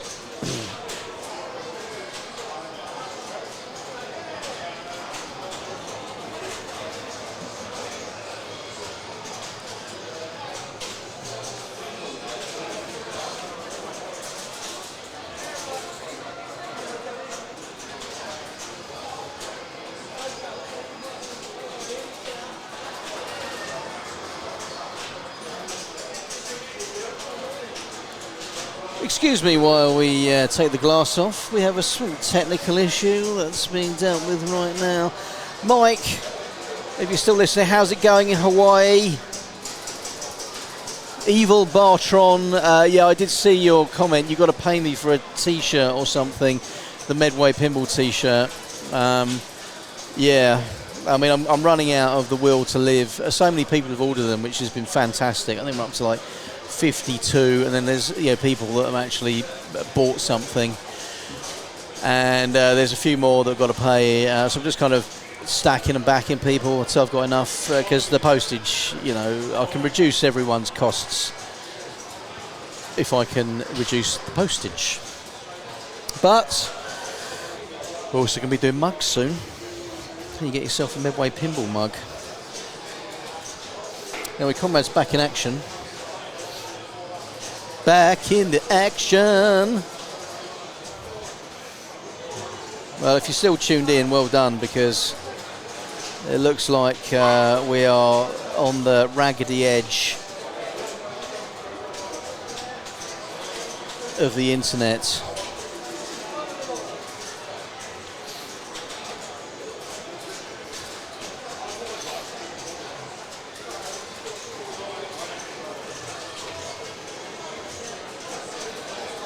The raggedy edge. Every time you think you're back, you're not. I mean, we're 675 kilobytes a second. Crikey. Is anyone still here? Undrafted Granby blowing it up, says Preston Pinball.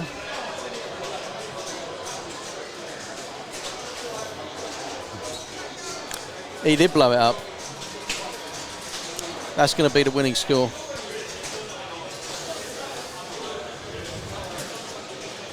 Kind of looks like Comrade's back.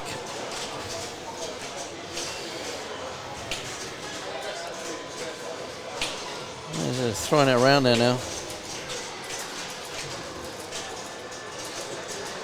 Do. Get your messages in if you're still tuned in.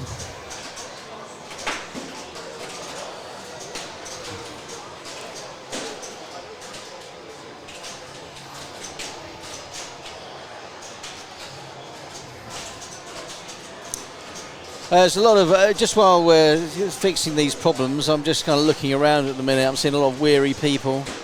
Everyone's, I mean, we're down to 7, we're now dropped out. There we go, we're back, 1774 kilobytes. It ain't great if you're still tuned in. Is anyone still tuned in? You won't be able to see this, but there's about 20 people around Pulp Fiction at the minute. And I have a feeling that it has broken down, which is going to be really, really bad news for undrafted Granby, who was blowing it up. Because if that is in fact the case, I would be gutted knowing that I'd pretty much won that round and then the machine goes technical.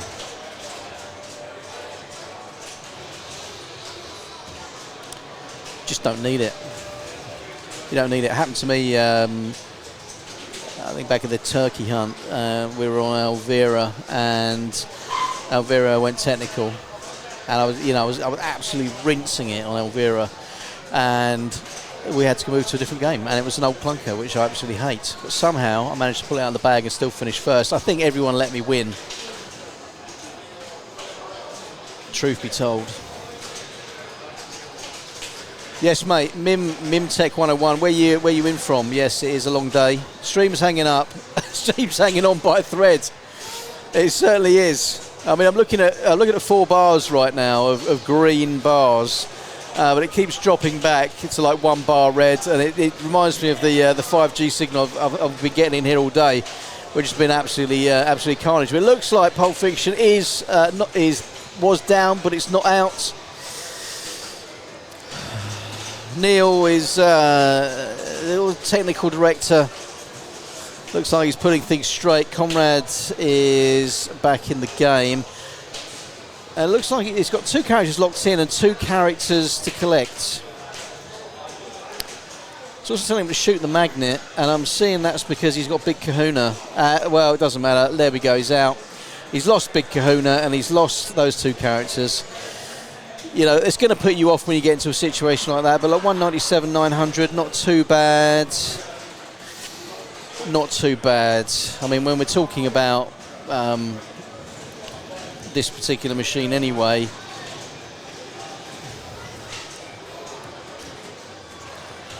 $1 million is your target. And yeah, an intermediate score on this is 740,000 right now. So, I mean, if you're getting over 740,000, he's got a 303. Mean average for the game is 471, 809.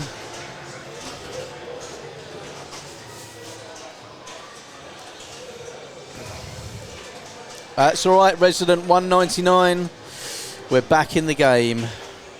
Oh, Malk on Mimtech 101. How you doing, mate? Yeah, still here.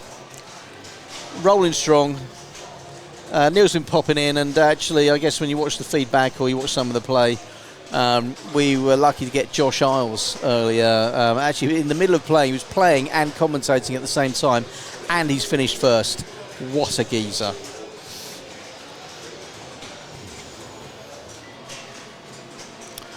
Most of Pulp Fiction's lit. 3 letters to light.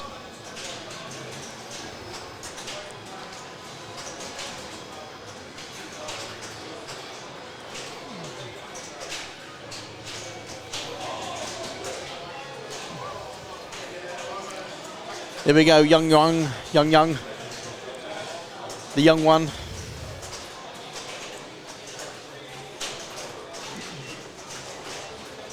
Great hair. From the man from Birmingham.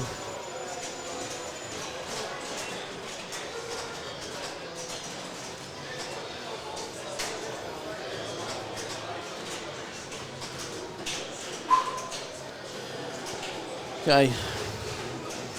Back in the multi-ball zone with Pawn Shop. Pawn Shop is closed.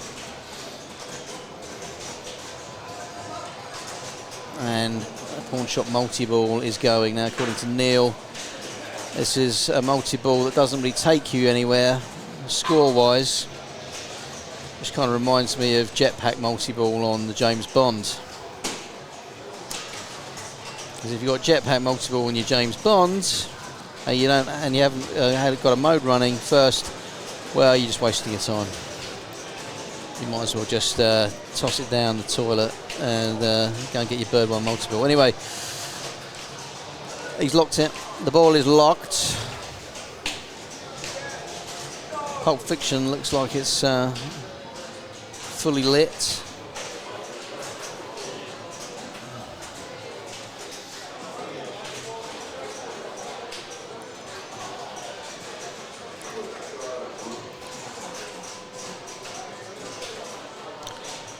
Bada bing, bada boom, bada boom. And we're out.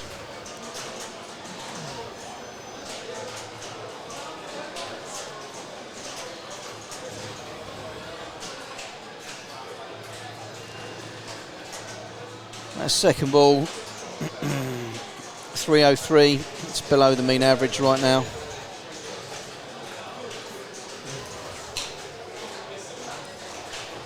Then we've got one ball to play here. I like Conrad's back.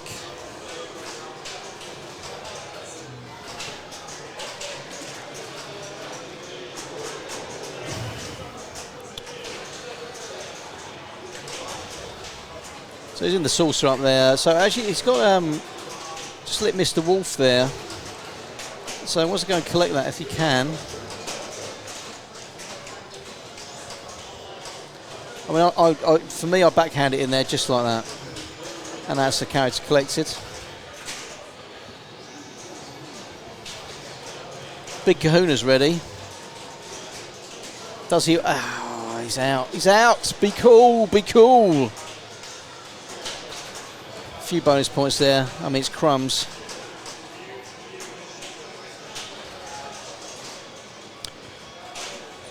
Ball 3, here we go.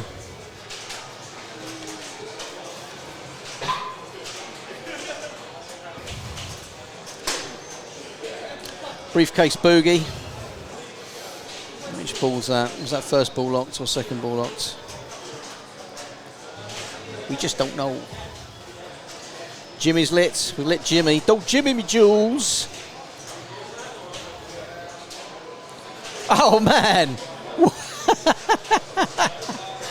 I'll take that every day. And twice on Sundays. What a save! What a save from the post!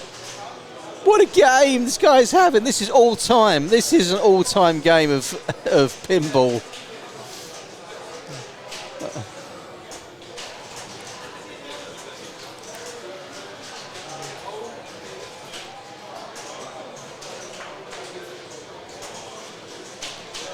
Nice. Ah, well, there you go. Look, that can happen. That can happen. In the brutality of it, but like, there's a lot of luck came. A lot of luck came his way. And at 2.6, I mean, look, on any given day, that is a really good score.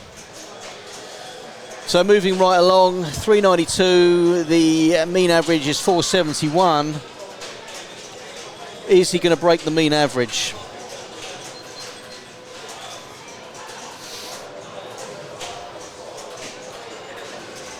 Okay. I'm not sure if that was Big Kahuna or not. I mean, we hit the saucer. It doesn't normally. You need something to be happening for that to happen. I can't. You know, I've got. We've got one of the Big Kahunas lit at the top, which could now be X3. But he started BMF wallet. This can pay big. This can pay big. You can really bump your score up with this one. He's got to be cool though. I mean, he's going to lose it. If it tilts, he's going to lose. He's going to be cool. This is it. That's the last warning. And he's tilted. That's a shame because BMF, you can really bump your score up on BMF. And actually, he did anyway. Look, we're up on 720, which is just about the intermediate score for this game, if you're playing it. Going to wait for that to settle down before Conrad gets up on the pinball ocky. He's like the Luke Littler of pinball. Yeah, Grampy's playing with house money. Yeah, that's absolutely right, Preston Pinball.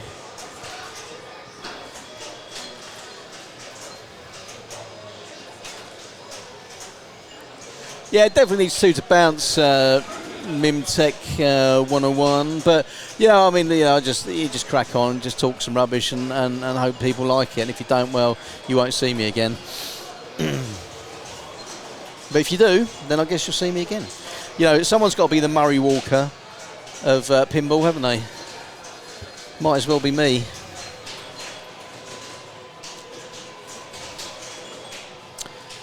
So there we go, the Luke Littler of pinball, Conrad Chambers.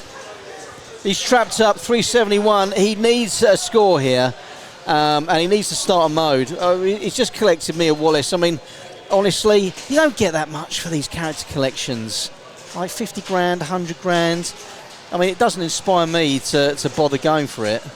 But then, I'm not playing, and I guess, all points are important points at this point. He's locked one for the pawn shot multi-ball. But look, it looks like he's got briefcase boogie ready. I think that's the second ball he needs to lock in there. If he can take it there, that's going to be his best chance of bumping the score up right now. Although roll scene is flashing.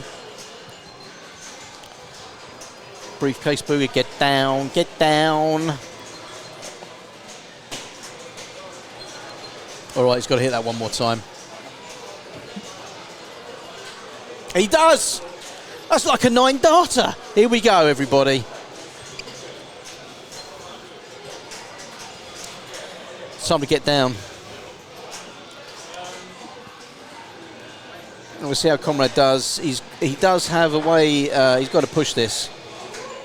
He's got to push it now.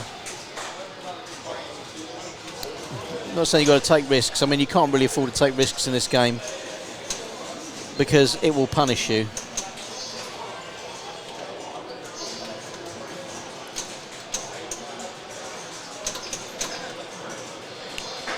Murray Walker used to get everything wrong, yeah. And have you listened to my commentary today, Preston Pinball? There was one time when I was calling someone else for an entire ball.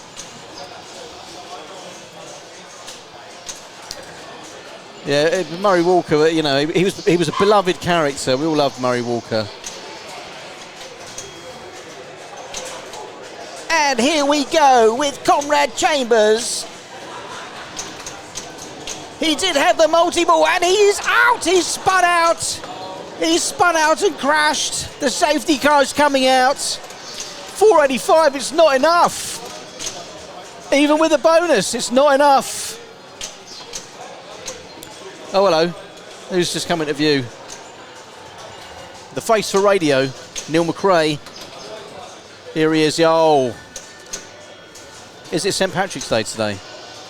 I went to McDonald's and they were doing a Shamrock milkshake. I mean, not that I had it, but they actually, the name outside didn't say McDonald's, it said Mike's. And I wondered to myself what was going on.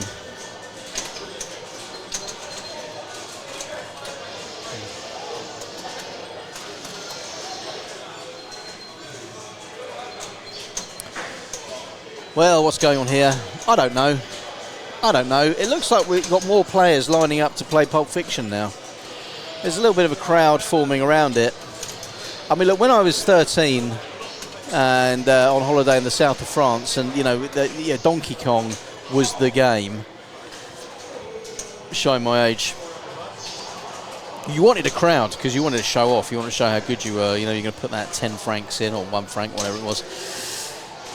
And you wanted a crowd because you wanted people to know that when you put your initials in, who you were, and it meant a lot. Like these days, I'm just like, dude, leave me alone. I'm just playing a game on my own. Please don't watch me. Don't need the crowd. Well, it looks like we're playing off. There's another playoff here, and I don't have Neil or anyone to tell me who these people are. And when we talk about like Murray Walker, I'll take anyone on the anyone on the feed can tell me who's up here, because I don't know. Ready Player 2 is all I know. And that's a quick drain. It's a Drano.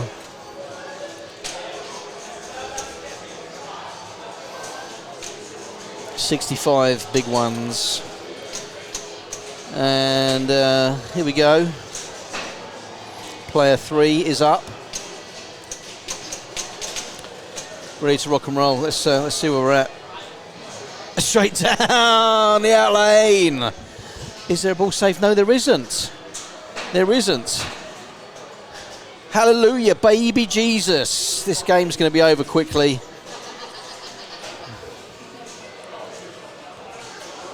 Well, everyone's punching well below the mean average here. Someone needs a good ball. Someone can step up here, by the looks of things, and take it on. I mean, look, if you're not used to playing this game, actually, it can be brutal. You're not going to get much of a score, but then you kind of have to revert back to type when it comes to pinball, and just look at what's flashing, and then just hit that. I mean, the rule set on this isn't too complicated, which I think was a part of the way they set this up. I mean, it's complex enough, but it's not complicated like Avengers, Infinity Quest, where, you know, you're just grafting for no points unless you know exactly what you're doing. But yeah, we're still in here.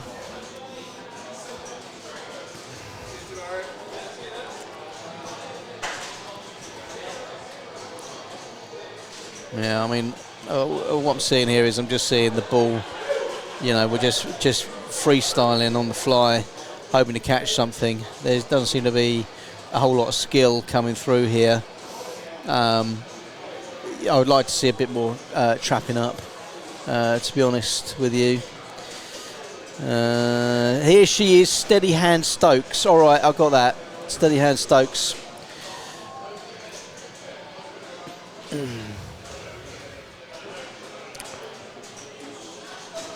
Yeah, I want to see a bit more trapping up. I mean, look, there's two things you really need to be focusing on here, and that is your multi-ball, your briefcase boogie, and your roll scene.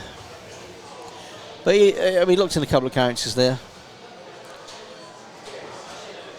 and you know, he's moving slowly towards the mean average of 471,000. So this must be Steady Hand Stokes. Steady Hand Stokes.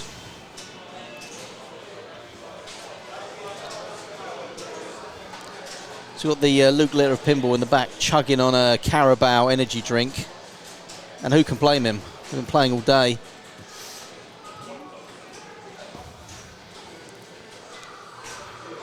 Not too steady there. I think a part of this game is really knowing how to work that centre post and having a bit of trust in it. That actual fact, yeah, if the ball's going down the middle, you don't want to be trying to nudge the game left or right. You want to be nudging it up at the time the ball hits that centre post to bring it back into play. Easier said than done, but when it's done, it does look good. All right, here we go. Kevlar, maybe. I'm seeing Kevlar from Preston Pinball, but again, that could easily have been the first guy. Player 3, anyway. It's got Big Kahuna lit. Does he know what to do with it, though? That's the thing. Because with Big Kahuna lit, you're going to 2x your playfield, so that would be a really good thing to get right now. Nope. It's down and out in Beverly Hills. As we move back to player number 1. The Uno. Oh, yeah, the Uno. Deep breath. You're in the lead. Got to make it count. You don't need to do too much to break the mean average, but you know, a good third ball here would make all the difference.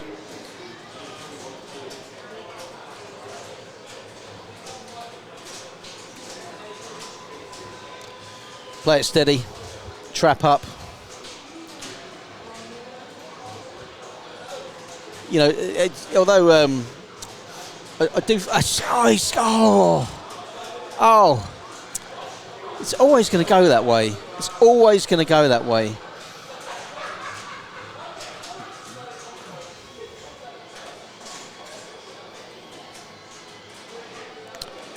.422, just under the mean average.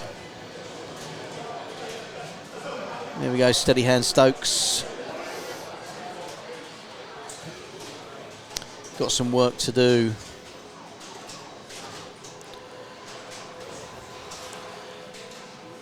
By the way, I just want to say a big shout out to Sarah Vince, who was making cheese rolls of various descriptions for about 4 hours yesterday to feed the masses.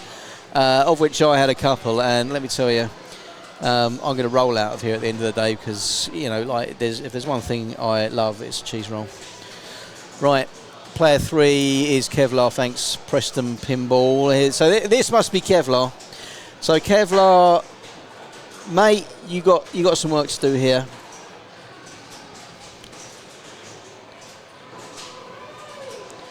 All right, nicely into the saucer. That's going to give you Mia. That's worth about 50,000. It's not a lot, but again, I'm just trying. You need to get that roll scene going. You've got to get a roll scene. If you're going to compete, that's what you need to go for. So Neil had recommended one or other. It's the spinner one. For me, I like BMF wallet. I think you can really go to Tinseltown with BMF wallet. Personally, I like to backhand in off the right-hand flipper. I find that, for me, I find better control and less likelihood of a drain. So we've got a roll scene. We've awarded Mr. Wolf. Okay, so we've got to get back up there again. That's where we need to be going. But okay, well, he's got briefcase boogie going. I mean, that's a ball locked. Ball 2 locked. He's got to get the third one for a multi-ball, so that's certainly going to help.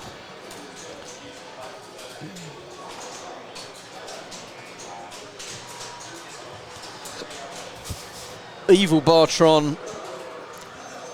I don't know if you're asking me or telling me, but it's too late in the day for me to even care.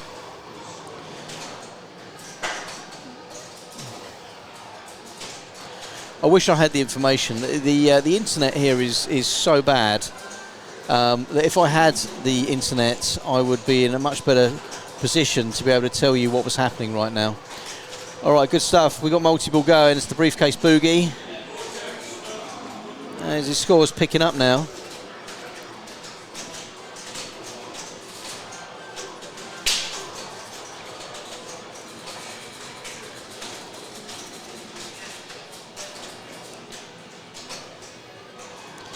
Oh, there's a nice little trap up there, actually. It's off the centre post. Let's have it. Oh, well, you know, what God giveth, he taketh away again. That was nice, though. Really nice. That was nice to see. He probably was thinking how great that was and then lost concentration temporarily, because that's certainly how I would have played it. Just thinks of what crazy... Anyway, he's out. He's down, he's out. 406 thou, though. Where's the bonus going to put him? Is it going to be enough? 448,460 versus 422,860. That's your one. That's the one out of nowhere. It's Kevlar. Well done, Kevlar. Well done. Nice job. Nicely done, sir.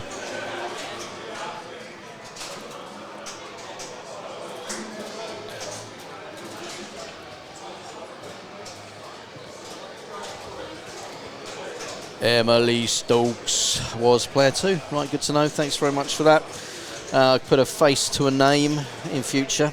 I was calling this girl Kate Emily earlier, and I was looking at the wrong machine. So we're talking about Murray Walker. I'm definitely Murray Walker. Just to confirm, in those playoffs, for the 2 buys, Wayne and Brad got the 2 buys, Will and Pete had 1. And on the bubble cut-off, Chris Granby, Gene or Conrad Chambers and Kevin Donovan have made it through to tomorrow's finals. Commiserations to Stuart and Emily, who got very close to the quite ready yet. Yeah, Stuart and Emily didn't make it through. For those of you in the first round tomorrow, check-ins between 9 and 9:30, same as today. Right, well, I think that's it now. I mean, the club is pretty much emptied out, all bar the people. Kevlar's just walked past me. He's got a smile on his face. Nice result there for such a long day. But anyway, I think that now brings an end to the cast. And thanks very much for tuning in to everyone. Thanks to Malcolm. Thanks to Preston Pinball. Thanks to Evil Bartron. And anyone else that tuned in to the live. I do appreciate that. And just remember, if you're on the Instagram, you can come along and follow us at Medway_pinball for general daily pinball banter and related subculture.